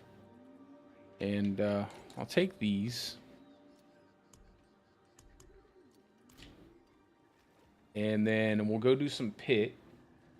Just kind of open up some levels in the pit real fast.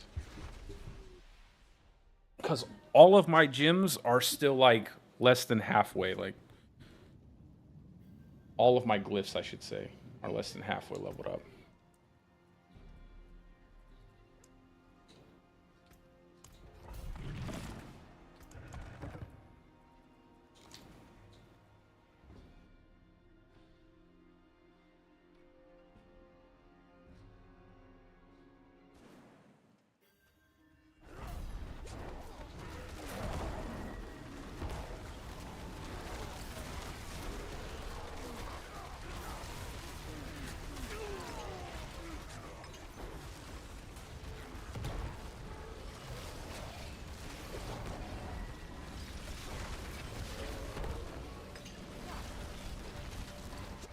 So as you can see, like, even with the gear that I have right now, we're just chewing through a tier 80. Like, it's... This thing, the Bouldercane will definitely hit well above. It'll probably go maybe even above 120s. If you play it with the Quas rune. Not if you... I don't know. We'll see what happens. I couldn't make a definitive answer. I couldn't give a definitive answer as to how far I think this would scale. But definitely above 115 pretty easily, I think.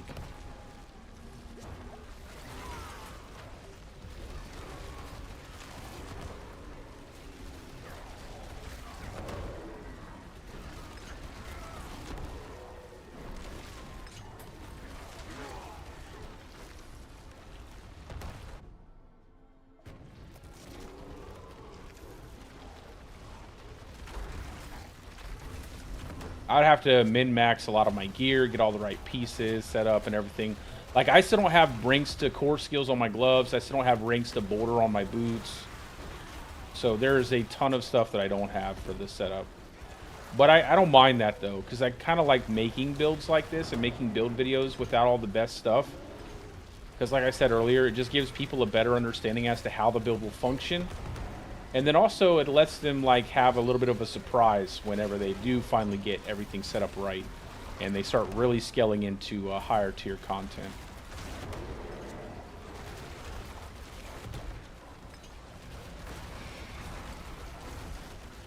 I just think it's more realistic. Like when you, for a lot of streamers that make, you know, they have so much gear, like so many things readily available to them. You know, they play a lot, they have a lot of friends, play in a lot of groups, they get a lot of gear. And it's easy to, like, you know, for them to end up getting this crazy build together with really good gear, but it's just not really, I would say it's not really realistic for the average player. Although it does look nice, I will say. It does look nice. Makes a very exciting video.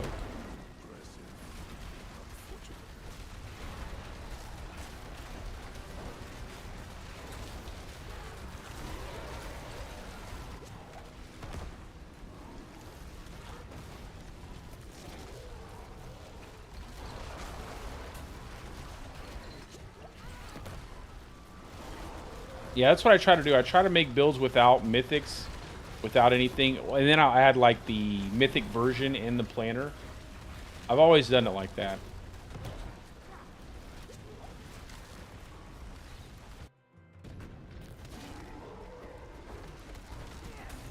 Oh man, this guy in season 4. Holy cow, I remember playing it. The hardcore deaths to Mother's Judgment was insane. Like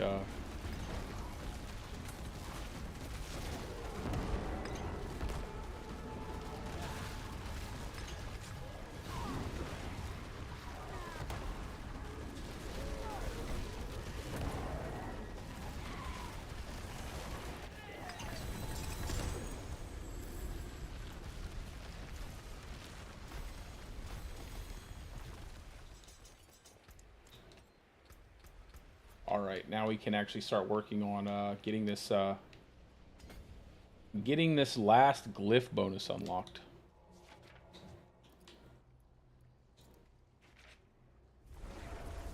Yeah, her, and then you know what else got me? The the mobs in Beast in the Ice. So the Beast in the Ice never was a problem. It's when the mobs would spawn. I remember one time I lost a landslide druid. One of the big one of the big guys with the giant two-hand weapon just ran over and smacked me one time. Full barrier, full HP, deleted in an instant. Like maxed out cap, like spirit resistance is capped, armor capped, everything capped. Like over 60,000 effective HP at the time, just deleted from one hit. I was like, what the? How is this even a thing? Like, how is that? Like, it was a mob. The mob was hitting harder than the actual boss.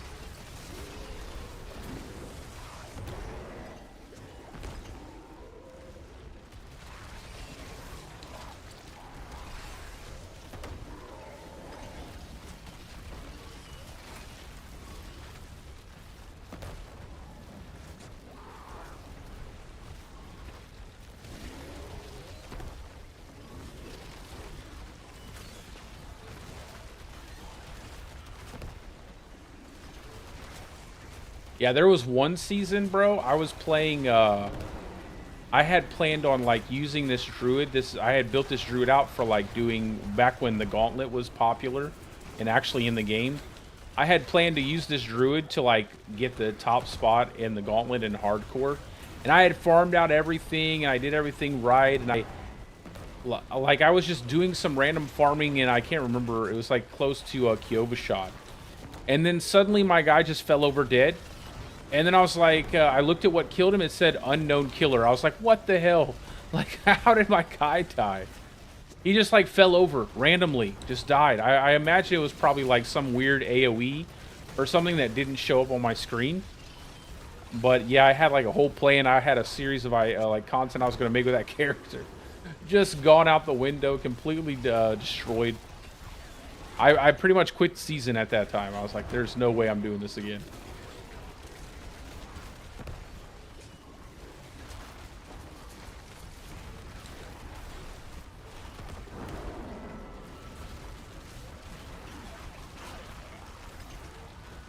I think next I'll put. I think I need to put on my Zenith ring. See how well I can start moving around with that.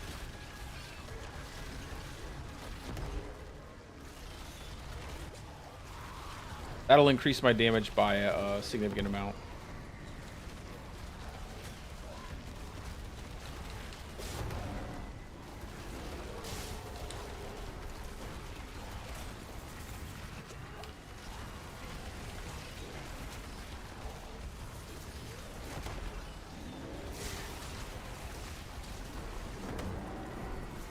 I just had to find that shield guy. He was sitting over there in the tucked into the corner there.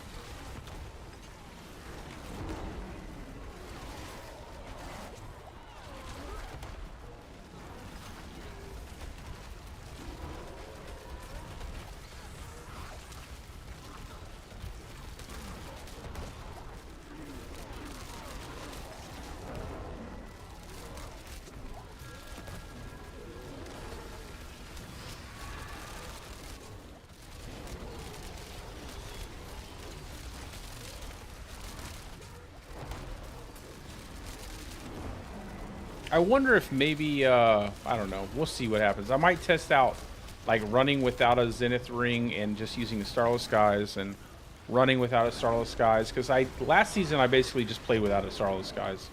I kind of like the way the build felt without it. Especially with how high you can get, how high the damage scales off of,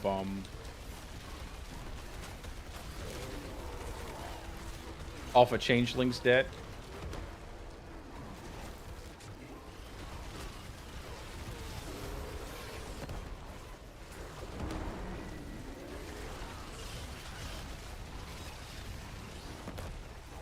Well, to know that both of those runes are fully built up, you just look at the rune word.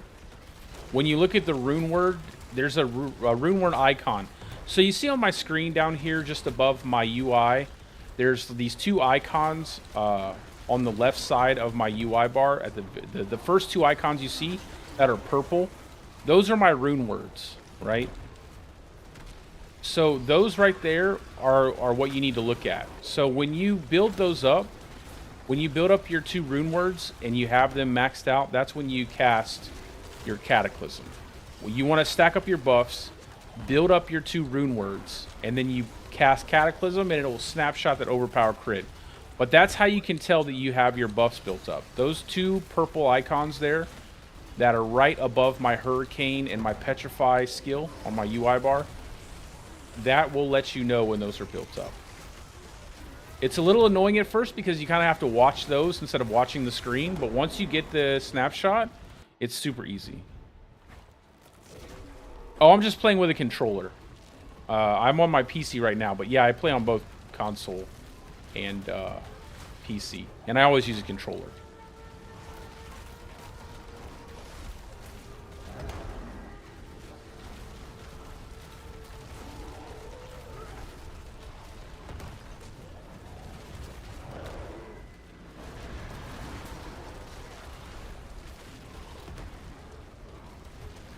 I always like to hide behind right here when I'm dealing with the Elias. Stupid Elias.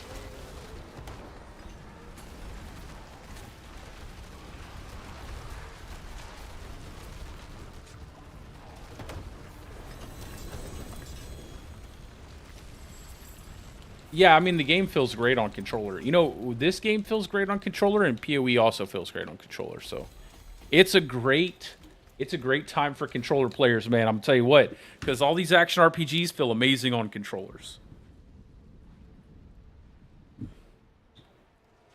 Now, there are some builds that probably don't function as well because they really rely on that PC point-to-click to get the most accuracy out of your build. But generally speaking, like for a lot of these like AoE, large area effect builds that do a ton of damage, stuff that doesn't really need to be target-specific, it does incredibly well.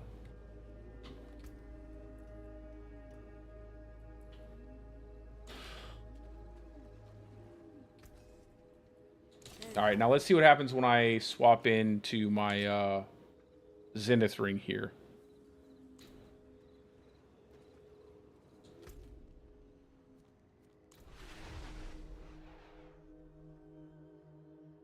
Yeah, oh yeah. There's really not much else I mean, it just takes some time. And when you get the right rune words, it's a lot easier to do. That's all. I mean, that's really it. When you get the Igni rune and I like to use Igni and Bach just to kind of like run around, build up one buff, and then when the other ones, the other one should be ready by the time the first buff after running around is built up, and then you just use a skill, and then bam, it just snapshots everything in. Works really well. I will definitely, like, I'll be making that build next after I finish up this Bouldercane build. So that'll give you, I'll have some gameplay footage there, and I'll have a little bit of a deeper explanation. No, you need both at the same time. You need to have both up at the same time. In order to get the benefit of it, yeah, you definitely have to have both.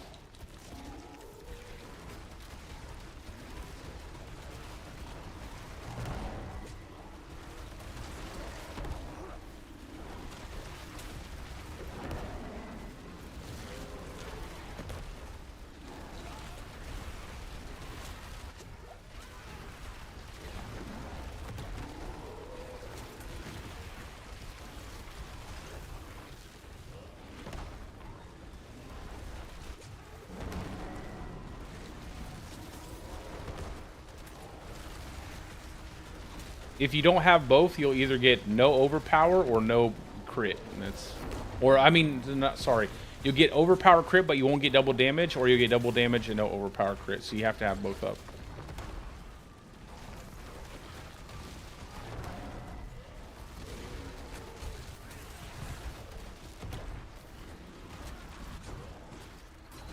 Come here, you bastard.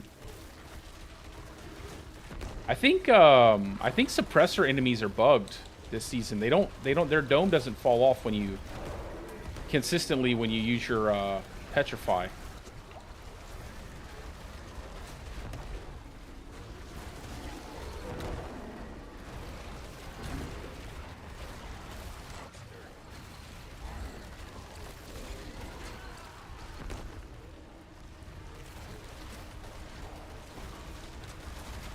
Oh yeah, Bouldercane's way easier. See, this is how I rank it, bro. Bouldercane is S tier fun. Cataclysm is S tier damage. Do you want to have fun, or do you care about pushing the highest tier pit?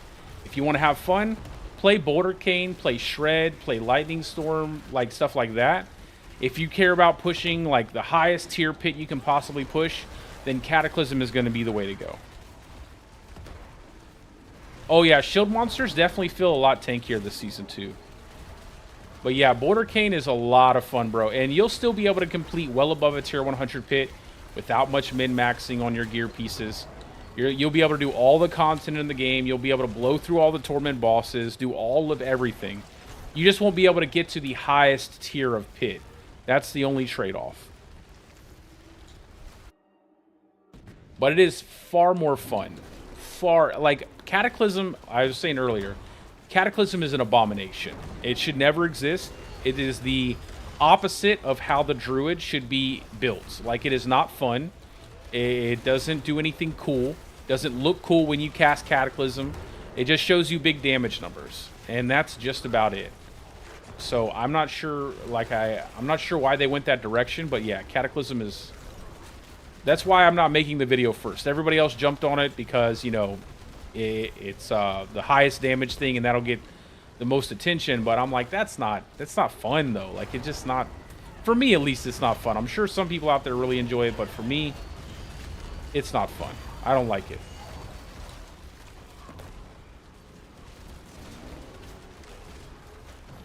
Yeah, I would just recommend that if you don't like it, don't play it, bro. Like, it's not worth playing.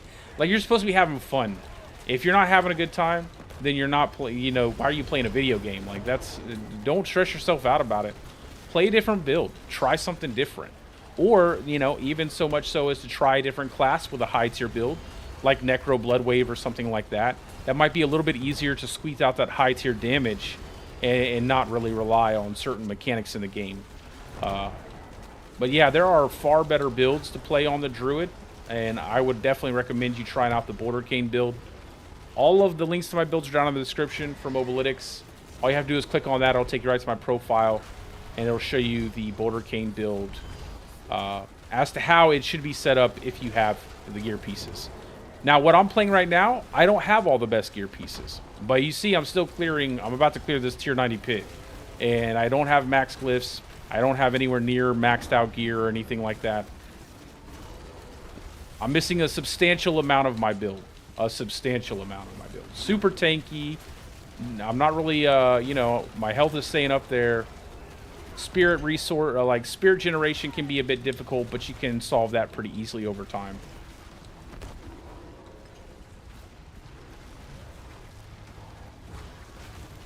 Oh yeah, Shred will go over 100, bro. It went over 100 last season. Like I said, just try out the Raging Shred. Get you an Erda's Inexorable Will, and then slap on Raging Shred. Every time you'll be melting packs of enemies in no time. You should be able to clear well above tier 110 with Shred, if you put some time into it.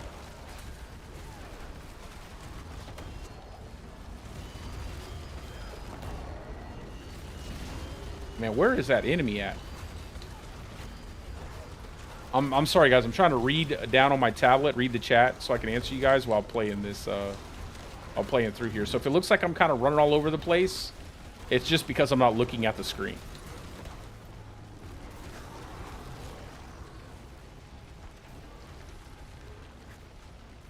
Oh yeah, absolutely. Much love to you too, brother. Yeah, have fun, man. Have fun playing these games. Don't stress yourself out trying to play some dumbass shit like Cataclysm. Like I said, I'm going to make the build, but also I'm going to include in the build video, Cataclysm sucks to play. I'm going to say that with pride. I don't like Cataclysm. It just sucks. I hate it. I'll probably be streaming for a couple more minutes. I might clear this and then get off stream, because I have some things I have to get done. I have to finish an article on root holds, and I have to, I'll probably do a build video for Bouldercane. But then after that, yeah, never worry about it. Just send me your build. If you have a link to it or whatnot, you can send a build to me, and I'll look at it. And if there's something I think you could probably tweak with it, then I'll let you know. Oh, I'm not worried about it.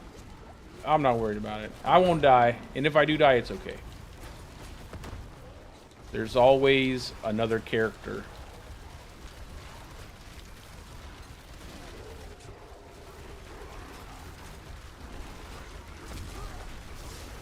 Yeah, I'm pretty happy with how easy this is clearing like a tier 90 without really any kind of extra gear to say like, oh, well, like any kind of min-maxing, like not having core skill ranks on the gloves, not having border on the boots, all the key aspects, not aspects, but all the key affixes on the gear are just basically missing. My crit chance isn't like where it should be at.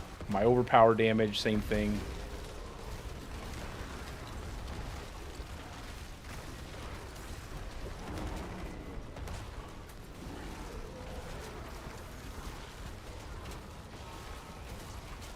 Yeah, absolutely, bro.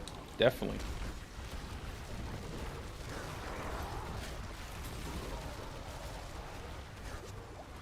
Now, obviously, if I was using Cataclysm, I'd probably be like in 130s or something like that.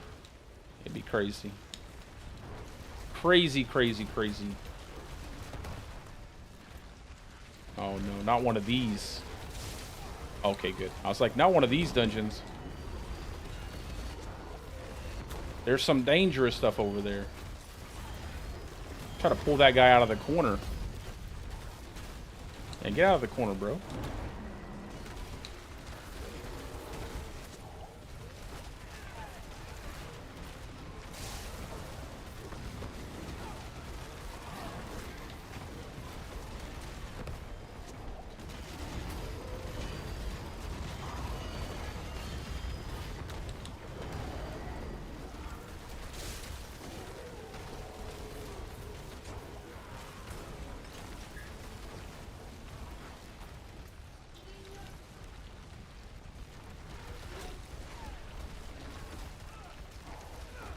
So I wrote down in the notes of the build that if you're having a hard time with Spirit, the best way that you can cure that issue is to use 2 normal rings with Raskill's Restore Resources, and if that doesn't fix it, go ahead and run a affix of resource cost reduction on your weapon, and that should pretty much clear it up until you start to get those better pieces of gear.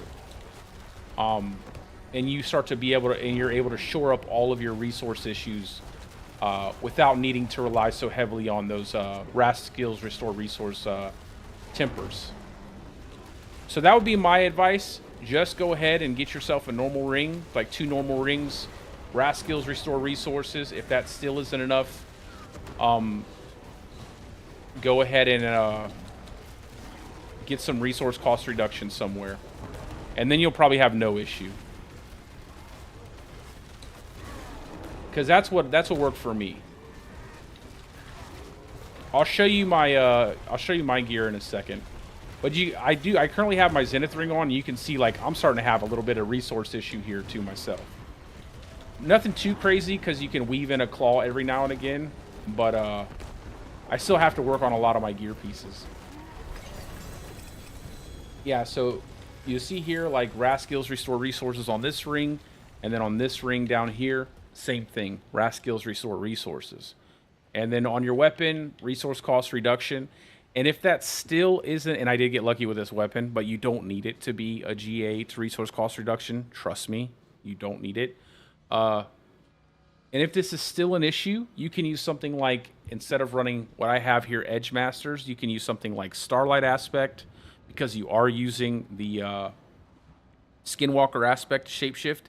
Or you can use something like Umbral Aspect to get that extra spirit restore back when you crowd control an enemy. So there are tons of ways to do it. And that will just kind of hold you over until you get the better gear pieces. Bang. All right.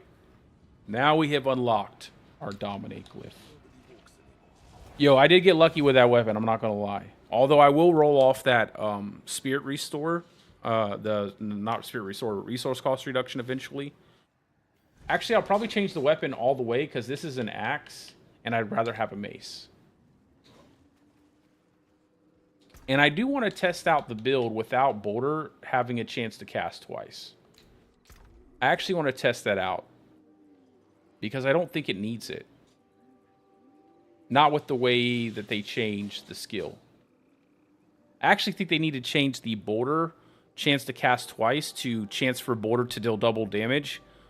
Or they need to increase the number of Boulders we can have in our Hurricane. Because I feel like, honestly, that the chance to cast twice is kind of useless in a way.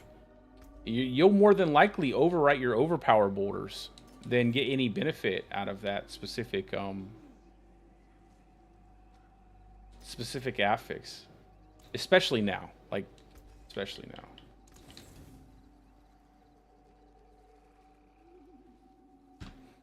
But, alrighty guys, that is going to be it for the stream for today. I will probably work a little bit more on this character offline. I have to write an article, and I have to either make the build video tonight for Bouldercane or tomorrow, and then I'll be swapping over to Cataclysm and doing that build video so that way everybody can have a little bit more clarity as to how to get that build to function.